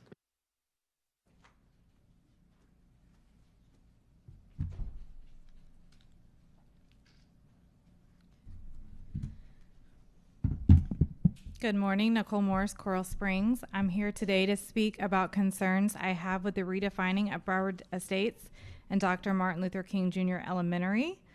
For one, I think it was a huge oversight to not include the families of Broward Estates in the survey and community conversations. I also question how these conversations were advertised because the one that I attended at MLK had only 2 parents and 3 staff members present. I'm told that the previous meeting turnout was about the same.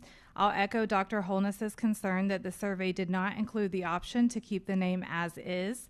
There were 2 motions passed unanimously at North Area Advisory, one to have a community conversation with Broward Estates and MLK together, and another to send out another survey to both schools to include questions around if they would like to keep the Montessori or not and what programs they would like to see. I understand there is a plan to roll out a new science and technology innovation programs at MLK, which sounds wonderful. This would have been very helpful information for the Broward Estates families to know when they were deciding where to send their children for next year. As you know, more than half of the families chose to be bused out of the neighborhood to avoid the Montessori or remain in STEM. I hope they will have an opportunity to change course based on this new information. Another concern I have is the playground at Dr. Martin Luther King Jr. Elementary. In January, at a long-range planning committee meeting, a committee member had concerns about the playground being so far from the school. At that time, staff said they had 3 operable playgrounds. I've since learned from parents and staff at the school that one of the playgrounds, I believe it's the 3 through 5, has been inoperable for quite some time due to safety concerns with its location, and it's believed to have a family of raccoons living in or around it. If policy 8010 was followed, the visual site inspection of both schools would have included the unsafe conditions of the playground. Staff has also raised concerns that they may not be able to retain the current number of teachers and specials next year at MLK due to budget concerns. At the January 22nd vote to close Broward Estates, it was mentioned that teachers follow students. If this is not happening, it could result in much larger class sizes.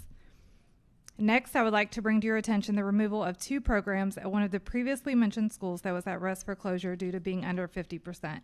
Coral Springs Elementary. They are losing one of their Head Start classes despite having a waiting list for 3-year-olds, and now their EBD program is being moved to Riverside Elementary, a school that's at 110% of their permanent capacity. I suspect they're on the chopping block for next year, but why are we siphoning off children before having a community conversation?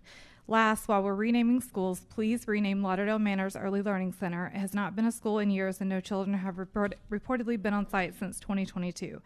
Every time it's on the agenda for additional funding, it's listed as an early learning center when it's in fact the Central Region Superintendent's Office. Thank you. Thank you. Next, Dr. Zeman. Thanks so much. It's a great topic, one we've dealt with a lot. I have tremendous value from the rest of the deck that we didn't go through, so thank you for the update. I know that in the pinch of time, we don't have enough time to go through that, but for anyone that hasn't looked at it, a lot of great information about the transition that's going on right now. But this issue has vexed this board for a long time, and I believe that we have to kind of go back to first principles. And if what we really want to do, Dr. Holness, is become a district in every facet, we have to spend our money in all those facets. And we can't continue to spend money maintaining facilities that we don't need. It's expensive. The number of schools that we have in excess right now is between $50 and $150 million of operating funds per year. It's a significant amount of capital raised too, between $300 and $500 million of capital funds. You want to be an A district in every area? Then we've got to be honest about not spending money on things that do no value to reaching our strategic goals, buildings, and invest in those things that do, instructors and school leaders. The only part of this brief that I would suggest we think hard about, try and say it that way, is momentum. Because we built a lot of momentum in the community. We set an expectation we were closing 5 schools. And then we said we're going to close 1, and we're going to repurpose some. And I get it. Some of these things are very difficult, but I've learned a lot about local politics in this last 2 years. And I know that our goal still has to be the best school district in the country, to be A in everything, and we have to kind of allocate our funds to those things that really generate our strategic goals. I asked a question last week about how many schools we would need to close to get to 90% of capacity, not to 100%, because we're in a declining enrollment projections right now, but let's just go to 90%, and the answer is between 27 and 36 schools over the next 3 years. Last year, that number was 33, so that was very consistent. The numbers haven't changed very much. Mr. Superintendent, you asked about having a conversation about this. I believe that we did an amazing job last year on our analysis and gathering data and setting conditions in the community to expect to be closed. We even convinced the community that this was the right thing to do. We just didn't do it. Last year, we focused on facility conditions. We focused on enrollment compared to capacity. We looked at academic performance. We stayed within feeder patterns. And we also allowed other factors to come in for things that made sense, including historically named schools, other schools that we believed for a variety of magnet program or other reasons were going to continue to thrive, even if they hadn't thrived up to this point. So I'm interested in moving forward with round 2. I want it to be what's best for this district and best for this county. It would be something like 33 schools. We probably need to think about a different governance model to get there. One of those models that has worked in other districts is to give the superintendent a target or a number and a set of criteria and say, you pick the schools. You're the superintendent. You're going to have to deal with this for a long, long time. And that's kind of a model that I think we should think a little bit about today. I would set 33 as the number. I'd say for 3 years, you bring us 11 schools per year. The demographers and the analysts have looked at this and said this is a number that gets us to 90% of capacity. We still have 10% left over where we could still fill more and allow for school choice and allow for all the looseness of a system that happens when you have 2 million people in a large county and 239 different campuses. But the money that this would save is absolutely a cry for moving forward and doing things that would require change. $50 to $150 million a year of operating funds and $300 to $500 million of additional capital.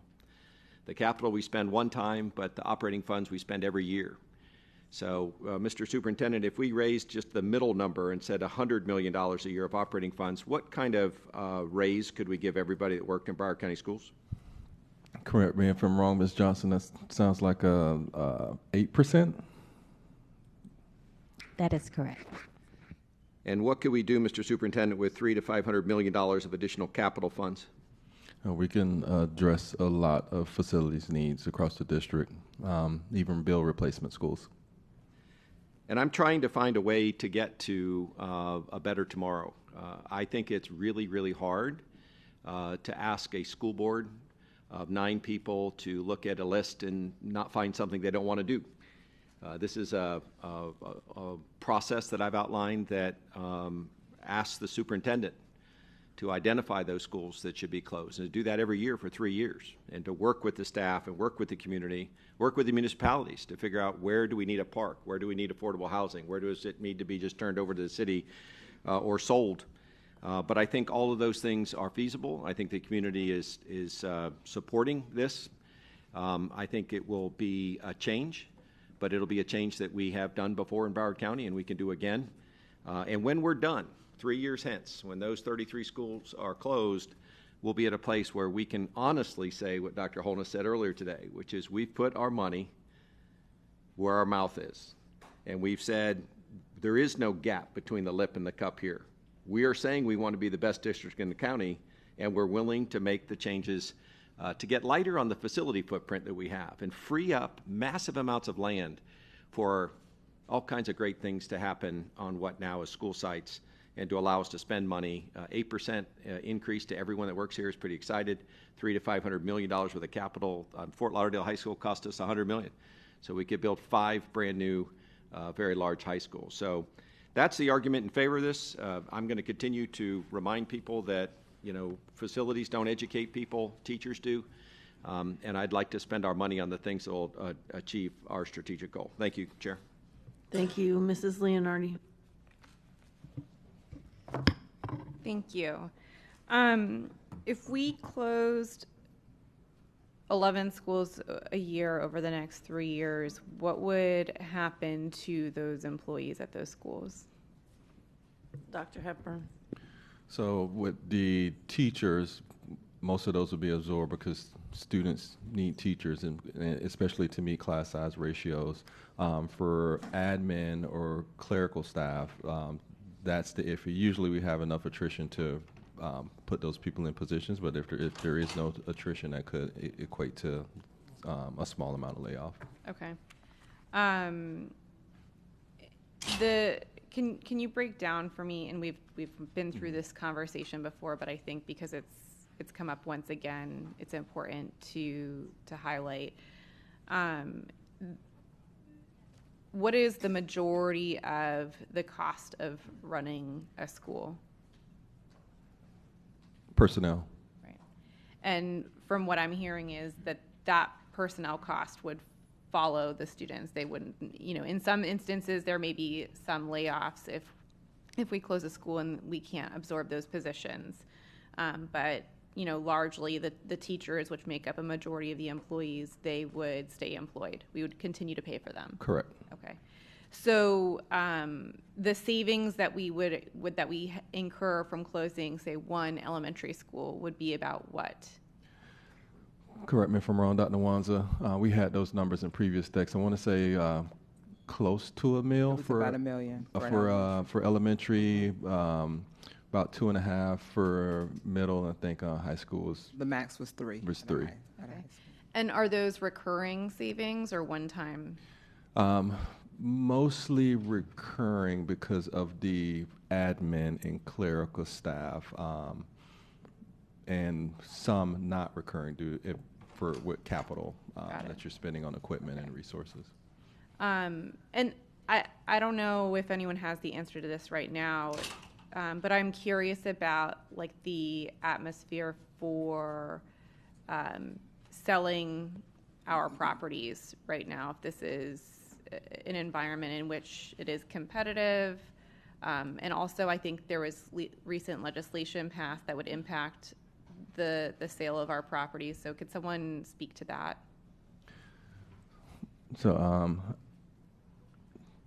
Mr. Sullivan or Ms. Moore have the information of the recent legislation around surplus schools as far as, I guess, the ability for other entities to utilize that property.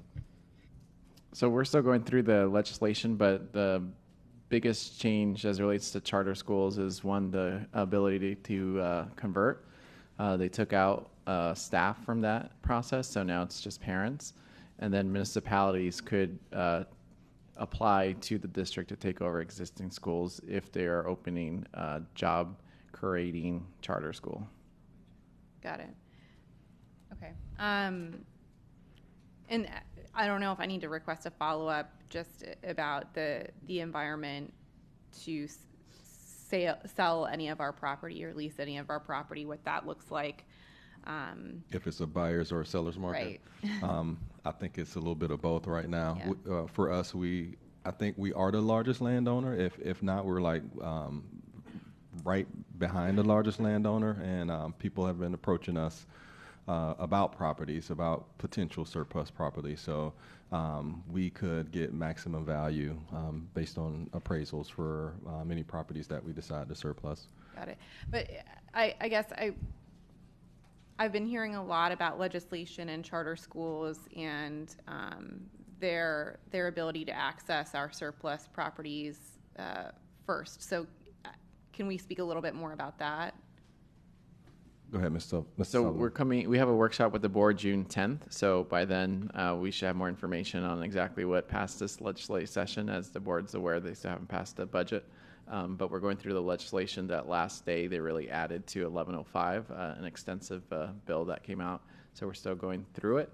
I don't think there was a lot of changes as it relates to that, but we'll have a full report for the board June 10th. Thank you.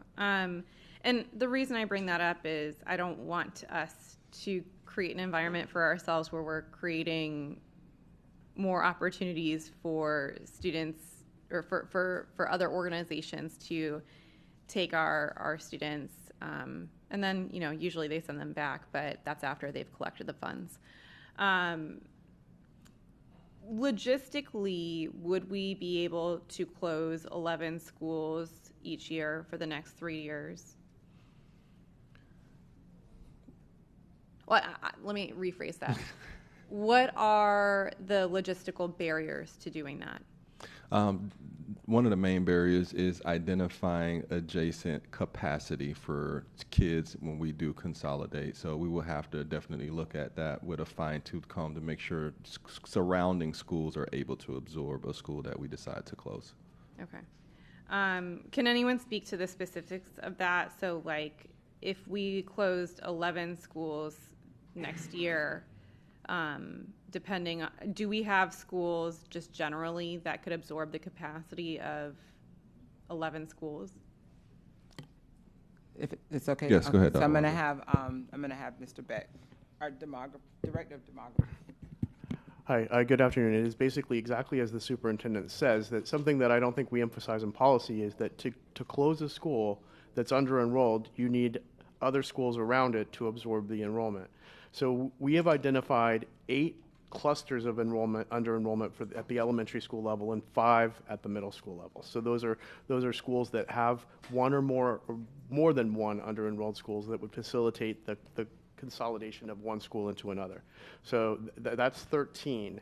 However, to reach a much higher number, 33 or whatever the board may want to pursue, you would have to basically erase all boundaries. You would have to draw boundaries anew for the entire district because there aren't adjacent opportunities to close that many schools.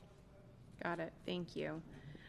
I think, I have a lot more questions, but what I think is important is the narrative that the board and the district create around this. And when a big corporation announces that they're closing offices all over the country, that doesn't send the message to the public that that is the best in the business or the most successful corporation in the business. So, it may be easy to say we would, close X number of schools by X date. It's much more complicated, as we're hearing, and not even like in a political way, but in a logistical way, finding places for students to attend if their school is closed. I think Ms. Hickson made a very good recommendation several months ago around like partially repurposing campuses. And as I talked to municipal leaders and community leaders and business leaders, there is great interest in partnering with the school district. And so while we certainly do have under enrollment, and we have vacant seats, and we have property that is not being used or that could be used more efficiently that we shouldn't be paying for, I don't dispute any of that. But I think we need to do that in a very tactful, strategic way.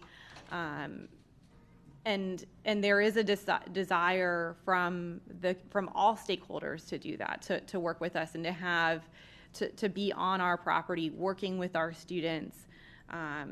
So, I think it's very important the way we message this and the way we talk about this. And I really truly believe in the recommendation that Ms. Hickson made about, partially repurposing. And I know that, again, cities, businesses, community organizations are very interested in that.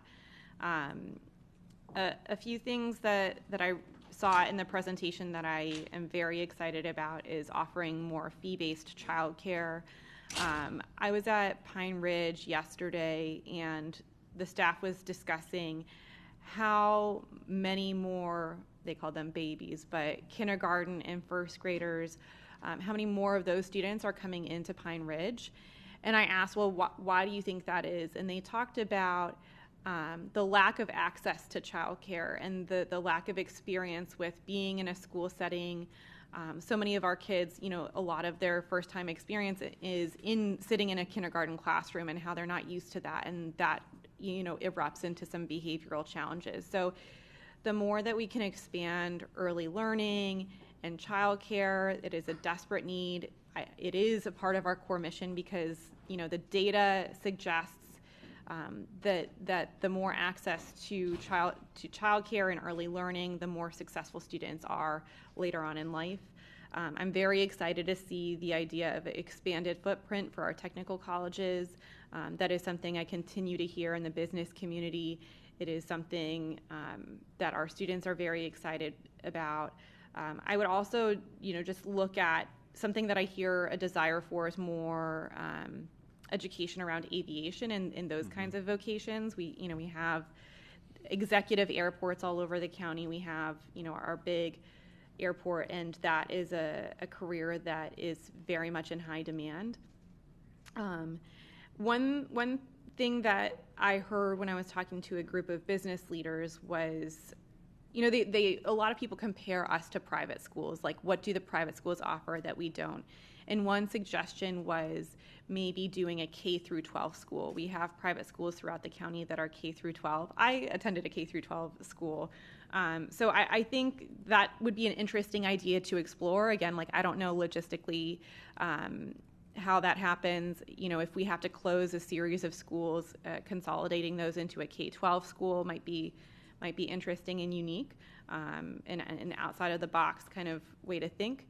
And I think just in a larger, as we're doing this phase 2, I think it would be really helpful if we could have a checklist of things that private schools offer and things that we offer, and a comparison of that. And I think it would be helpful for us just messaging and communicating out to the public and marketing, but it would also be interesting to see what could we offer that the private schools are offering that we don't currently do.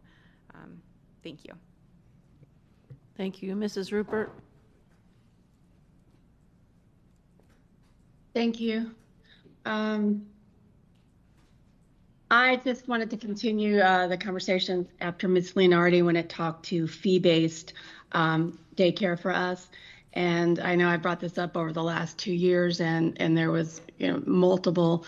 I think the entire board supported looking more into this, and especially our employees' daycare, 0 to 3-year-old age is kind of where we're lacking when we're trying to keep our young teachers who are having families yet still want to continue being part of the BCSB family. And I wanted to hear a little bit of a little bit more information on that aspect, if we're still going to be including that into the conversation. Dr. Hepburn. That is a yes, Ms. Rupert. Okay, is it availability for like this coming school year, or obviously we'd be talking about the next coming school year, or you tell me? We're working on both. I know there's a desire from some employees, so we're working on both. If we have enough employees that are committed, we can create a sustainable fee-based program. That's one of the goals for upcoming school year. But we're definitely working hard to scale out appropriately for the following, not this upcoming, but the following after this upcoming. Okay, and you've I think you set surveys out before to actually Correct. get this information. Am I correct? Yeah. Correct. Okay.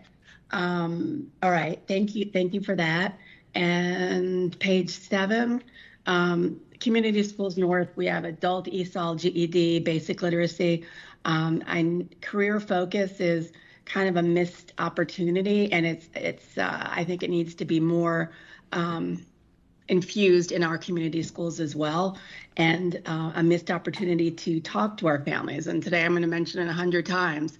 We need to be discussing a focus for the kids, for the parents to understand that there's opportunities for their kids that they learn about in elementary school, get excited to actually see it happening in middle school, and then already know before they get to high school what path they're going to be choosing, and that excitement builds, and hopefully more of our children get not only diplomas, but they go on to college and career, and some graduate with our certifications in a lucrative field. So we have the programs and we have the opportunity.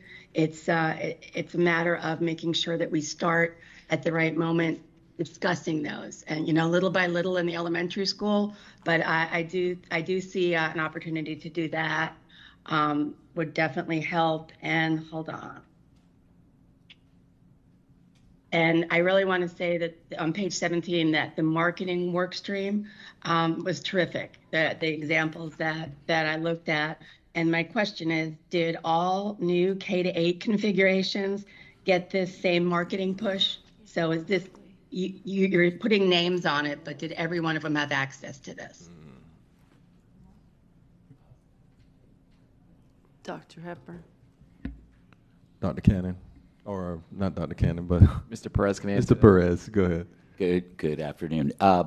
Yes, Ms. Rupert, all of the schools have access and will have all of the same types of material, obviously with their own unique personalized approach. Perfect. Okay. Thank you so Sure. much for that. I appreciate it. And look forward to seeing all the new logos and school banners and everything, bringing this all back together.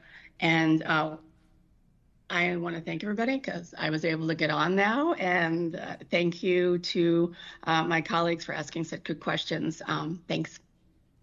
Thank you, Ms. Thompson. Thank you, Chair. I had a couple series of questions. When we're analyzing data for next year, how are we going to look at the schools that we just changed? Because obviously this isn't going to be an overnight boost of enrollment. And I just want to get a better understanding of how we are calculating that or looking at that and planning for the future.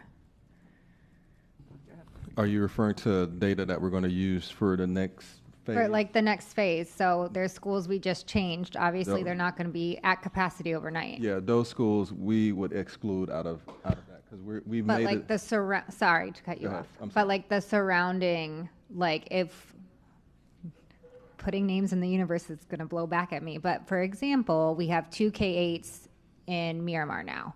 and we have Glades Middle School. How are we going to analyze the impact to like Glades Middle when we don't actually know that yet, because we don't know how many students might filter that? That's what I'm trying to think. Like regionally, we've just made a lot of changes, for example, to District 2. Like, how are we taking that information in account before we make decisions about potentially changing or closing or whatever a school that's so close? Does that make sense? Yes, that makes plenty of sense. I'll use your example you just used with Glades Middle. We would use. I'm not suggesting Glades No, Middle. no, no, just no. I'm just throwing gonna- that in the universe. I'm just going to use it as an example. Like we would look at about 3 to 5 year trend data for Glades Middle, and it will show the trend where it's been under enrolled for a certain number of years. So there wouldn't be an expected impact of them gaining enrollment, especially with offering new opportunities. But the trend data has been declining over the past few years, so we would look at multiple years of trend data to help support decision making for schools that are not part of phase 1. Or for example, so Panther Run or Chapel Trail or trying to think of the other one that's right. Silver Palms, like those feeder patterns have been changed. Like I'm asking more, not specific about closing lists. Like how are we making sure that we know that this isn't going to be an overnight change, and we're like analyzing the data? Go ahead, Dr. Watson. So thank you. So Ms. Thompson, just to give you a little bit of comfort, I guess is a good word.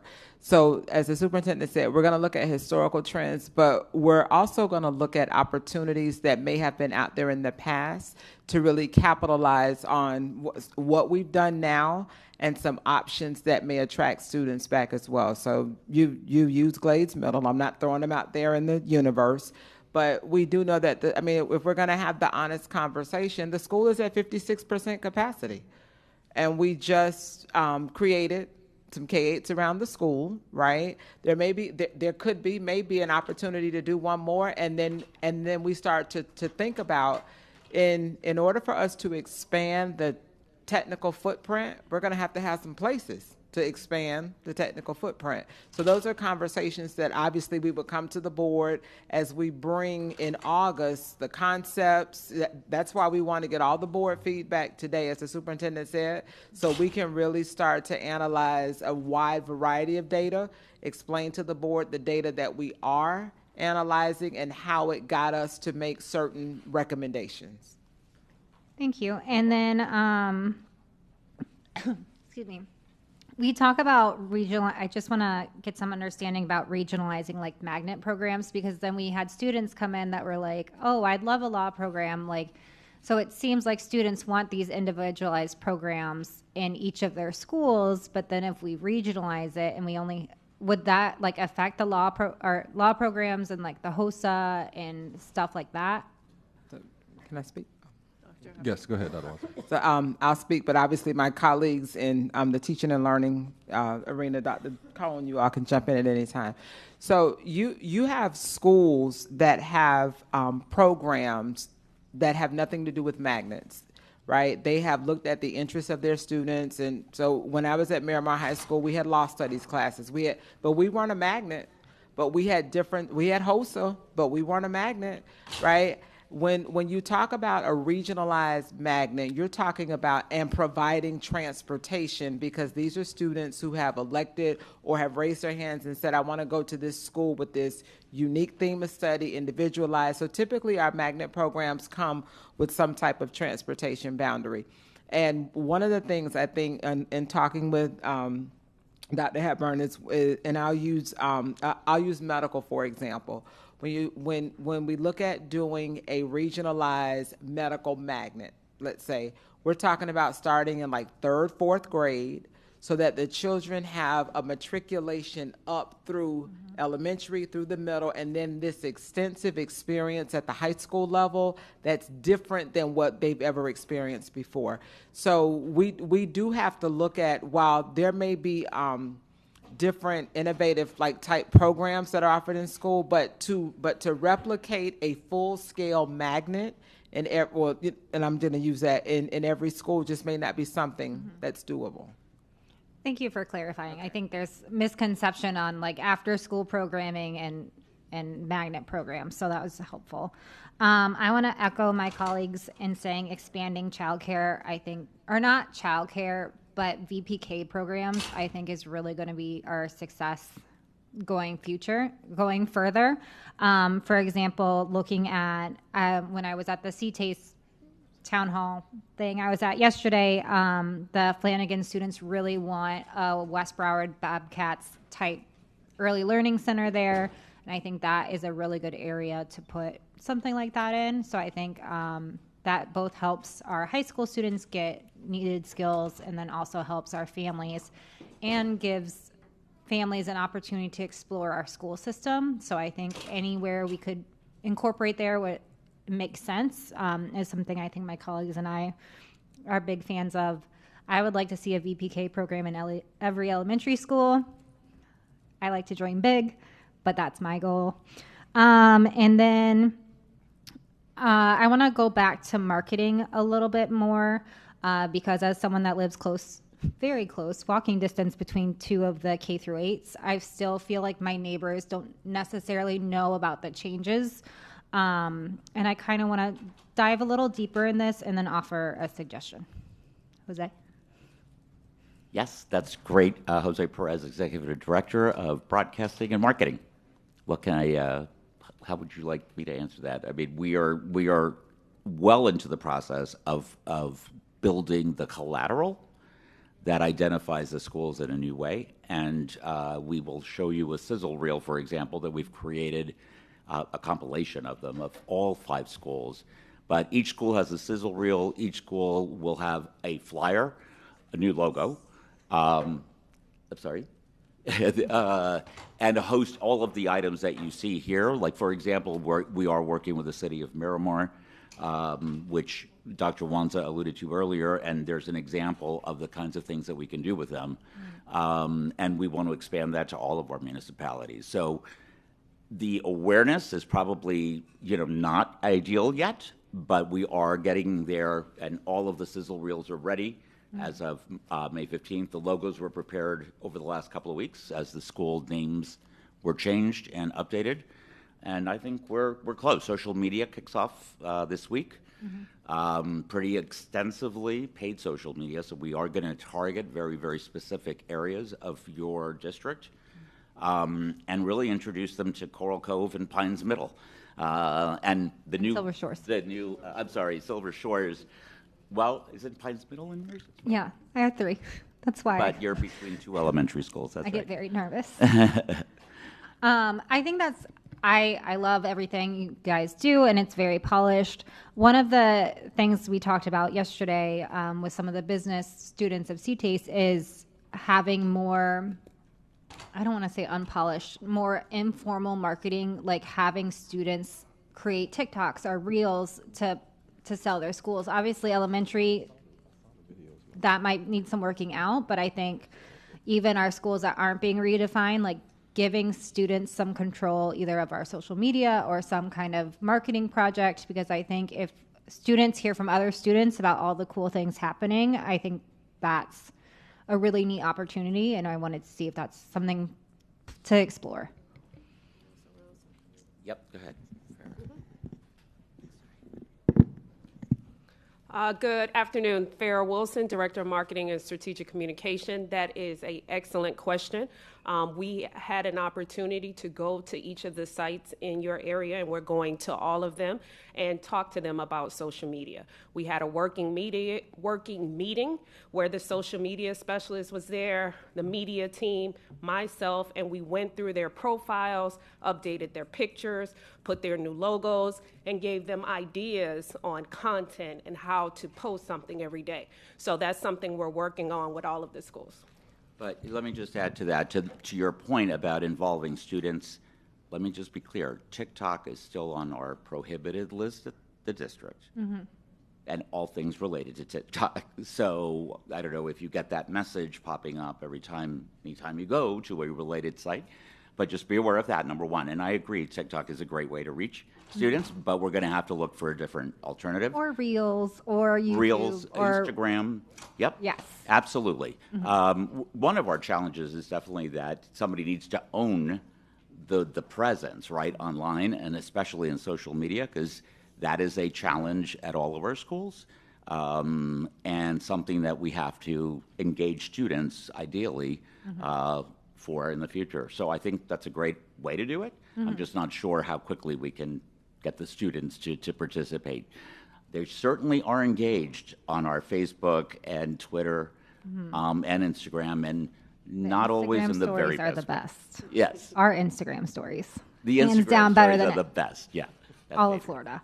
And then, so I think if we continue exploring that, I would include PTA. I think some of our PTAs are really active social, so like looping them into the graphics or whatever, I think would help promote. And then this idea of a regional showcase, especially for the areas that have been drastically changed, is that something in the works? I love that idea. I think you said it earlier. I mean, the showcase was a huge success this year. So doing them regionally or in municipalities, I think that's a great idea. Something we will definitely budget for. Thank you. I don't need to be buttered up, but thank you. Okay, and then I think Mrs. Leonardi brought up really good points and I don't think he's in the room. There's been a lot of legislation changes or proposed legislation changes around what can happen to our land once we surplus it or save it. Mr. Sullivan. And he alluded that we're going to get an update, but I just want to kind of emphasize the need to do these things before legislation kind of takes it out of our hand. I think some of us would like a slower approach, but I think maybe even though it didn't pass where charter schools have the first right of refusal this session, it could pass next session. So there is something in statute already about giving charter schools access to surplus land. I don't believe anything has changed in this legislative session that impacts that, but again, we're reviewing all of the bills just to make sure we didn't miss anything. The biggest change from this session is the conversion, which again, they took out the piece about staff having a vote. Now it's just a parent vote. And then the ability for municipalities to take over our existing schools if it classify as a charter school with high-performing jobs. And I appreciate the update. I think that's just something we need to be very mindful of, is that if the board doesn't make very smart, quick decisions, then it might be out of our hand by next session. And so I really appreciate staff's thoroughness to that and kind of nodding your head and understanding that this is something we're up against, and I would much rather our community and this board make decisions about our schools than Tallahassee. What we can do in the update to the board, we can include the language I believe you're referring to that did not pass, because to your point, sometimes things that don't pass one session come back the following session. It does. And then I think that's it. Thank you guys so much. Thank you, Mr. Cervera, so you can eat your lunch. Thank you, Madam Chair. I appreciate that. I've got a question regarding the presentation portion of the sale of the surplus properties. Specifically, I'm looking at a property that's identified in here in Parkland. It's identified as Elementary A-1 Site, Trails End. According to the status update, in 2023, the Negotiation Parameters Committee established an asking price of $13.9 million. And to date, we are still currently engaged with negotiations with Broward Health regarding the sale of this particular property. I'm not a real estate expert, but I have to imagine that property, especially considering its location, is worth a lot more than the 13.9 that it was appraised for in 2023.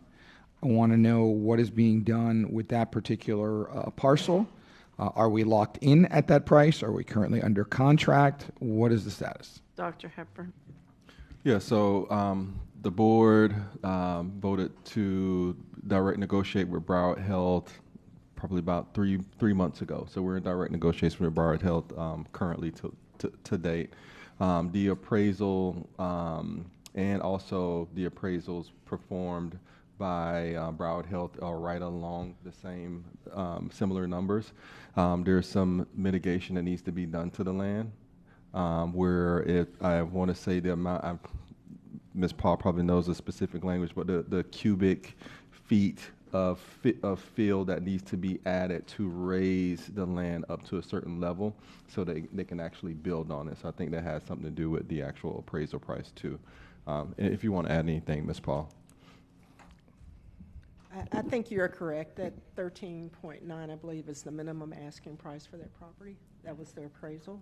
But we are in direct, as the superintendent spoke previously, we're in direct negotiations with Broward Health at this time. If I may, sir. Go ahead, Mr. I just want to Sullivan. remind the board, so whatever the superintendent does negotiate with Broward Health does come back for a vote to the board. So the board has the final say over the negotiations. But right now we're in negotiations with Broward Health. And also we've asked for other things from Broward Health as well that might have to be factored in. But again, we're in those negotiations now. So I guess just to say clarification, we're not locked in at the 13.9 million price, or are we locked in at that price? That's the minimum asking price. Okay, so where there's flexibility. Correct. Thank you. Thank you. Mrs. Alhada.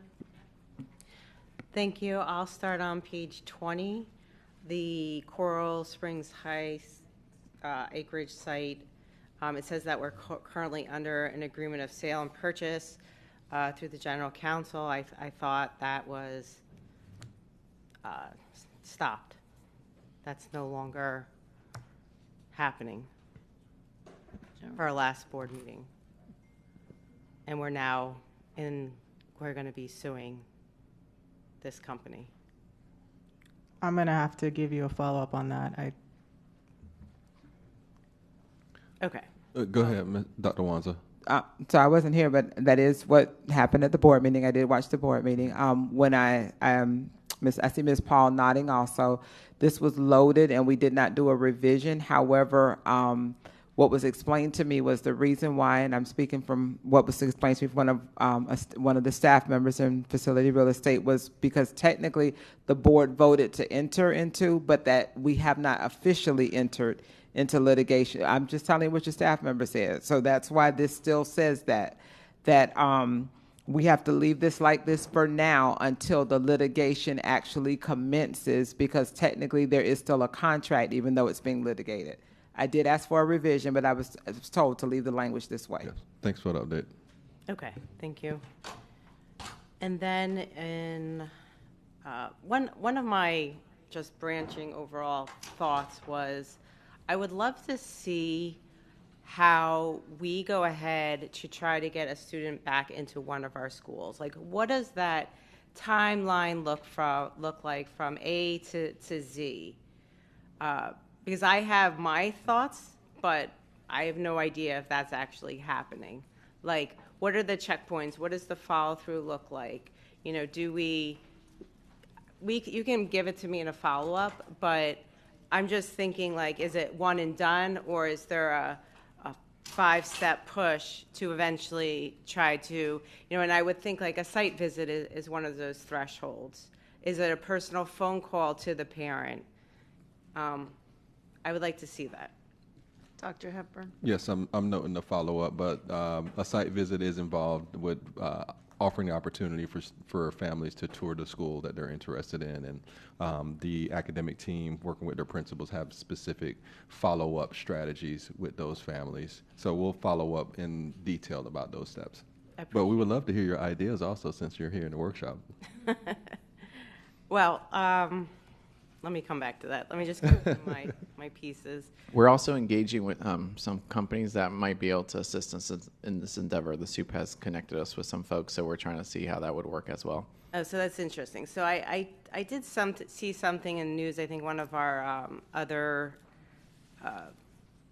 school districts near us, I think that they're paying a company $1,000 per student. Mm-hmm. We're doing Yeah, so there's several companies that do that. Where, that to help us bring kids back to school. And I didn't know if you were looking into that and if what is the outcomes So we are working with a company to pursue the same opportunities, probably the same company. I want to say you probably read the article about Orange County Public Schools, and they've already signed on with a company. There are several companies that are Florida-based that are doing the same thing. I think we're in conversation with one specifically and pretty much what they do, they are boots on the ground. They identify the students that are not currently enrolled in our schools.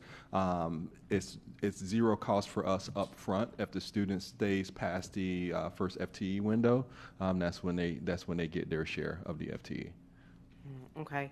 And then the other thing that I did see on the news the other day, they were promoting a whole school district and trying to bring kids back to their school district. And, we also need to get in the news for bringing kids back to our school district.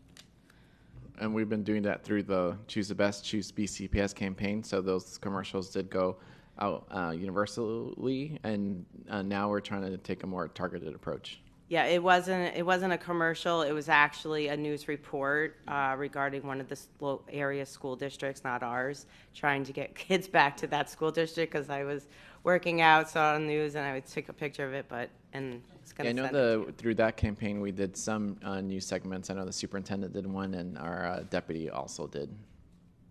We can share that with the board. And I think some of the year folks, principal of the year, teacher of the Yes. year. We had a couple of folks do some news segments for us to highlight the district and recruit students. The more free news coverage we can get, the better. If I may, Dr. Hepburn, through the chair, Mrs. Alhadeff, I just wanted to mention we do have a process when a student withdraws from a school that we do follow up on that. There's supposed to be an on-site interview with that student and their family to see, where they're going. We have to report that to the state. But to your excellent point about a follow-up call, we don't have a CRM system in place. And I think that's exactly the kind of thing that we do need to be looking towards, a customer relationship management system, where somebody leaves and you know where they are, and you can call them directly and have a relationship with them, even though the student has left. That's the kind of thing that we do need to do more of. It's like a retention policy for, a subscription or anything like that. You have to have multiple touch points where you're reaching out to those families. So I totally agree with that approach, and we will figure that out somehow. Okay, great. Page 11, I was happy to see all the AI integration into MLK Elementary School. So that was great. And then as far as I see that you're going to be discussing with the mayors, I don't know if Chair Hickson has already had the mayor roundtables or if that's coming up. Tomorrow. Perfect. Who timed that? Because that's a great way. I know when I did it, they were super happy, really engaged, and a lot of amazing collaboration came out of that. And then as far as the bell time schedule updates, is that being made clear to the schools about their bell time changes? Dr. Hepburn. Yes, that's been made clear with a small few that are requesting some possible changes for the upcoming school year. Okay. Can it just be crystal clear with all of our schools on their bell times? Because I think there is some confusion of the time. Yeah, we'll clarify. We've sent it out once, but we'll clarify. We'll have the regional teams work with their schools just to make sure everybody understands the start and end time. Okay, and then I think every school should have at least one social media handle, whether if they can't do all three, Facebook, Instagram, and X, at least have one, because the way that we are going to be able to positively promote our schools is by tagging the schools and having parents tag the schools, but they can't tag them if they don't have a social media handle.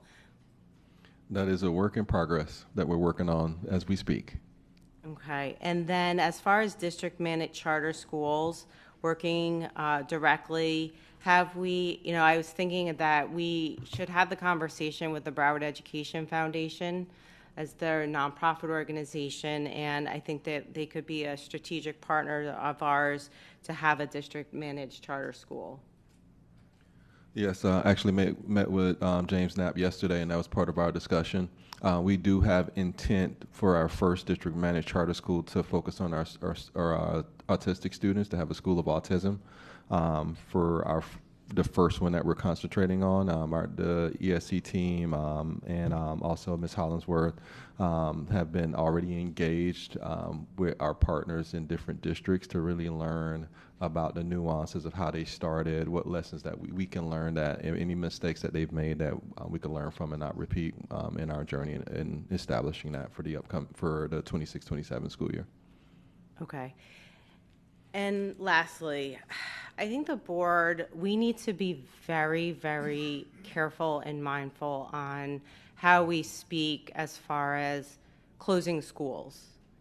We as a board, previously, we were going to close 5 schools, and then it changed. And I think when we opened things up about speaking about closing 33 schools, it creates this seesaw effect and this uncertainty out there. And as a board, we all, and maybe we just need to workshop that one point, or maybe it needs to be a board item, because it's very frustrating for the community. It's frustrating for me as a school board member to not, and I'm sure it's frustrating for staff because they don't know how to move forward, and the superintendent. Are we closing any schools? Are we ever going to close a school? Are we closing 1, 5, 33, 100? What does it look like? But we as a board have to come together and figure out what that number looks like.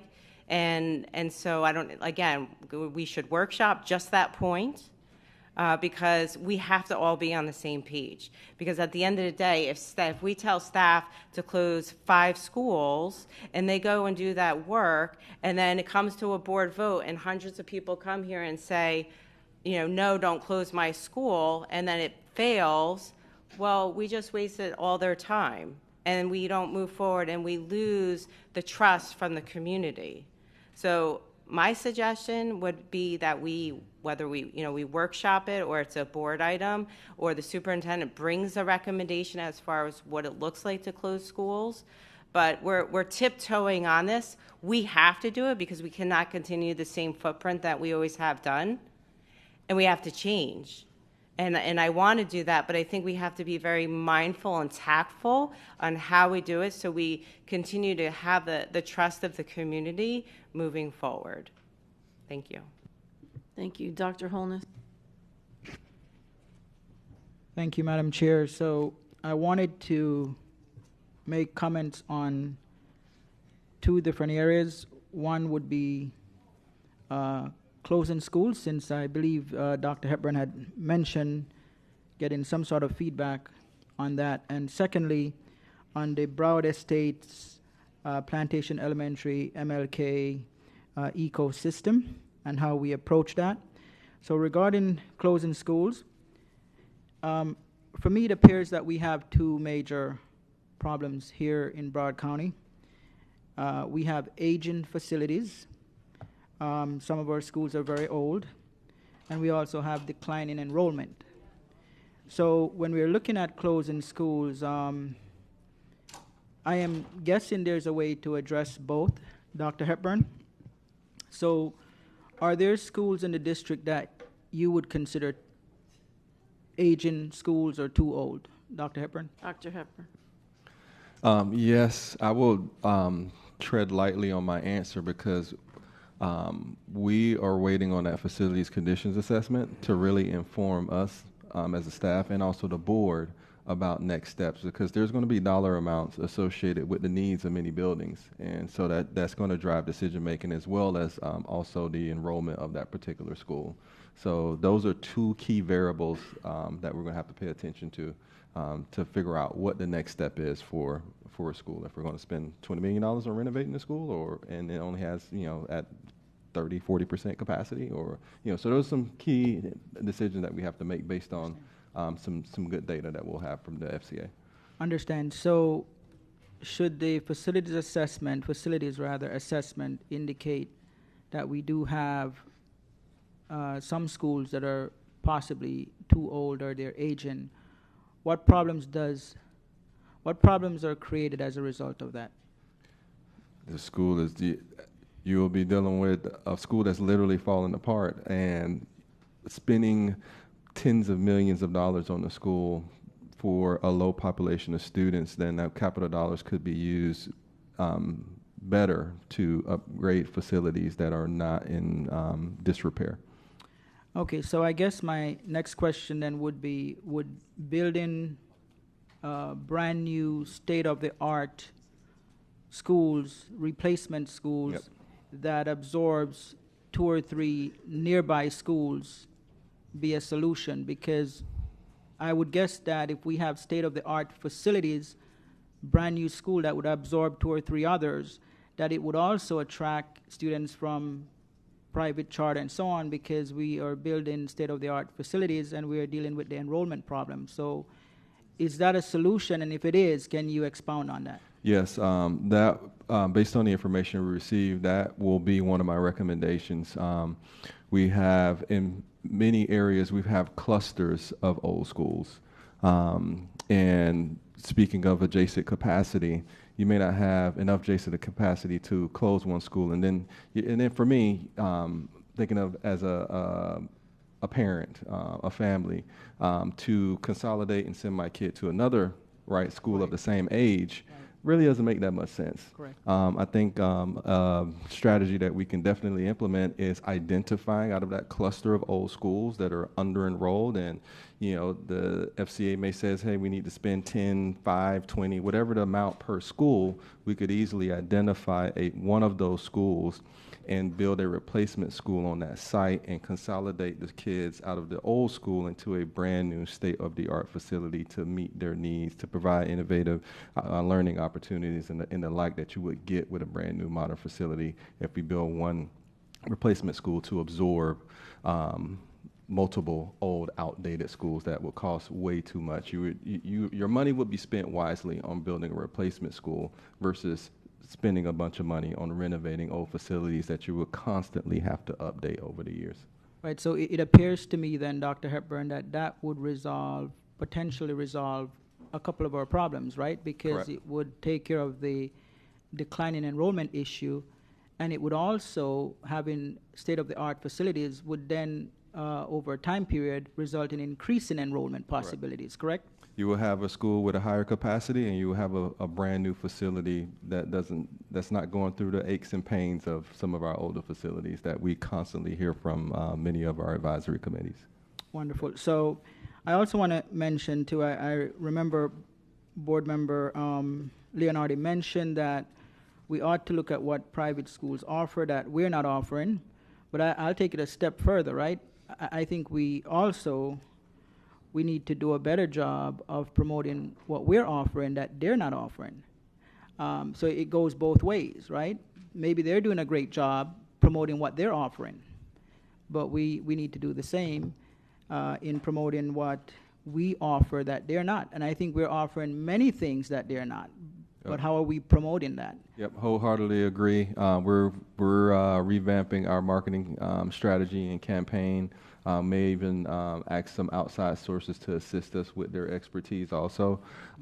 We do have a research doc that's coming soon that'll be clean to show why parents are choosing, especially charter school. That's the data that we will have available, not so much private school. So, and my preliminary review of it, we offer way more, and people just don't know.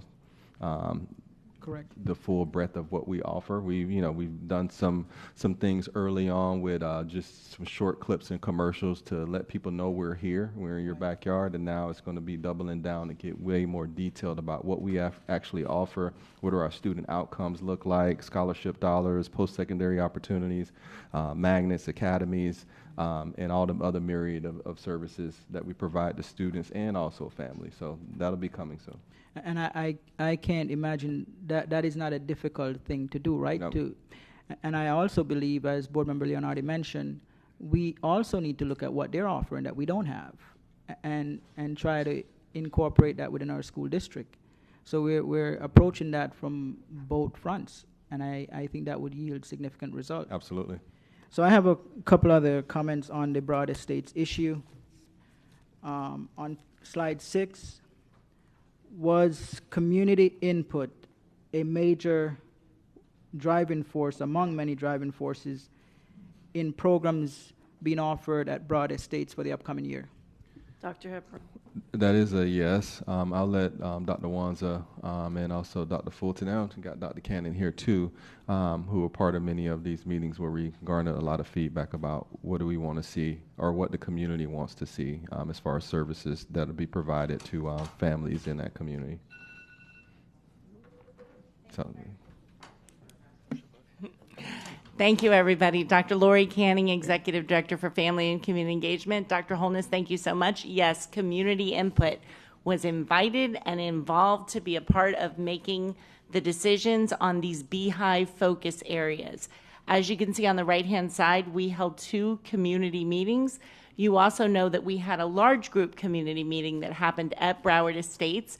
Everyone that was in that large group meeting was invited to come to the partnership meetings. We also worked with the City of Lauderhill, the City of Fort Lauderdale, to really look at the data and see what the needs showed from the community, that local community right around the school. And based on that, as you can see in the beehives, right there in the middle, our core is going to be that early learning center. Those are our bees, and our bees will be taking flight on August 11th, that first day of school. But surrounding the bees, we will have those services, those partnerships, and those supports to really complete the full model. And that includes mental health and wellness, a central resource hub, family-centered programming, healthcare access, workforce development, and college and career exploration. Okay, great. So, Dr. Cannon, in addition to community input driving the programs, I know that there were community inputs that may not necessarily be data supported. How did we approach that in implementation of programs at Broward Estates that the community deemed necessary, but it may not be, we may not have had adequate data, or it may not be data supported? And if you can give us some examples. We have an open door. Our partnership leader, Nadia Bryan-Clark, our assistant director for FACE, is in the back. But during those meetings, we took all input and all suggestions and definitely used those as we work to match with our partners. And really, we want to meet the needs of the community. That is our design, and anyone that has additional input to share about potential programs or practices, we're still in the building and designing phase of the Beehive, just now getting ready to match partners. We will be bringing leasing agreements over the next several months so that our partners will have space right there on campus. And if anyone does have additional ideas to share, we would be very happy to listen to those and look at the data and help match so that we can best meet the needs of the community. Okay, so Dr. Cannon, I do recall when I attended one of those meetings that one of the input had to do with the possibility of homework assistance after school, or have we included that as a part of the intention to bring programs at Broward Estates? We're working right now with partners who will have services for not just the early childhood programs, but services for teens from the community, services for children from the community. So we are definitely working on that. But I also want to caution the children who are going to the new schools. We know that those new schools have amazing aftercare programs and clubs. I want to highlight Mrs. Freeman and Mrs. Brenson from Broward Estates. They will be working with the new schools that those children will transition to help just provide support and best practices for those clubs and those programs that continue to be highlighted. Awesome. So I just want to make it known to our public listening that based on what you mentioned, Dr. Cannon, that it's an ongoing process and there is opportunities to include additional partnership at Broward Estates. Are you able to provide information on if someone wants to potentially be a partner, how they can go about that process? Yes, and they can reach out to me directly. Dr. Lori Canning, you can send me an email at lori.canning@browardschools.com or call our office at 754-321-4716. Awesome. So I have a couple other comments. I attended the open house at MLK for the transitioning students that are transitioning from Broad Estates to MLK, and I believe I'll be going to the Plantation Elementary one. That's tomorrow, I believe. I did notice that the parents were quite excited in the transition of those students. I've spoken to a few of them, and I have to commend Principal Ms. Parent and Assistant Principal McKinney for the accommodating atmosphere, the welcoming atmosphere that they've created for those students, and also the team of our district staff, including our superintendent, who has made this transition seamless so far. And so I guess the question I have, Dr. Hepburn, I know that we're making some changes to MLK and some potential changes to Plantation Elementary in accommodating the students being transitioned from Broad Estates. Can you speak to some of those changes, and will we realize those changes in time for the upcoming school year? Dr. Hepburn. Changes as far as facilities changes? Facilities changes or any additional changes. For example, MLK, I believe we're looking into a new science, an additional science lab, and so on. Yes, I have the academic team. Take when y'all are behind me, I can't see. I'm going to defer that to Dr. Hudge. Yes. Here I am. Yes, that's what I was looking for. Good afternoon, everyone. Vetta Hudge, Assistant Superintendent for School Transformation Office. So you referenced, or your question is around what changes are going to be made? I'm sorry. Okay, so the question is two parts. I know there will be changes, as was discussed before. Just if you could mention what some of those changes are, and will those changes be in time for the upcoming school year? Thank you for the question. So one of the things that we're doing to enhance what is already going on at MLK is, and you heard people reference it, is bringing in a learning commons in the media center area. And so that is in the works. I'll have Dr. Wilson to come up and speak to that in a little bit more in depth, but that will be an enhancement to what is already going on at MLK. So currently what is going on at MLK will continue, and then we will enhance with the AI for the learning commons in the media center. So I don't know if Dr. Wilson is here. She could speak a little bit to that, to the learning commons. Good afternoon, Dr. Wilson, Director of Innovative Learning. So the vision of Principal Parent, she really wants to fortify her LEAP program and creating in the Media Center, which is known by Policy 4120 as the Innovative Learning Commons. We're trying to move our Media Center spaces into the 21st century, and we're lagging behind just a bit. But with the support of the Innovative Learning Department, Applied Learning, and CTASTE, we are going to be reconfiguring the library media space so that students would be able to, in year one, be exposed to the Innovation Hub being the center of the school, beginning with fundamental digital literacy, understanding how AI works, and exploring daily data within their lives. Ms. Parent wants to go beyond the page, transforming K-5 literacy through AI-driven exploration and problem solving. Additionally, we will be creating a AI Tinkery. This is a tool of exploration that was founded at Stanford University, and we are going to be replicating this Tinkery in our media spaces for the 25-26 school year, where students get to do a variety of pulled activities that are connected to safe AI websites that you can get entry-level exploration and learning how to maneuver through AI.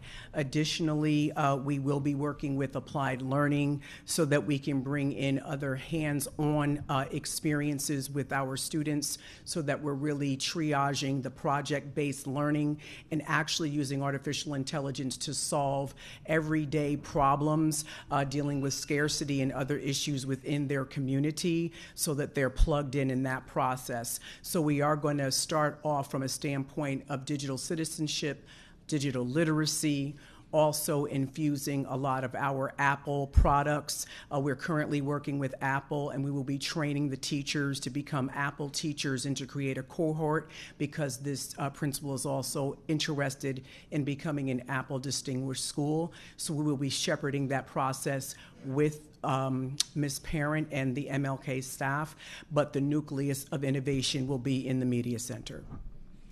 Okay, and Dr. Hudge, I am so happy to hear that, and I'm looking forward to all those wonderful initiatives at MLK. I know that we recently voted to rename the school, and there were concerns over the renaming, if it will involve some degree of programmatic change as far as the Montessori model. I just want us to reassure the public that aspects of that model will remain. It is not leaving completely, but we're looking into adding some additional programs that will attract parents to the school. So if you could comment on that. So thank you for that, and you're exactly right. Those components of Montessori will remain. So we will continue to do the peace education, which will allow us to continue to build a culture where students are learning to resolve disputes in a very collaborative way. Also, still looking at the environment and making sure that we have structured, welcoming environment, which is kind of part of the Montessori components. Hands-on learning or exploration is something that we will continue to do within the school as well, and obviously a culture focused on community collaboration. We will continue conversations going into the new year through the procedural guidelines around the magnet. We're working with Ms. Kentrick and her department, so we'll be looking at data and obviously collaborating with the community and stakeholders throughout next year to make sure that we are looking at innovation or initiatives that will align to the needs of the students and the community at MLK.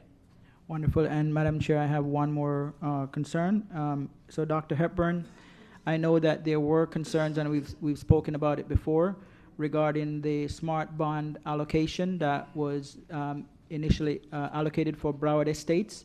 Not sure of the exact figure. I've heard conflicting numbers, $5 or $6 million. And you had assured us that that will be spent in the same ecosystem as far as Plantation Elementary, Broward Estates, and MLK. Could you comment on whether or not that has remained the same, and have there been any plans as to how it will be distributed across the three schools? Yes, thank you for the question. Our recommendation stays the same. Of course, we will have to bring that to the board for a vote. It'll be part of the whole DEFP process, because there's some things that we need to upgrade, such as adding additional awnings and things like that for bad weather when students are leaving bus loops and car loops that we've identified, and some other things that the facilities team has identified.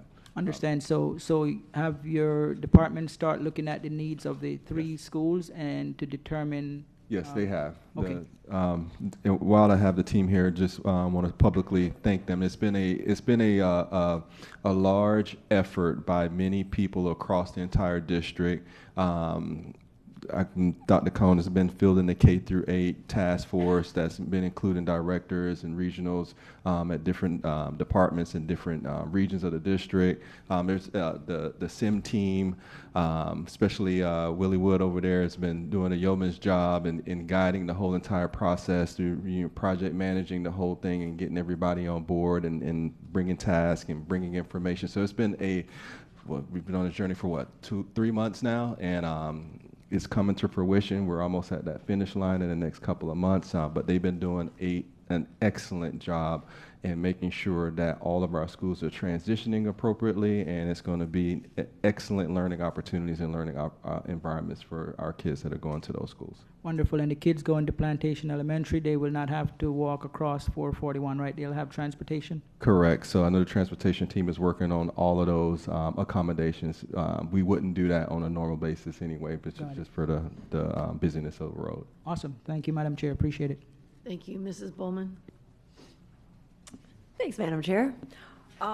So first of all, I as a parent of a child that's in one of the K through 8s that's being converted, I can personally attest to what's happening right now. So I'm very impressed with phase 1, part 2. I think you guys have done a great job with it. Maybe it wasn't as many schools affected or as some people would have liked to see, but I think that it was very well devised. And it all fits in together very nicely. So I'm very happy to see what's happening there. I think the rollout has been amazing. Mr. Perez and his team has done an amazing job with the branding. I was at Hollywood Central on Friday touring. There's work being done. There's updates. It's a great environment to see the changes being made that I think we need in order to attract kids back to our schools and really give people what they want here in 2025. So you guys are doing a great job on that. And the fact that we're getting an early learning center out of this, I think is amazing for that community in particular. And obviously, nobody wants to have their local school closed. I mean, that's something that is so dear to the community, and no one wants that.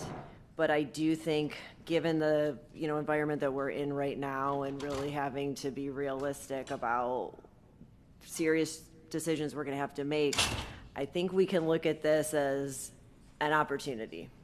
Because we spent the whole day talking about facilities and all these other things, and the challenges that we're facing with that. So if we have to make those tough decisions, I think we need to be very comprehensive in our planning, continuing the same way that you guys did the first phase. And so I don't know that we just what kind of data you're going to use to identify how many schools. I think I agree 100% with Ms. Aladef. It's all about communicating and making sure we're communicating with the public about what kind of decisions we're making, how we're making those decisions, and most importantly, I think for the stakeholders, how you're going to get something better. So if I'm losing my school down the street, I better be hearing that the school that my child's going to be going to is going to be better, offering more, having a better facility, and giving my kid better opportunities. And that's the narrative that I want to see coming back for phase 2, because I think that will be great for everybody in Broward County if we're able to offer that. But I do agree with you. I mean, I think it's all about how we're interfacing with the public and really kind of selling our plan. And I think that you guys are on the right track with that. So continue that. And obviously we'll be waiting for the facilities assessment, because that's going to dictate a lot of how we're going to make decisions. And I just from my own experience, I just was thinking about land where I grew up. It's like the school that I went to is now a Japanese language school. The school behind it was a adult education program. Now it's an early learning.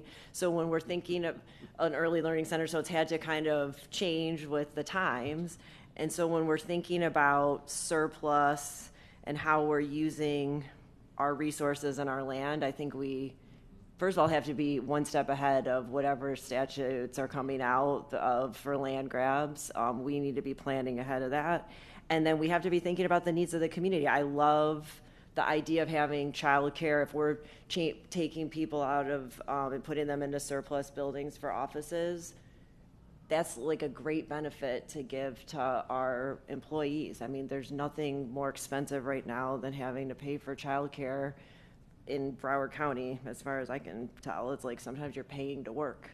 And then also to Ms. Thompson's point, the VPK, it's just low-hanging fruit. Come on. I mean, this is like how we continue to have our kids go from the beginning until 12th grade here, and even after that. So keep up the good work. I look forward to seeing what you guys bring back to us. And I guess the only question I would have is, when do you think we're going to have that next? So we'll be coming back during the summer, but we will be chunking some things that we want to present to the board IEP3s. That'll probably be the first chunk we bring back to you, since some of that is time sensitive, and the real estate and planning team has done some work with urban planners, and we want to present that information to the board to get some considerations for next steps that we should focus on, because that entails a lot of logistics. And then we'll bring the other chunks during the summer, especially after we speak to our municipality partners and all of our nonprofit and for-profit partners, people who want to collaborate with us for this next step, so we can do something amazing, not just for our students, but for their communities also. I think there's going to be a lot of people that want to collaborate Yes. with us on this next I step. agree. We just need to do it smart. Mhm. So thank you very much, everybody. Thank you. I'll go, and then Dr. Zeman wanted to he's going to finish us up. So first, I'd like to ask a question to Dr. Hepburn, or whoever could answer this. So we have a company that's doing the facilities conditions assessment. Is it possible, or is it in the scope of what they're doing for them to make suggestions to us on schools that should be consolidated? Because I do believe that is a capacity that they have. And I personally, I don't know how my board members feel, would like to take our staff out of the beginning part of that discussion, only because we hear a lot of times, we didn't listen or whatever. I would love to have a professional company, after doing the facilities assessment and looking at data, say, here are the suggestions that we have. So instead of us as a board making an arbitrary number at an arbitrary date, to my other board member's point, if there's a company who this is what they do, this is their job, is that something we can ask them to bring to us? So that's where our starting point of conversation is. So I'll have Ms. Paul answer that question with the company we're using to do the assessment, and then I'll follow up with some things I'm currently doing too. Go ahead, Ms. Paul. So the company, Bureau Veritas, their deliverables are the facility assessment reports. They're also doing inventory of our assets and asset tagging. They will help us with a maximum integration and portfolio prioritization, but I think what you speak of is more of a long-range planning scenario, and part of having a master planner. And so, we hired them for very specific things, not to make recommendations in terms of facility consolidations and that sort of thing. And then, so in addition to that, I am seeking a consultant to do exactly what you said in the front end, to look at the data from our FCA, our student enrollment, and any other variables that we have, to provide some initial recommendations for us. It's not cheap. I'm looking at it last year too, but the companies that came to the forefront were way too expensive. And so I've reached out to the Council of Great City Schools to collaborate with any superintendent across the country. This is not a Broward County issue. This is a national issue for many large school districts, to see what consultants they've used to support them in their initial endeavors for closing or i.e. consolidating schools. So more to come on that information. I am seeking somebody to assist us with that. Okay, thank you, because as we've mentioned, communication is important, and to that point also, I think, as has been mentioned, it's important for us as a district to explain what the benefits would be. I think we did it backwards this time, right? First, we're closing the facilities, and then we're talking about what kind of programming. I think we should be talking about, this is, if we were able to consolidate schools, your student would have access to drama, they would have access to art, to PE. Why? Because we have 3 schools in one facility. Like what I've noticed, especially in the Broward Estates discussion, is they don't understand that, because every student brings in the same amount of dollars, generally speaking. So they don't understand how it is that you can put more students in one space and what that benefit is. We have to do a better job of explaining how those electives come about, and the instead of focusing on the buildings, more about the programming, and then the buildings part maybe won't be so important. It's always going to be important because everybody loves their hometown school and the history that it has. But I don't think generally the public understands what the advantage is of consolidating 2 or 3 schools, building a brand new school, and what those educational opportunities are. So I think moving forward, that should be the way we look at it, is just first talking about the programming and then talking about the facilities part of it. Just a quick note, somebody mentioned this. Can you give us an update about changing the name of Lauderdale Manor, since I've been asking for a couple of times? I don't know if it needs to be a B item that comes to us or if you're just changing it. No, Dr. Fulton, I have already had that discussion, so it'll come in a future batch of a board item. Okay, so that's moving on its way. I agree with the VPK in all of the schools, and as I've said a number of times, the partial closing of schools and partnering with municipalities or partners, early learning, daycare facilities. I also going to put a plug in. I've mentioned this before. My grandson, who is 2, goes to a daycare that's bilingual, and I would really like to see us maybe in some of these spaces of early learning start adding that bilingual piece to it, because he can do his numbers and colors in Spanish and English, and he's 2. So I have a hard time keeping up. But I think, though, especially where we live, and you could look at it and see what language is in that community depending on where they're at. But I would say not just VPK in general, but to look at what that looks like. And in terms of where we talked about regionalizing dual language programs, on that same note, the issue that we hear when we go around is they just don't have the staffing for dual language. A lot of schools start it and then they end up only being able to offer it in K through 1 or 4 through 5, and they're not able to sustain it. So being able to offer that in a regional space would make the staffing easier, and I think give access fully across the board. And some I know the students earlier today mentioned about having more options in their school, and we talked about magnet programs in every school. But I just want to also say, keep in mind that, because this happened at South Broward, the more things you add to a school and you still have the same number of students who are your base to take them, you water down the ability to have those solid programs. Our marine science program suffered because of the ICANN program, because not that all of those ICANN pieces weren't great pieces, but when you put too much stuff in one place with not enough people to take the different programs, it doesn't help. You end up getting rid of some of them because the students have too many choices. So sometimes I think too much is maybe not the right path to take. I'm just going to put a plug in. Also, I was at South Plantation yesterday, and I know that actually Board Member Pham brought this up a long time ago, the pre-vet program at South Plantation. There was a discussion and looking into it. I think Broward Education Foundation was part of it, but those talks have kind of settled down. So if we could, they're still going to offer a small portion of pre-vet, but they have the facility.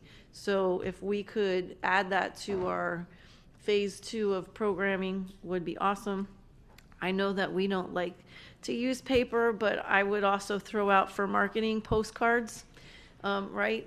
Some mailing is important because not everybody looks at social media. We make the assumption they do, but they don't necessarily do that. Let's see here. What else did I want to say? You answered the question about the autistic school. I think it's important because we have some private companies that are interested in doing autistic charters in Broward County. So the quicker we can jump in front of that, I think the better off we would be. And I look forward to the discussion about transportation because I think that we could definitely do a much better job on that. All right, thank you. So Dr. Zeman. Madam Chair, can I just speak on something Dr. Hepburn said? Sure. Dr. Hepburn, you talked about, I guess, companies, and you said that there were some that were too expensive.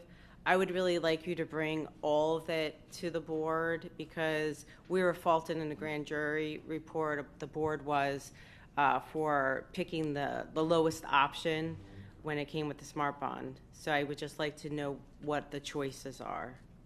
Thank you. Dr. Zeman. Thank you very much.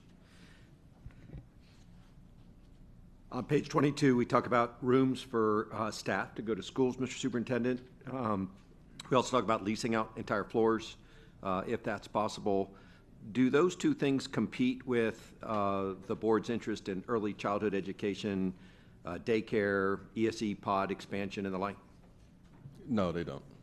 Terrific. If there ever is a trade-off, you know, if we have to make a decision about leasing space or moving staff to a school that would displace ESE, early childhood education or daycare, I would love to know it. If you could let us know in the future, please. Absolutely. Thank you so much. And to Ms. Aladef, this idea of getting inside the decision loop about how people make decisions about where they attend schools is so important to what we're doing. I think besides AI, it's the biggest driver to how we spend all of our operating money and all of our capital money. And I still don't think we have that intelligent system. I don't think we know how to market to the decision makers because we don't know when they're making decisions. I asked the Council on Great City Schools, Ray Hart, to kind of give us the research they've done on it, and they focused a lot on transition dates. They focused on 3- and 4-year-old parents because they're at the point where they're starting to make decisions about where do I live, you know, based on boundaries and distance to public charters or to private schools, and they still have enough time to move and relocate if they want to do something else. They point to 5th grade parents and 8th grade parents because there's big draws.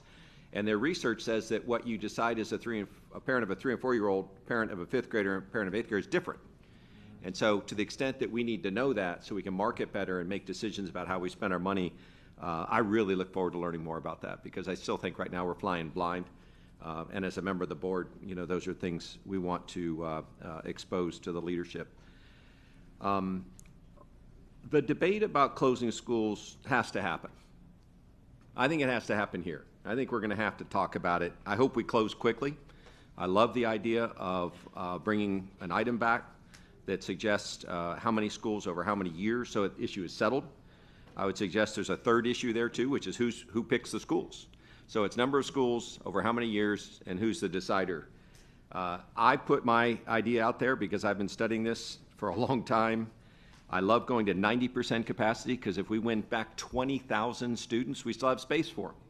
So there's plenty of room to be so successful in this battle that we still have room left to do it. I think the community already expects this to happen, and so 3 years is a reasonable amount of time. And I would rather have the superintendent pick schools because he has no dog in the fight. And I've seen other districts do that. I know Dr. Hepburn, and I would trust him to bring a list of whatever number we have. Why am I putting that proposal out now? The laws of economics are like the laws of gravity.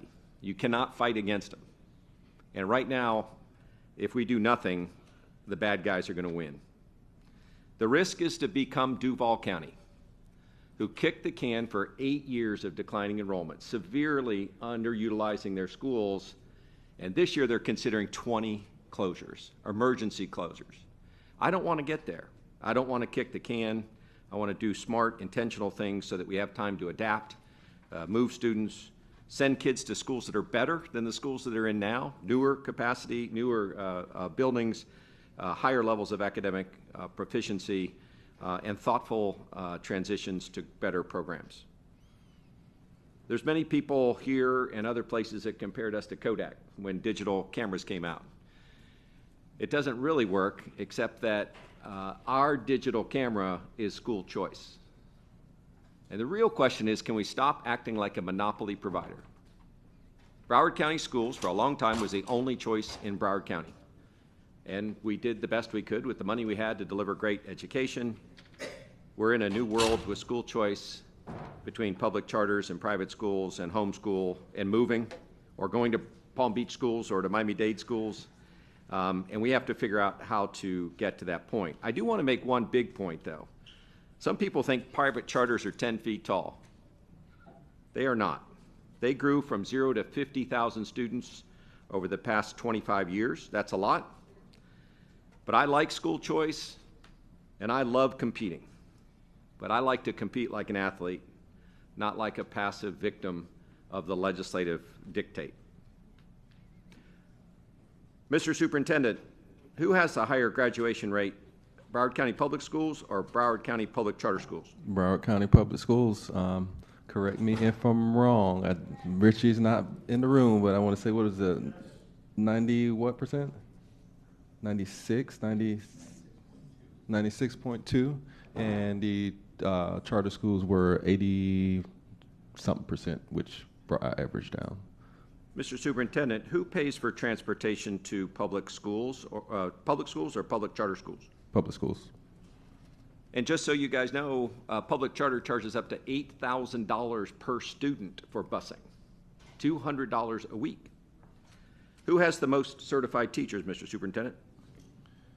Broward County Public Schools. Who has to take a piece of the revenue in order to pay their owners and their private equity interests? Not Broward County Public Schools. It's important. If you can imagine a charter making $1,000 per student, that's $1,000 we pay for schools and learning, and they want to pay their investors.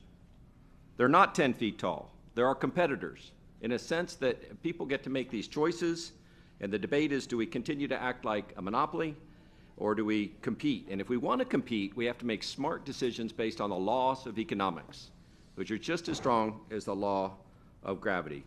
When we get back together to consider the number of schools, how many years we take to do it, and who would be the one to select those schools, I'm going to ask the superintendent one question. Not now, Mr. Superintendent, but at our next meeting. If we want to be the best district in the United States, how many schools would you recommend we close? Over how many years? And are you willing to be the guy that makes the list? And I'm not asking that now. I'm just telling you now. Oh, I was going to plead the fifth because in another week we may have that debate, and I want to start it with hearing from you, because at the end of the day, your thoughts and your opinions and your leadership matters a great deal, and I think it would help center the debate if you would share your ideas about that when we get back together. Thank you, Chair. Thank you. And oh, I thought you. Sorry, I just to Dr. Zeman's point, if we do ask our superintendent to give us those answers, we as a board have to then support him. Yes. Thank you. Okay, thank you so much for the presentation. Thank you for the robust discussion. We wanted to share a sizzle reel. Oh, that's right. I'm sorry. So we're going to end with the sizzle little reels. video. So Sorry. we have Mike Muscatello here from Beacon TV, who way to go, Mike. 5 of the sizzle reels in a matter of weeks. He's worked with all the principals. He's been amazing. So we're very excited to share a compilation of the sizzle reels. Each one is about 2 to 3 minutes long. So this one is all sorts of little clips from each school, and it's 2.5 minutes long.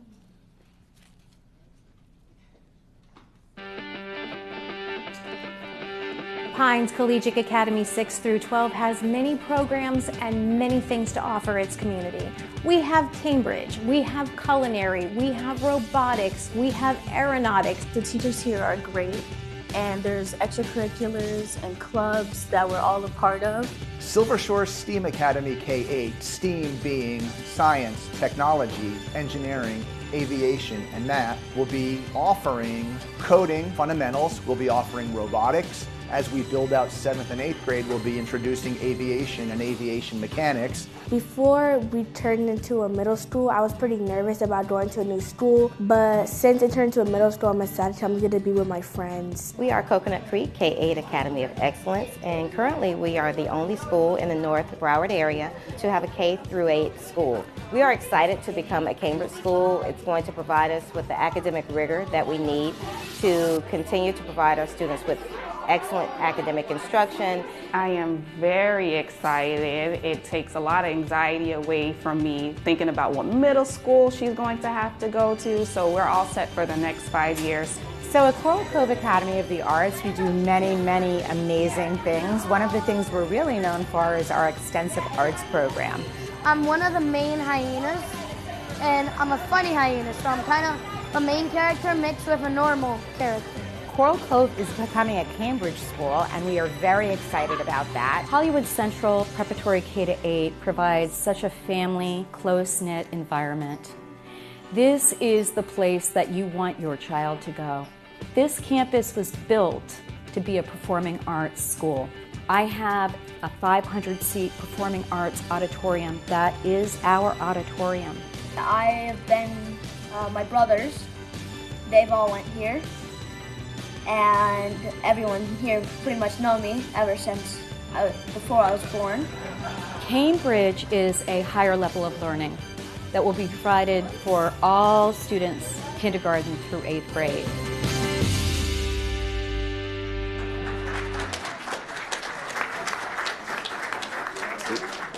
So those were produced all by Beacon, and we're excited. We included Mrs. Pullman's son in that last clip.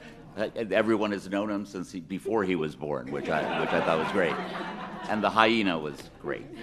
So I hope we are doing MLK on Friday, so that's up next. And after that, getting started on the new Broward Estates. Thank you. Thank you again so much.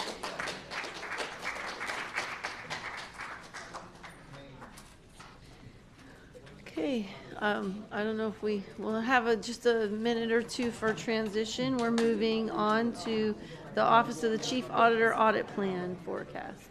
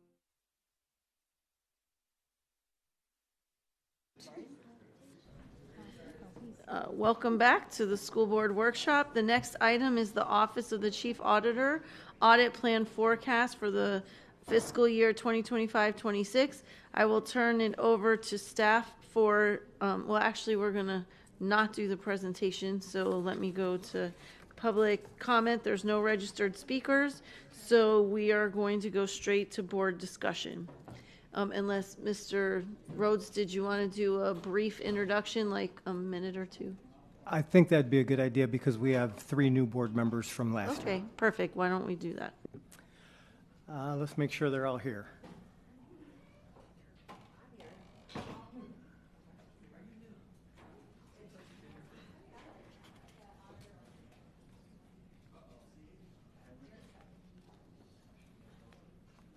Standard response. Auditor wants to see you. So I wanted to give a brief overview because we have 1, 2, 3 board members who were not here last year when we went over this. Last year, I was task assigned, and at the time that I was task assigned, I had not been here in 12 years. I was working for the Office of the Inspector General. We were nearly due for our 5-year risk assessment. I felt that it was time for them to come in because I didn't feel qualified to do a risk assessment at that point. So we had them come in. They spoke with audit committee members, school board members, chiefs, executive directors, and got a sense of the basic question that they try to find in any risk assessment, which is what keeps you up at night. Everybody provided their input. It was very qualitative in nature because of the time frame that we had. But I think it was very useful. We've actually appended that 3-year risk assessment / audit plan that they provided for us at that time for everybody's review and to keep it all in one place. So with that in mind, we were able to put together last year's audit plan. The remainder of that story is that by July 1st, we were supposed to have a new external audit services contract for our external resources that we use to help us to complete our audit plan. We had requested that RFP be put together in October of 23. The contract was supposed to be ready for us on July 1. For several reasons, it wasn't actually ready and approved by the board until November 13th. So you'll see on this current audit plan that there are some items that are listed as carryovers because some of the product from last year carried over onto this year's plan due to those lack of resources. With that in mind, having that general background, our general focus as the Office of the Chief Auditor is to provide some level of oversight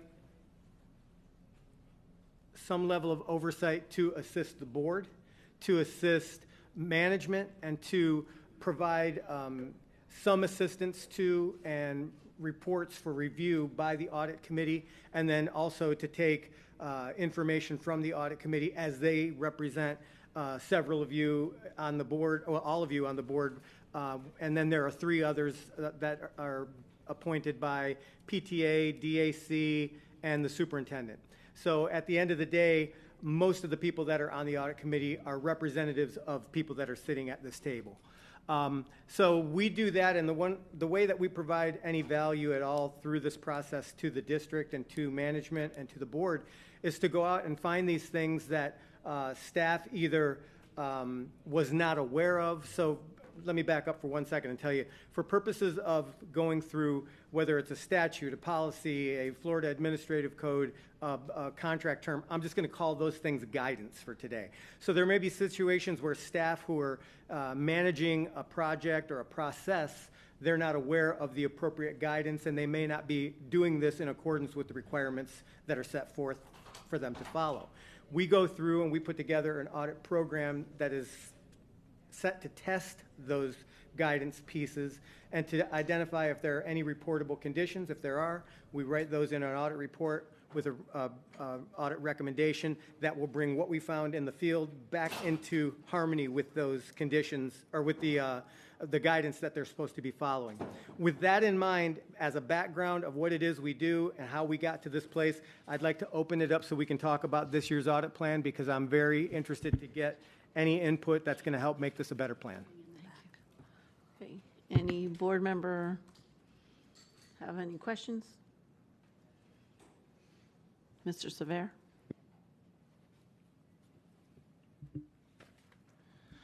Thank you, Madam Chair. Mr. Rhodes, first off, I'd like to thank you for the proposed plan. I did my best to go through this, and I've got a couple questions, if I may. Sure. And I noticed sometimes the pages of the actual document don't line up with the number on the PDF. So I'm going to do my best to articulate where I'm at if you want to follow along. So page 68 of the report, it's page 71 of the PDF, your finance proposed audit plan. I noticed that there's a budget process in which you are recommending for 26 and 27. However, there was no recommendation for this for 25, 26. I was wondering if you'd shed some clarity and an explanation as to why we are skipping that budget process in 25 and 26. Okay, so first of all, what you're referring to and pointing us to is a part of the risk assessment audit plan that was done by the outside firm. That actually begins on page. And that's Carr, Riggs, and Ingram, yes, they're correct. Yes, the Carr, outside Riggs, and folks. Ingram, and I just want to find that page for everybody's benefit here. That begins on PDF page 26 of this report. So our audit plan is previous to page 26 on this report. So with regard to your question, what we had to do was take a look at, after having reviewed the ACFR, the SAFR, and all the work that was done from a financial standpoint from the Auditor General's audit this year that they did of financial FEP, FTE that's ongoing right now, we had to take a look at it and find out if there's something that we can benefit from the results of those reports before we actually add those into the plan so that they wouldn't be necessarily duplicative. That's the primary reason that that item is not in here. And also, when we put together the plan last year, there were far more check marks in the 24, 25, 26, 20, 25, 26, and 26, 27 columns than there are resources that we have available to do them. So we have to separate them by statutory requirements, and we have to separate them by areas of audit that have not been looked at in periods of time, as well as, more importantly, the higher risk level items. So I hope that that answers your question as to why we didn't include that item identified on page 71. Thank you, Mr. Rhodes. If I can follow up with an additional question, staying on somewhat in line. This is page 67, document page 67. It is page 70 of 115 of the PDF. I noticed that for the categories of capital budgeting and financial reporting and disclosures, they are in, well, let's say capital budgeting first. The outside vendor has identified this as a yellow category, a somewhat moderate risk, if you will. Looking at this, why, or actually strike that, do you believe that should be moved over to the red or the high risk category? After October of 25, I would say that that should move further to the right and further up in the magnitude of that scale into that red area, because that's the time period where I understand currently that our resolution runs out, where the bond funds are now going to start to be funded by capital budgeting, and that's certainly going to raise the risk. And incidentally, and for the benefit of perhaps those who maybe don't do auditing for a living, or for the benefit of the general public, how do you get, or what would qualify you to be placed in the high risk or the red category?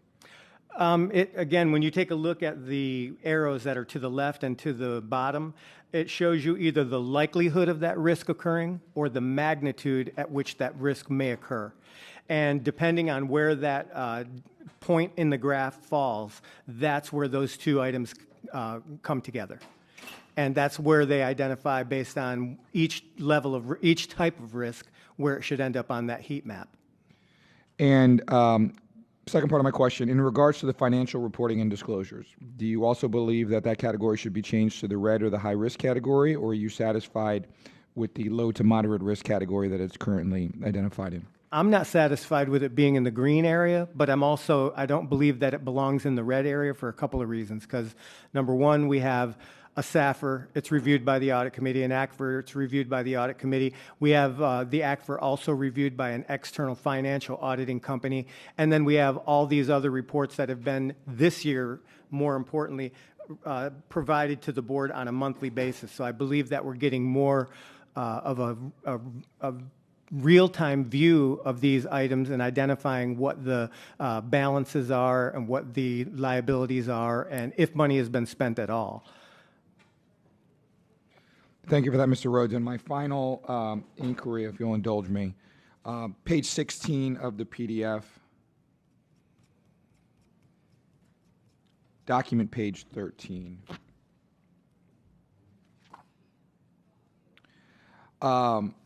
In regards to the audit subject area entitled Finance, which is in the line item number 1 under payroll.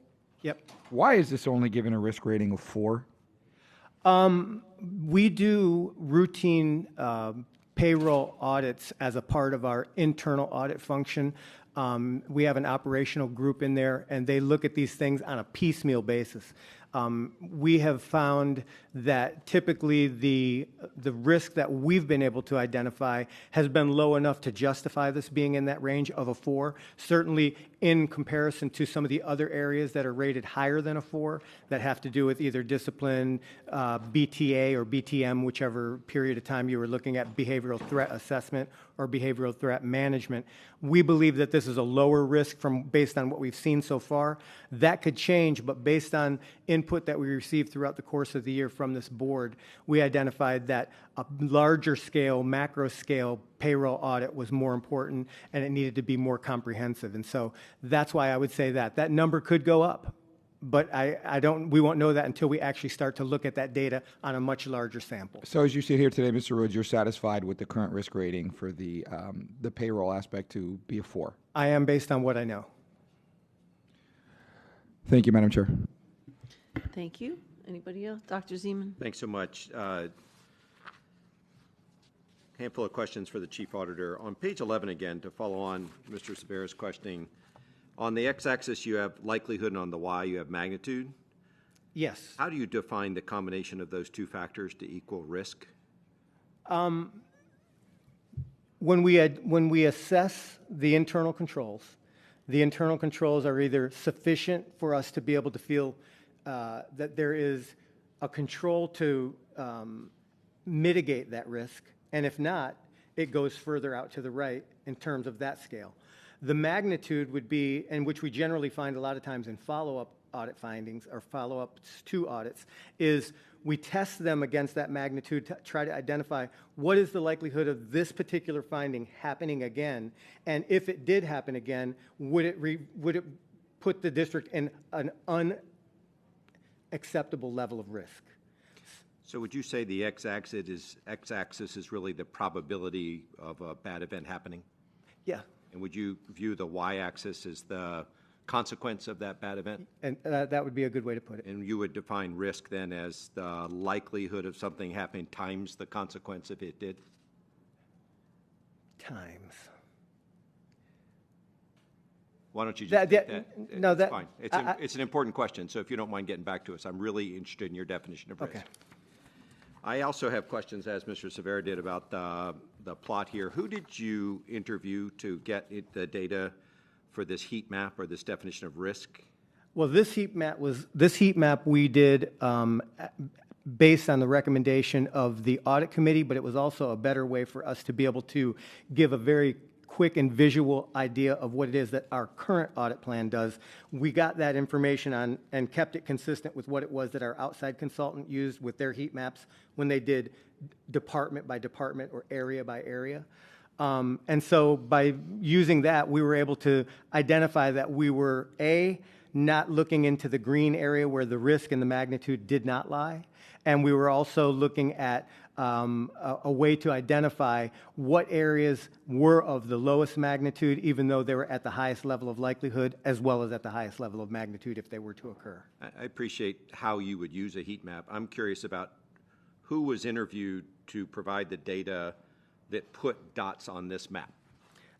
Well, because a lot of it ties back to the original risk assessment, it was board members who participated, audit committee members who participated, and all of the chiefs who participated in the original risk assessment that went for 24-25, 25-26, and 26-27. Were the data that went in to generate this really critical heat map to help understand the audit plan, did you re-solicit from school board members what they viewed as the greatest risk in the overall? No, and the reason I didn't is because today is my understanding of the process, how that input comes to us after, in my best judgment, my best professional judgment, I put together the plan, and then we take the input and identify if something's going to be removed and replaced with a recommendation from the board, or something would be removed and replaced from a recommendation from audit committee. I understand. I don't know exactly where Mr. Severa is going. Where I'm going is, I feel like school board members live this risk problem. We get selected to this board, we see systems, we pass budgets, we pass policies, we're constantly weighing, kind of where is the likelihood of something happening and what the consequence is to our community. In the past, chief auditors of this county have done one-by-one interviews of school board members to get the data underlying this heat map. I view that methodology as far superior to talking to virtually anybody else. I think it's a school board member's job to look across the entire district and provide the data on it. And again, I'm not trying to presuppose where general counsel over there is going with this, but I'm going with 2 years ago, the former chief auditor came and interviewed all of us for an hour about where the risk was. I found that data to be absolutely compelling. This data I find to be muddled, and I don't actually like the results at all. I don't agree with the risks that are identified here in terms of probability or consequences. There are things, for example, like the construction services that I view as infinitely likely to happen again because of the history of it, and the consequence is massive because we're going to go out for another bond. And if we don't win back the public thinking we can actually build a school or build a wing or finish a library on time or a sidewalk on time, we're not going to have even the chance to get the county commission to let us go out for a bond. So those are the things that I would just point out that school board members think about all the time, and I think we're uniquely qualified to help you identify risk. You also point out on slide 10 of your audit plan kind of an interesting chart that shows 8 different categories for audits. I'm sure you're familiar with this in your report. What share of the audit plan are operational audits? We have intended to change this to represent the percentages after we understand what the final audit plan is going to look like. That was recommended to us by a member of the audit committee, and the remainder of the audit committee agreed with that. This has been something that had been used by the prior chief auditor just to identify in his plan what was the area that the audit was going to be performed in, who would ultimately be responsible. We're planning to take this and make it more a percentage of what the real pie would look like. Terrific. How long have you been our chief auditor? Since October 8th of 2024, sorry. Terrific. So you're 7-8 months in? Yeah. In that 7 to 8 months, have you learned much about Broward County Public Schools? I've relearned it. And have you learned anything that would suggest that this year's audit plan ought to be different than last year's? Yeah, because I've been here for a year attending workshops, audit committee meetings, and school board meetings where a lot of these areas are being discussed, and I'm making notes of what it is that I'm perceiving as risk so that I can go out and research that and determine if in fact it is a risk, and that has all gone into the data that's been brought into this. And my sense is that Broward County Schools in 2025, looking at next year's audit, is very different than it was last year or the current year. Can you point to any audits in the audit plan that are different this year than last year? Yeah. We have the Facilities, PPO, construction services, minor projects we were going to look at because there were so many carve-outs that were discussed in regard to the SMART bond over the year with how they were managing to get projects completed. They would carve things out and either hand it over to PPO, carve things out and hand it to the construction services minor projects contractors that we have on contract. My concern with that was... Can you tell me what page you're on so that we can catch up? Oh, I'm sorry. Page 14, this is item project number 6. Page 14 on the actual page. Okay. And so what happens is that there's a day labor statute that identifies what is the threshold limit that, for example, PPO could go out and do a project using district employees. And I wanted to look at, one, were they in compliance with that statute, with the number of carve-outs that have been described throughout the course of the year? And two, I wanted to make sure that the folks that are hired for us to provide those contracts under $4 million, I think there's a couple of different thresholds, but that they were complying with and adhering to the multipliers that they provided in their bid that won them their respective part of the projects. Thank you very much. I was struck by how the titles, at least, of the recommended audits for next year looked like a carbon copy of the ones from last year. So I'll do some more reading on this to try and figure out some of the details being different. I also think that, going back to my pie chart question, there's some really fascinating operational issues that are not included in this, and I'm just going to propose a few to my colleagues for them to consider. One is we have a massive opportunity to make sure we're doing consistent reimbursements with our ESE services. That's been a longstanding issue here. It's a perfect audit, kinds of issues, a lot of accounting, a lot of invoicing, and the like. It also has an implication for whether or not we're staffing those things. So if you're supposed to have 3 of these kinds of therapies per week, if we don't do 3, we obviously can't ask for the money. But if we're not doing 3, you wonder why we're not providing the service to the people. I think there's a good general mental health audit that would make sense. And that's really to help us kind of make sure that we're understanding the strategy, gathering the right data, understanding the different facets of the occupational groups that deliver mental health. And I also think that the CSER process, on the safety incidents reported in schools, we've done a lot with BTAs in the past.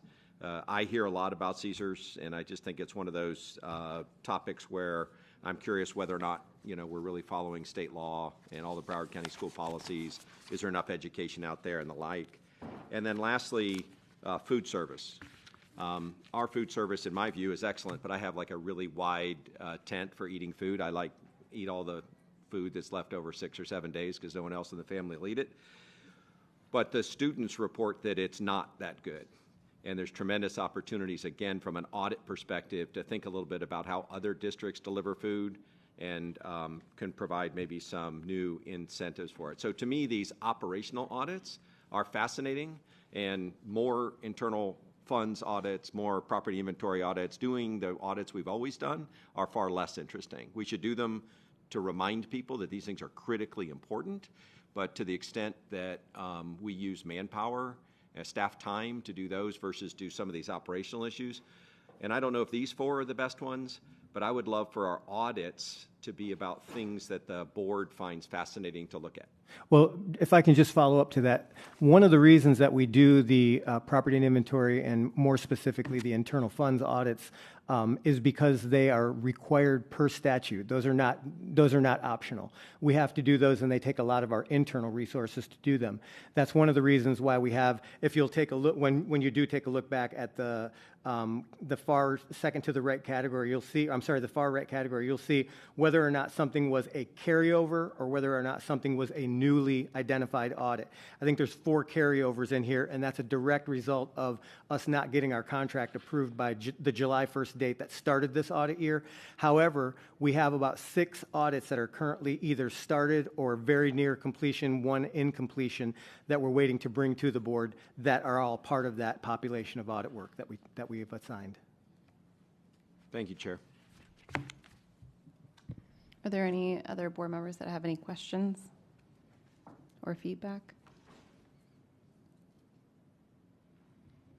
Okay. Mr. Rhodes, do you have what you need from us? I do. I heard some ideas that I thought from Dr. Zeman that were very good ideas. I heard some questions from Mr. Cervera that I thought were great observations, but I would like to know, so that I have an understanding if there's any areas of consensus that I can go back to the drawing board and start to work on incorporating some of the things that he said with the consensus of the remaining portion of the board. Are there any objections to the suggestions that Dr. Aziman brought forward? No? Okay. I think we have some consensus there. And Chair, if you don't mind, may I just add one quick point? Yes. Thank you. Chief Auditor, if there are other operational audits that in your experience or in hearing from other, large urban auditors have done fascinating things that you've heard us have a lot of talk about, I'd be interested in your other ideas besides those four as well. Those four were like strikingly fascinating to me and to my colleagues, I think. But if you have a couple other ideas that you think, hey, if you don't want to do these four, here's a couple others that my team is fully qualified to really help you with, I'd love to know those too when you bring it back. Okay, absolutely. All right, thank you. Are we able to turn it over? Okay, so the next item is information and technology policies. I now turn it over to staff for a brief presentation.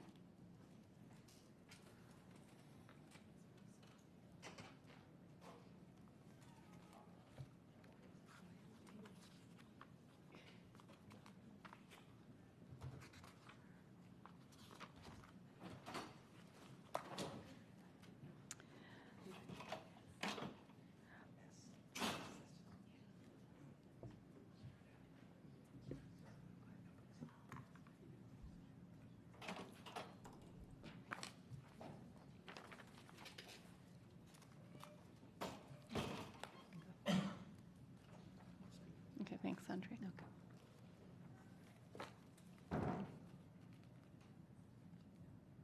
Do we want to do a brief presentation, or do we want to go straight to questions? We have a brief presentation. Okay. 4 slides. So. Got it. Thank you. All righty. Good day, school board members. My name is Nikki Green, Assistant Director for IT Business Operations.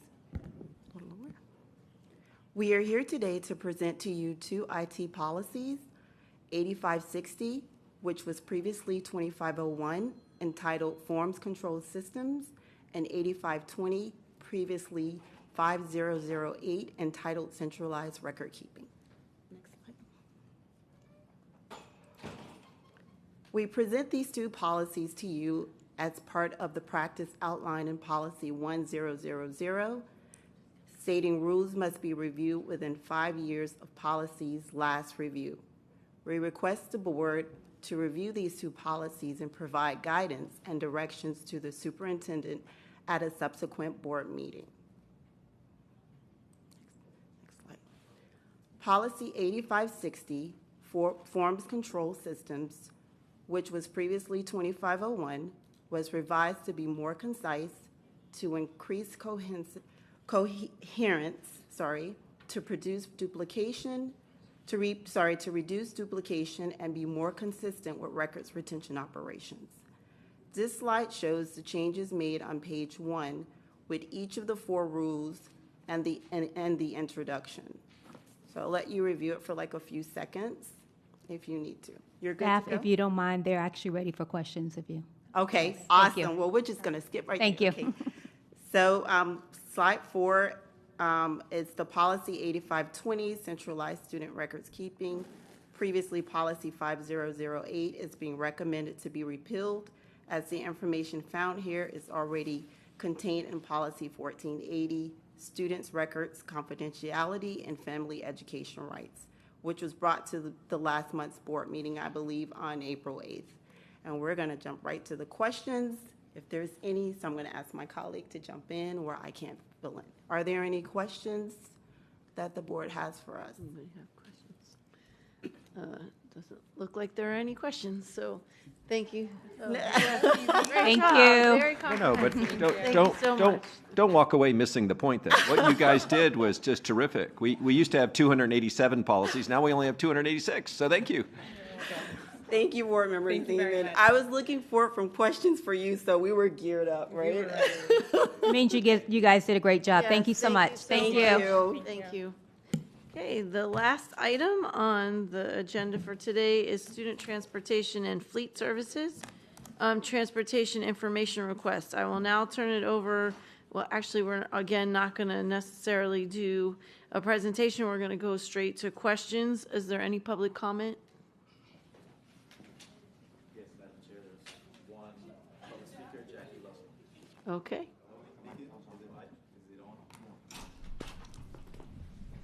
Speaking, yes. This is one registered speaker, Jackie Luskin. Hey, good afternoon. I'm Jackie Luskin from ESE Advisory. I've got an ESE advisory meeting tomorrow, and I'm banging my head on a brick wall with so many issues. I'd love to be able to take at least one back that I didn't have to. So I wanted to bring it up here on transportation.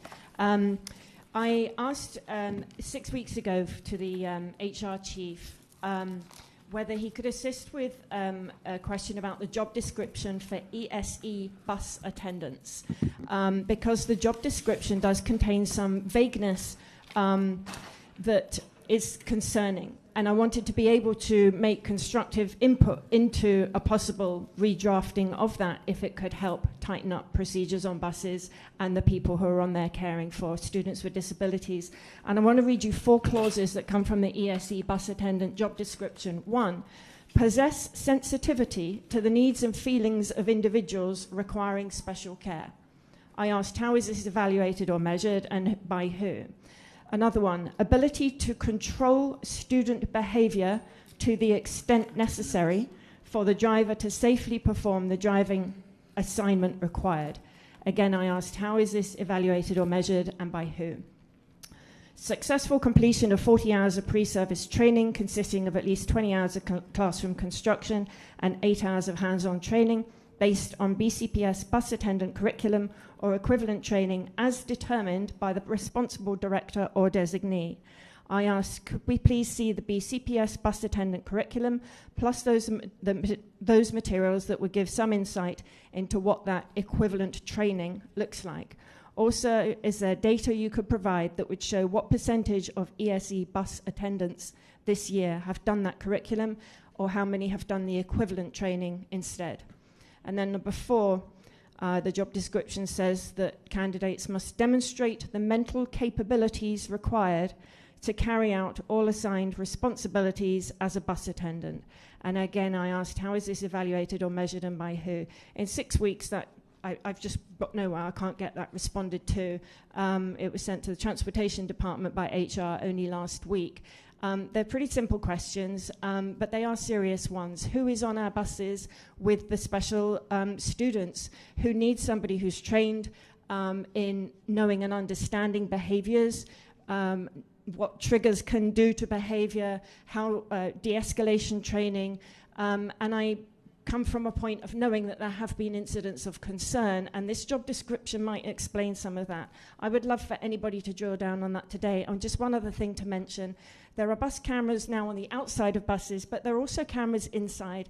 And again, there's been incidents in the past in cases where there have been matters of concern on a bus or suspicion of a matter of concern on a bus, and parents have asked for somebody to view the video, and it's turned out that, that video just so happens not to have videoed that day, or somebody forgot to turn the camera on or turned it off. I think protocols around that are important to ask about. Thank you. Thank you. Dr. Fulton, is there anybody that could make sure that Mrs. Luscombe gets the answers to those questions for her meeting? And thank you, Mrs. Luscombe. I was looking at the job description as you were speaking, so we'll follow up with HR Chief to provide some responses to the concerns you just mentioned. Thank you. I think the request was she has a meeting tomorrow. Yeah, is there any way we can get those answers since it's been 6 weeks since she sent them? The answer was that you'll get them by tomorrow. All righty, thank you. I don't see anyone else in the audience for questions, so we'll go to board discussion. Anybody have any questions? Dr. Holness. Madam Chair, are we on to the transportation, is it? Okay, thank you, appreciate it.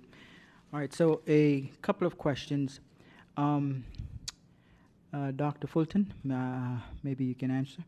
I'm looking on pages 7 and 8, and I know that some of our schools are magnet schools, and I couldn't help but to notice some of the cost of transportation for some schools, and that is significantly high. Is there anything that can be done to, for example, if we look at, we see, we have, I'm so sorry.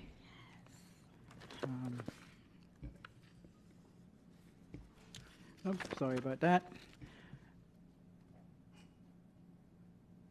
We have one school, and I'll just mention it in general. One school is $10,000 per student, another school is $7,000, and so on. And I understand why.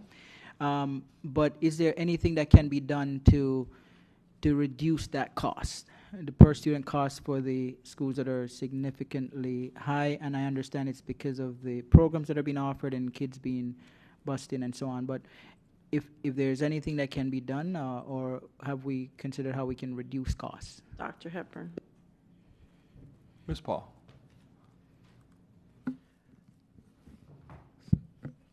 So this is a reflection of the current countywide system we have, where we're transporting children across the county. This is a historical perspective in terms of how our programs have emerged over the years. One opportunity may be to look at having regional type programs, so you're not transporting children across the city. And I just wanted to point out, in terms of, these are amazing programs, but as you can see, our reimbursement is $507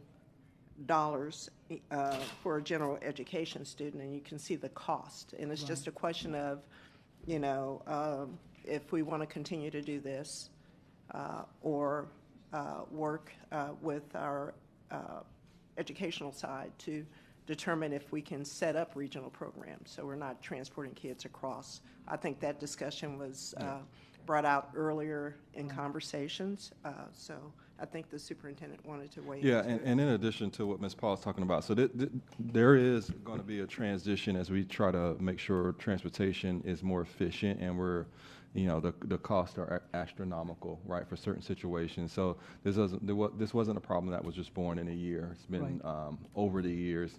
The team has done a great job. The Stratton Innovation Office has done a good job in doing some data analysis for magnets across our district, and we found a lot of what I call onesie twosies, like we are busing a kid from one corner of the district, one or two kids for a magnet on the other end of the district. Right. So we're in the process of working with our principals to either consolidate or not have that magnet. If every year you're only accepting or actually have one kid to apply to your magnet, and you accept, that's not a magnet.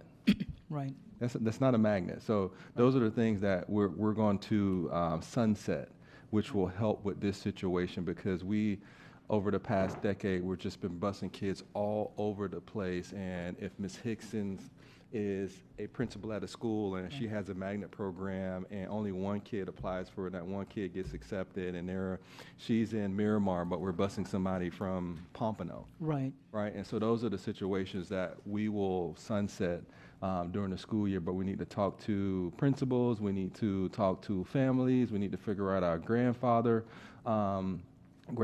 kids situations, so we can make sure kids who are in certain programs can, in the later years of elementary and secondary, can finish out while we don't let other kids in. So there's a strategy that'll take probably another year or two to really address this problem fully, but we're doing it in chunks because we know how it affects the district. Understand, Dr. Hepburn, and I'm not necessarily supporting losing programs, but I think that we can become more cost efficient.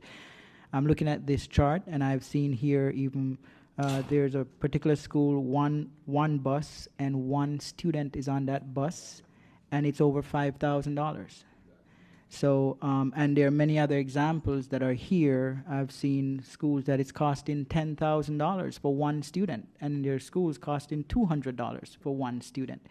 So there, I just think that. You're making my point. Good. You're making my point. And so this is the type of analysis we've been doing throughout the year to identify these type of inefficiencies that are costing us way too much money, unnecessary dollars at the moment, that we can do differently and under the umbrella of redefining, regionalizing programs where you have a larger number of students being transported within a region. Right. To go to a certain school instead of the crisscross that we see across the whole entire district for one or two kids. Understand, and you mentioned the time frame would be about 2 years or so, because I think this is a significant problem. Yeah, so we're chunking it right now by creating magnet transportation zones where, you know, if you're outside of the bubble, you are going to have to, if you want to attend the school, you're going to have to figure out how to get to the closest stop to get transported to the school. So that's the first iteration. The next iteration during this school year is working with our principals. So because we have to do this before the choice window opens, right? Make these decisions before the next choice window open. Work with our principals. This is not a magnet. This is a bounded academy for your kids that you have here at your school. If you want to continue this program, we can't continue to bus one or two kids across the district, especially when we have programs in their backyard that they may not be aware of. So we'll educate those parents about programs that are near them. We'll educate the parents about magnet transportation zones, and probably at the end of the next school year, we should alleviate at least about 80% of this problem. Okay, so we're looking at as well that you mentioned the number of students that would get accepted, and Correct. then determine if that route Correct. takes place, right? Correct, Okay. because we have to make some decisions before the next choice application window opens up in the fall. Understand. Yep. I have another question. Now, I actually, I have 35 schools in District 5, and I've visited all of them, some of them multiple times. Lauderhill is one of the ones that I've visited several times, probably 6, 7, 8 times within the year. And one of the concerns that I've heard from students at Lauderhill, 6 through 12, is that the high school students struggle to get employment because of how late the school lets out. In addition to that, they're not able to participate in sports in their boundary school because Lauderhill doesn't have sports, so they have to participate at their boundary school, and they're not able to because they get out too late, because they start too late. So they start at 9:30, and I think it would benefit our high school students at Lauderhill 6 through 12 if they start earlier, 8:30 or 9. So what is it that's preventing that? Is there any consequence to doing that? And if so, what are they, and how can they be overcome? Yes, so there is consequences for that. It costs money. It will cost in the millions of dollars to do that. This situation that you're looking at on those pages is what's causing that problem. We don't have a true multi-tiered system where you have a specific grade level being picked up at a certain time of the day. Elementary schools, all elementary schools pick up this time. All middle schools pick up and drop off this time due to some of the complexities around magnets. In the past, school start times were modified to accommodate, such as, what's the one school in Deerfield? Mm-hmm. Deerfield Park. Yes. This elementary school with a performing arts magnet. And they were starting at 9 o'clock or 9:30 to accommodate kids being bused across the district to get there. That causes a domino effect for pickup and drop-offs for other school start times. So once we solve this problem during this upcoming school year, we'll be able to address situations like that better without increasing our costs significantly for transportation. Okay, so question, because Lauderhill 6 through 12, they don't have too many high school students, right? They have a middle school component as well. So if they start at a different time, will in the high school part of the school, would that change? Would that cause any significant increase in cost for if it's the high schoolers only? From my understanding right now, correct me if I'm wrong, Ms. Clowers, or is it Dr. Clowers or Dr. Clowers? That's a transportation situation where all 6th through 12th graders are on the same bus. So it's not a differentiation between high schools taking a bus to the school and middle schoolers. All of them are on the same bus. So the start time and end time will have to be the same for all the kids because they're all sharing the same bus. Okay, so but you did mention that there are measures possibly being taken so that problem can be alleviated in the future. Okay, thank you. Appreciate it. Thank you. Dr. Hepburn, Yes. or Chair Hickson, if I may introduce Dr. Clowers. She is the Director of Transportation and Fleet Services. Mr. Alvarez is retiring, and so she is filling in. I think he's in Panama somewhere right now, but I just wanted to introduce her. First time being up at the table, I guess, addressing the board. So, Yes, welcome, and thank you for all that you do. I know I've called a number of times after hours with some special needs bus issues, and thank you for always taking care of them. Mr. Severa. Thank you, Madam Chair.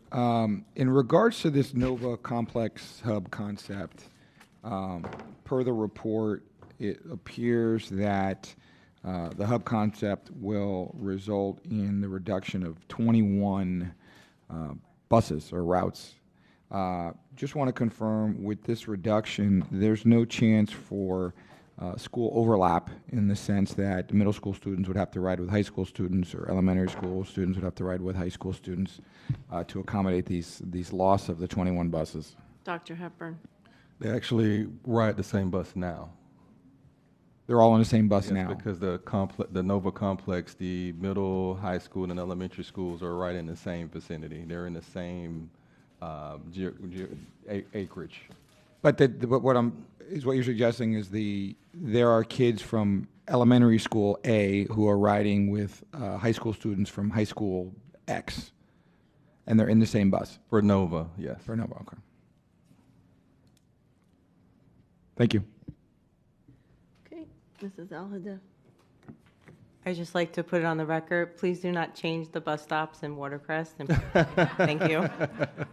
Oh, yes, that was one of the first things that I encountered, so we're not touching that.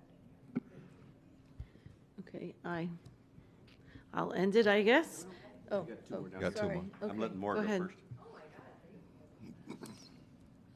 first. Dr. Clowers, welcome. I heard some great things about you in regards to saving the day with a MacArthur High School field trip to Orlando. So thank you so much for your thinking outside the box and flexibility. That's awesome. And that's what we need, some good problem solvers. So appreciate it and welcome. And then I really like this plan, and just to, I don't know if I missed it or not, but just with the magnet streamlining, this is going to, I mean, I guess this goes to redefining as well, but also to busing. So hopefully, for sure, we need to be just looking at like feeder patterns and everything. So, because we can definitely make this work for everyone in our region. So I really like that idea. I think it's going to help us with enrollment and everything too. If you have a more localized pattern of programming, so that people don't have to be all over the place. I think people actually like it better in practice. So thank you. Dr. Zeman, did you? Thank you very much. Could you tell me what the overall budget is for busing in Broward County?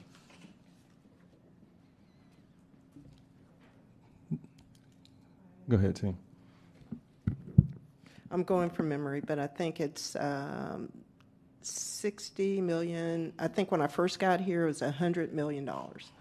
So, and then with personnel and buses and everything all in, I think it's 60 plus 20, somewhere around there. So we've seen budget exhibits as a board that put it between 95 and 110, which Over the, yes. that may be interesting. If that's correct, I think we pay $2,000 per student per year to transport kids in Broward County. Well, So 50,000 students, 100,000, that's $2,000. How does that dovetail with the $507 reported? That's in our this brief? reimbursement. So we pay 2,000, but we only get 500. So we pay another roughly 1,500 per student that gets on the bus times 52,000 students a year. I think that's important to pull together. So that $500 per 50,000 is about $25 million reimbursement, give or take. Give or take, yes. Okay, terrific. There's a couple things that I think are fascinating in here, and if you don't mind, I'll just turn to some pages. Page 7. I just want my colleague, Dr. Holness, who's not here right now, but I was going to hopefully tag off of what he said. Let's just pick one. He picked off a different page, but if I just take the top line here on page 7, 10 buses, hour and a half to move 89 students, and the cost per student $11.93, right? And those are for the 89 students that are going out of the boundary through the magnet program to Dandy Middle. Correct. And is that total cost or is that payroll cost for the people doing the work? That is total cost. Let me turn your mic on. Thank you. We love the experts talking, so you just jump right in. So $1,193 per year. That includes the fuel, the maintenance, the depreciation, the whole thing? Correct. Okay. Why is that less than the average to take someone to school? So if the average is $2,000 per ride, why is the special out-of-boundary cost for these small number of buses for 89 students, why does it cost less than the average, pick someone up in a boundary and take them a few miles to their school? Rephrase your question? I apologize. So this chart says it's $1,193 to take people. For 10 buses. Right. For the 89 people on average, $1,193 to take them to a magnet program at Dandy Middle. And they obviously these are from people outside of the boundaried area, right? I think it's a combination of it. I'm with so you, we would have to drill down more, but we right. just wanted to give you kind of averages on the transportation. Yeah, I just would ask you to rethink the answer to the last question, because I think there might be some missing cost factors in here, because this is less than the average, and I guarantee that the magnet school transportation costs more than the average transportation, right? Right, we can definitely look at that. It's just something to think about. And to Dr. Holness's point, there's tremendous value in attracting students through the magnet program to our schools. There's also tremendous value of having magnet programs that are really popular in more than one school. So that way we can, put it in 4 different schools at different quadrants and reduce dramatically the cost.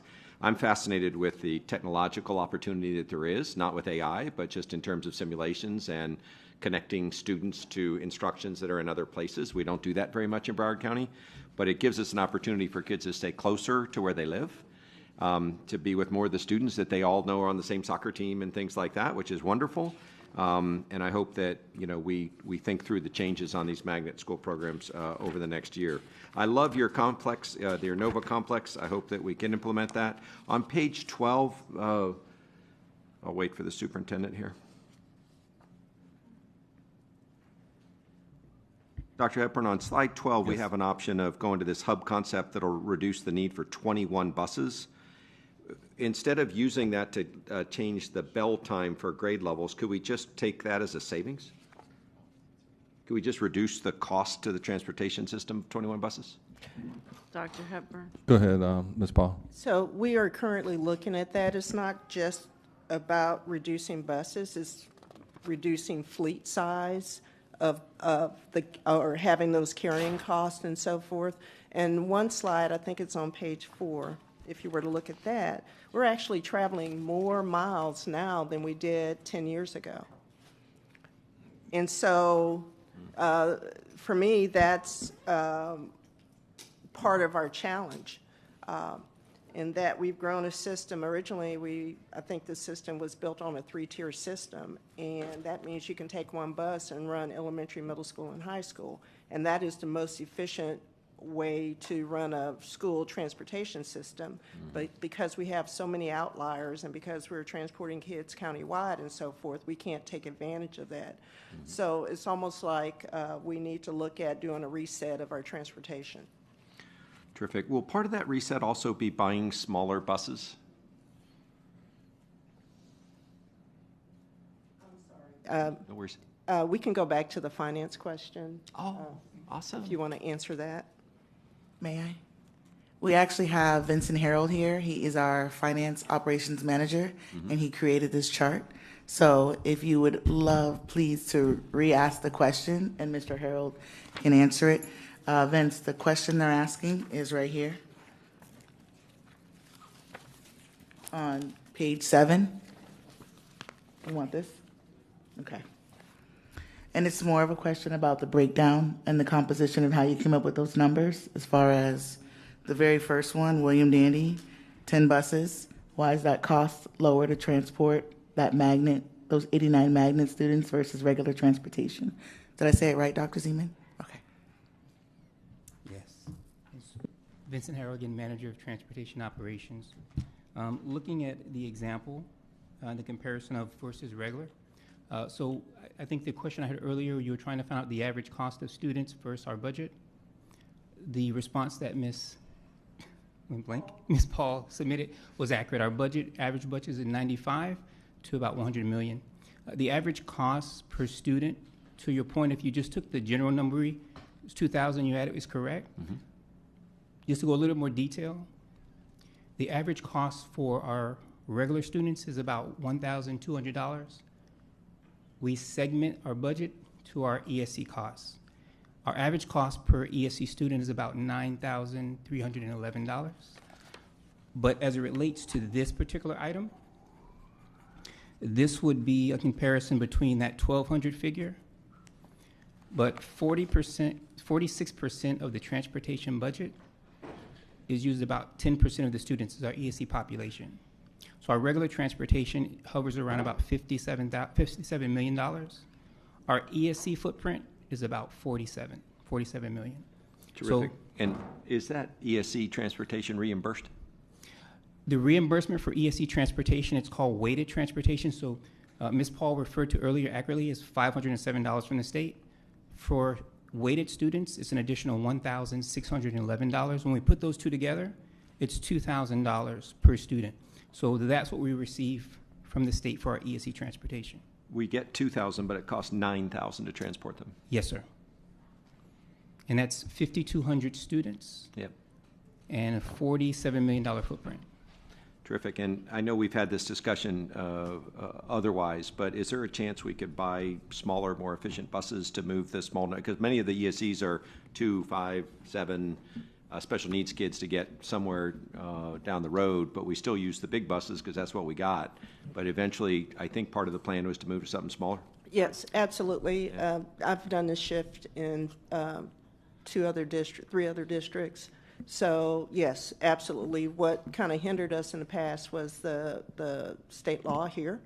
I think there has been a change to it, so we can go to smaller vehicles, and we're exploring that. We need more flexibility in our transportation. We don't need to send a 77-passenger bus to pick up 3 ESC students, or, you know, we just have to change, and that's this is starting that conversation. And I have no interest in reducing the service to ESC, but paying $9,000 and getting $2,000 back is a real opportunity. And if we can figure out how to do that. Most of those changes, Ms. Paul, though, I think would be for the following year, not for 25, 26. Yes, definitely. Awesome. A couple other quick questions. I already told you I love this NOVA concept. I don't know why we didn't do it before. Just makes sense. I'm a math guy, and I don't understand slide 15. Because if I have a 77 or 72 or 65 passenger bus and I put 2 kids per bench, that gives me a number, not a range.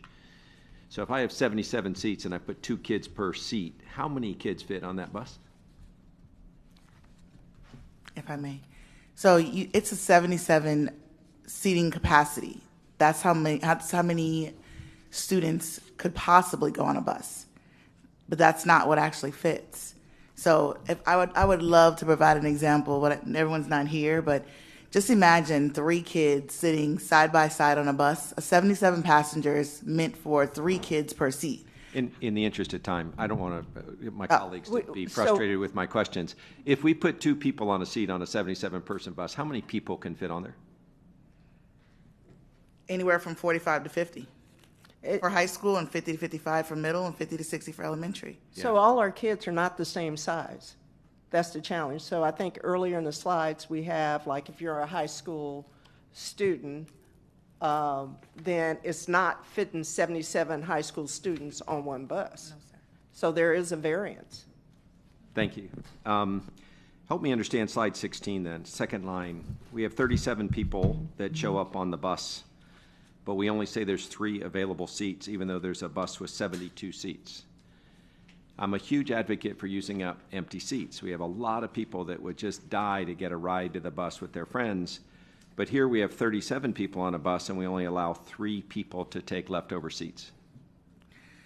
Okay, so technically we route based on those who have registered. So 57 students registered for that. And based on seating capacity, again, that's 45 to 50 for high school, it's already over capacity. It's 7 over the 50 that's supposed to be standard. So 37 on this is, and again, this is a snapshot at a certain time.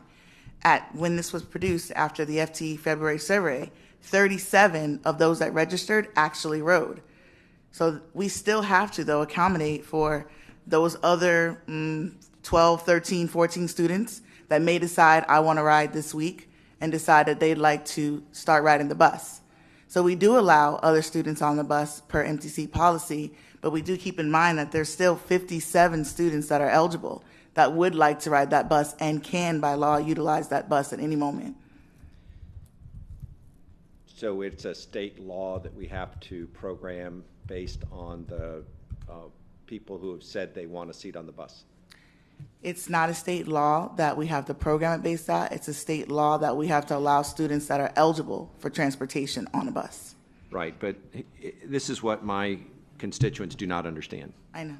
You know, it's fine to have people register to ride and you get, you know, a full bus, full of them, but they don't come. And they registered, but then their next door neighbor drives, and so they go with the next door neighbor every day. And I appreciate that they have the right to register, but don't we have the management capacity to say, look, if you don't show up for a bus for a week, we're going to give it to someone else that's on the waiting list that might want to use that empty seat and get to school. I'm just continuously frustrated because we're spending other people's money here. And those other people would like their kids to get a ride. And I watch buses pull up to schools that are half empty or 1/4 empty. And that's the frustration that the community has, which is there seems to be a lack of initiative in our transportation management team to try and do things that the community would like to have done with their money. So hold on one second. I'm going to ask council to weigh in on the question about the management state statute. capacity versus state statute. So Dr. Zeman, can you repeat your question about that? Sure. It's an interesting question, right? Because we have a bus with 77 seats, but 50, say, people could fit on it. And we have 57 register. But on a given day, we have 35 showing up. And the question is are we allowed to manage that to the actual number of people who show up, knowing that there's plenty of other people that are outside of 2 miles and could get a ride, and many of them have registered, so that's a smaller group. Can we allow other people to ride that bus when there's free seats available? So I'm going to pull the statute, but to my recollection, you have to have the adequate transportation capacity for students that are required to ride the bus in that boundary. So you can't give away that rider's seat if there are people in the boundary that would be eligible for that bus. Yeah, and I appreciate that, but we actually don't have the capacity for everybody that lives outside of 2 miles to take a bus, do we? Dr. Hepburn. Dr. Clarence. Do we have the capacity for those that live outside of the 2 miles to take a bus? Resources. No, we do not currently have all the resources. If all 80,000 students who are eligible to ride a bus decided they wanted to ride the bus, we'd have to figure that out. We'd have to buy a lot of buses. We'd have to buy a lot of buses. Actually, you'd have to, the buses isn't the problem. You'd have to have drivers and attendants, the resources there. Yeah. We have the buses. I just am, I want to continue to press this because there are assets available that other people paid for that they would like to use, and we're hiding behind the ability to provide seats for people who registered but are no longer using it. And I would rather like unregister them or go back to them and say, look, you registered, but you're not riding. Do you still need that seat? And then we could say to the waiting list of many, many, many people who'd like to get on that bus, hey, now you can register because these people have unregistered. But I think that there's a real opportunity, dramatic opportunity to increase enrollment by offering free seats to people, and we're already paying for them. Through the chair, please. If I could respond, Mr. Zeman. I'm a little sensitive to the financial end. There's another aspect that has to be taken into consideration. From the state level, when we actually received the funding that we referred to earlier as our FEFP, it's actually based on those registered 2-mile students. So in essence, if we were to remove those registered students, it would actually decrease our ABO, which is our average bus occupancy. And that's the number of students that you transport over your 3-tiered system. Right now, our ABO is about 66.6, which is, the gold standard is about 75. So we're actually doing very good as far as our efficiency. If we start removing our registered children, it would reduce the number of students who are eligible for FEFP funding.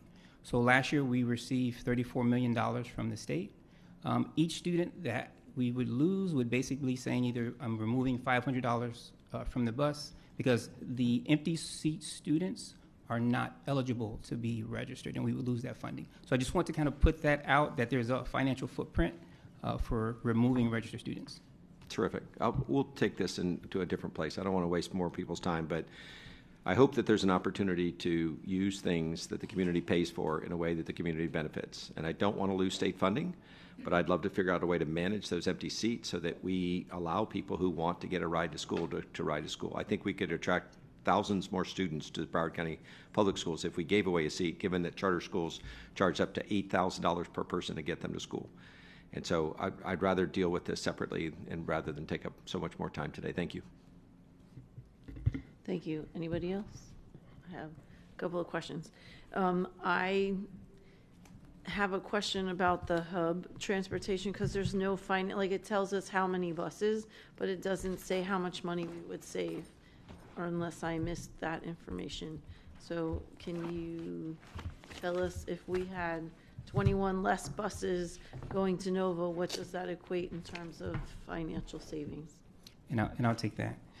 So generally, a simple number to remember for transportation, at least for this current present year, we adjust it every year. Right now, anytime you place a bus on the road or in service, it's going to be $71,000. This includes the salary of the bus operator, the fringe benefit package for that bus operator, which is currently $22.5 and just a little over $11,600. Fringe benefits. Also, there's going to be fuel and maintenance costs, which is about $18,000. It entails the maintenance of that vehicle versus the fuel. If this is a special needs bus, there'll be an additional $42,000, which is the salary and fringe benefits for that employee. So if you anytime see that there's going to be a bus added, multiply it by 71, and that's going to give you a round figure of what it takes to put a bus in service. Thank you, which comes to about $1.5 million. Yes, ma'am. So. And that's important to know. We've had a discussion about the Nova Hub, how expensive that is because every single student gets bussed in there. And I know when when I was the magnet coordinator at South Broward, they implemented hubs for the magnet because we had a lot of students coming from Coral Springs and Margate to Hollywood. So they would take a bus to a hub, and then the hub at Broadview, and then that bus would bring them all this way. And it's a little stressful in the beginning, but it helped the students in how many buses that we have to have. So I appreciate it for Nova. I wonder if it makes sense in other places, because as has already been said, the idea that you have one student being bused to a magnet program, maybe the bus takes them a couple of places. The cost of this is astronomical, as we can see. So like one was $10,000 per student for the bus. That just doesn't, especially when we're only getting $500 and something back. So I appreciate the conversation, but I also would like to some of my colleagues' points, see what else we could be doing to tighten this up and to make sure that we're transporting students that we're supposed to be transporting, having the availability to transport some maybe outside of it, but in a way that isn't draining our finances. So this was really informational. It wasn't really a plan on what we're doing moving forward. So I look forward to doing that. I don't know if the hub is something we're supposed to be, do you need direction from that? That's just something are we going to implement that next year? Like what's the next steps for the hub? This is more update the board of our plan of transitioning. So this is just the first step, and then we'll come back with additional steps during the year. And it'll be, and the hub for Nova starts Correct. the 25-26 school Correct. year. Okay, awesome. All right, thank you. Anybody else? Okay, thank you so much for the presentation, for all of that. Yes. I have a quick question before we go to student successes and stuff. So it was mentioned a couple of times to have a workshop that specifically addressed how many schools that we were going to look at closing in a timeline. So is there anybody against asking the superintendent to do a specific workshop, just instead of all of those pieces together, just that one thing? I just think it should be a part of the whole conversation. Like, I don't see why it needs to be one separate. Yeah. And if I may, I was going to suggest that we ensure that this is after we go over the FCA, because that is going to be a key indicator about some decision making when it comes to schools and the number of closing schools. So to do that before we wouldn't have an important piece of data to really support the decision making. I wasn't suggesting a time. It just was thrown out a number of times. So Mrs. Bowman. Yeah, I agree with that. I think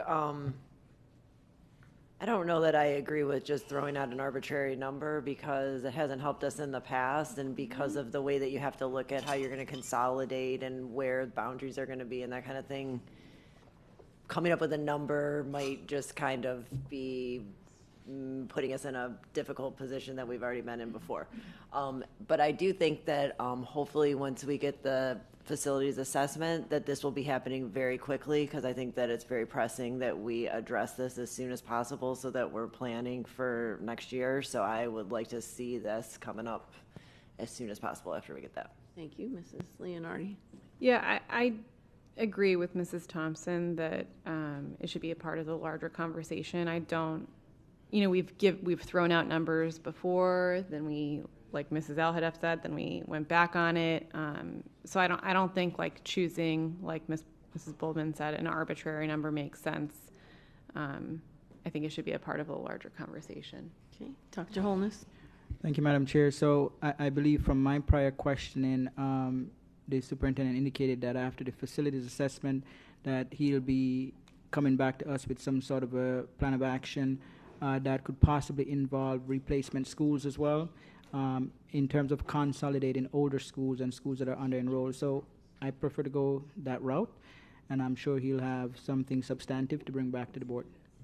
Okay, I think we have a general idea Can I just ask a question, though, Chair? Like, what's the general topic that we're going to bring back to talk about if it's not about the number of schools, the number of years we take, and the governance to do that? Dr. Hepburn. From my understanding, when I hear the term this discussion in the grand scheme of things, that's all redefining. Where we're talking about programmatic structures, leasing, all the conversations, it's included in that conversation, is what I'm gathering from the board, after we go through the FCA, which is a key component of the data that we need to really make some final decisions about what schools and how many in the greater conversation of redefining. So that's my understanding, unless somebody's saying different. I totally understand that, but what would you call that discussion? What's the label that you'd put on that discussion so we can be prepared? Redefining phase 2. Okay. Okay, thank you. At this time, do any of my colleagues have anything to bring to the board or student successes to share? Mrs. Alhada. Congratulations to the Marjorie Stoneman Douglas High School baseball team for their 5th state championship. Mr. Severa. Thank you, Madam Chair. The Silver Knight Award is the most prestigious community service scholarship offered in Broward County. Congratulations to the 2025 Silver Knight nominees and the 7 winners from Broward County Public Schools. I'm excited to say that 4 of those winners are from District 6. So help me in congratulating Cooper City High School's Liam Gillette, Lola McClure, and from Cypress Bay High School, Jonah Feldman and Victoria Valdivisco. Thank you. And I will, I guess, round it out. This past weekend was the State Special Olympics in Orlando. And although I don't have a list of everyone, I'll get that to us. Very big shout out to Lauderhill 6 through 12. This was their first time participating, and I did see both of those athletes walking away with a lot of metal clunking on their necks. So very, very excited for them. It was the summer games, so it was track and field, soccer, basketball.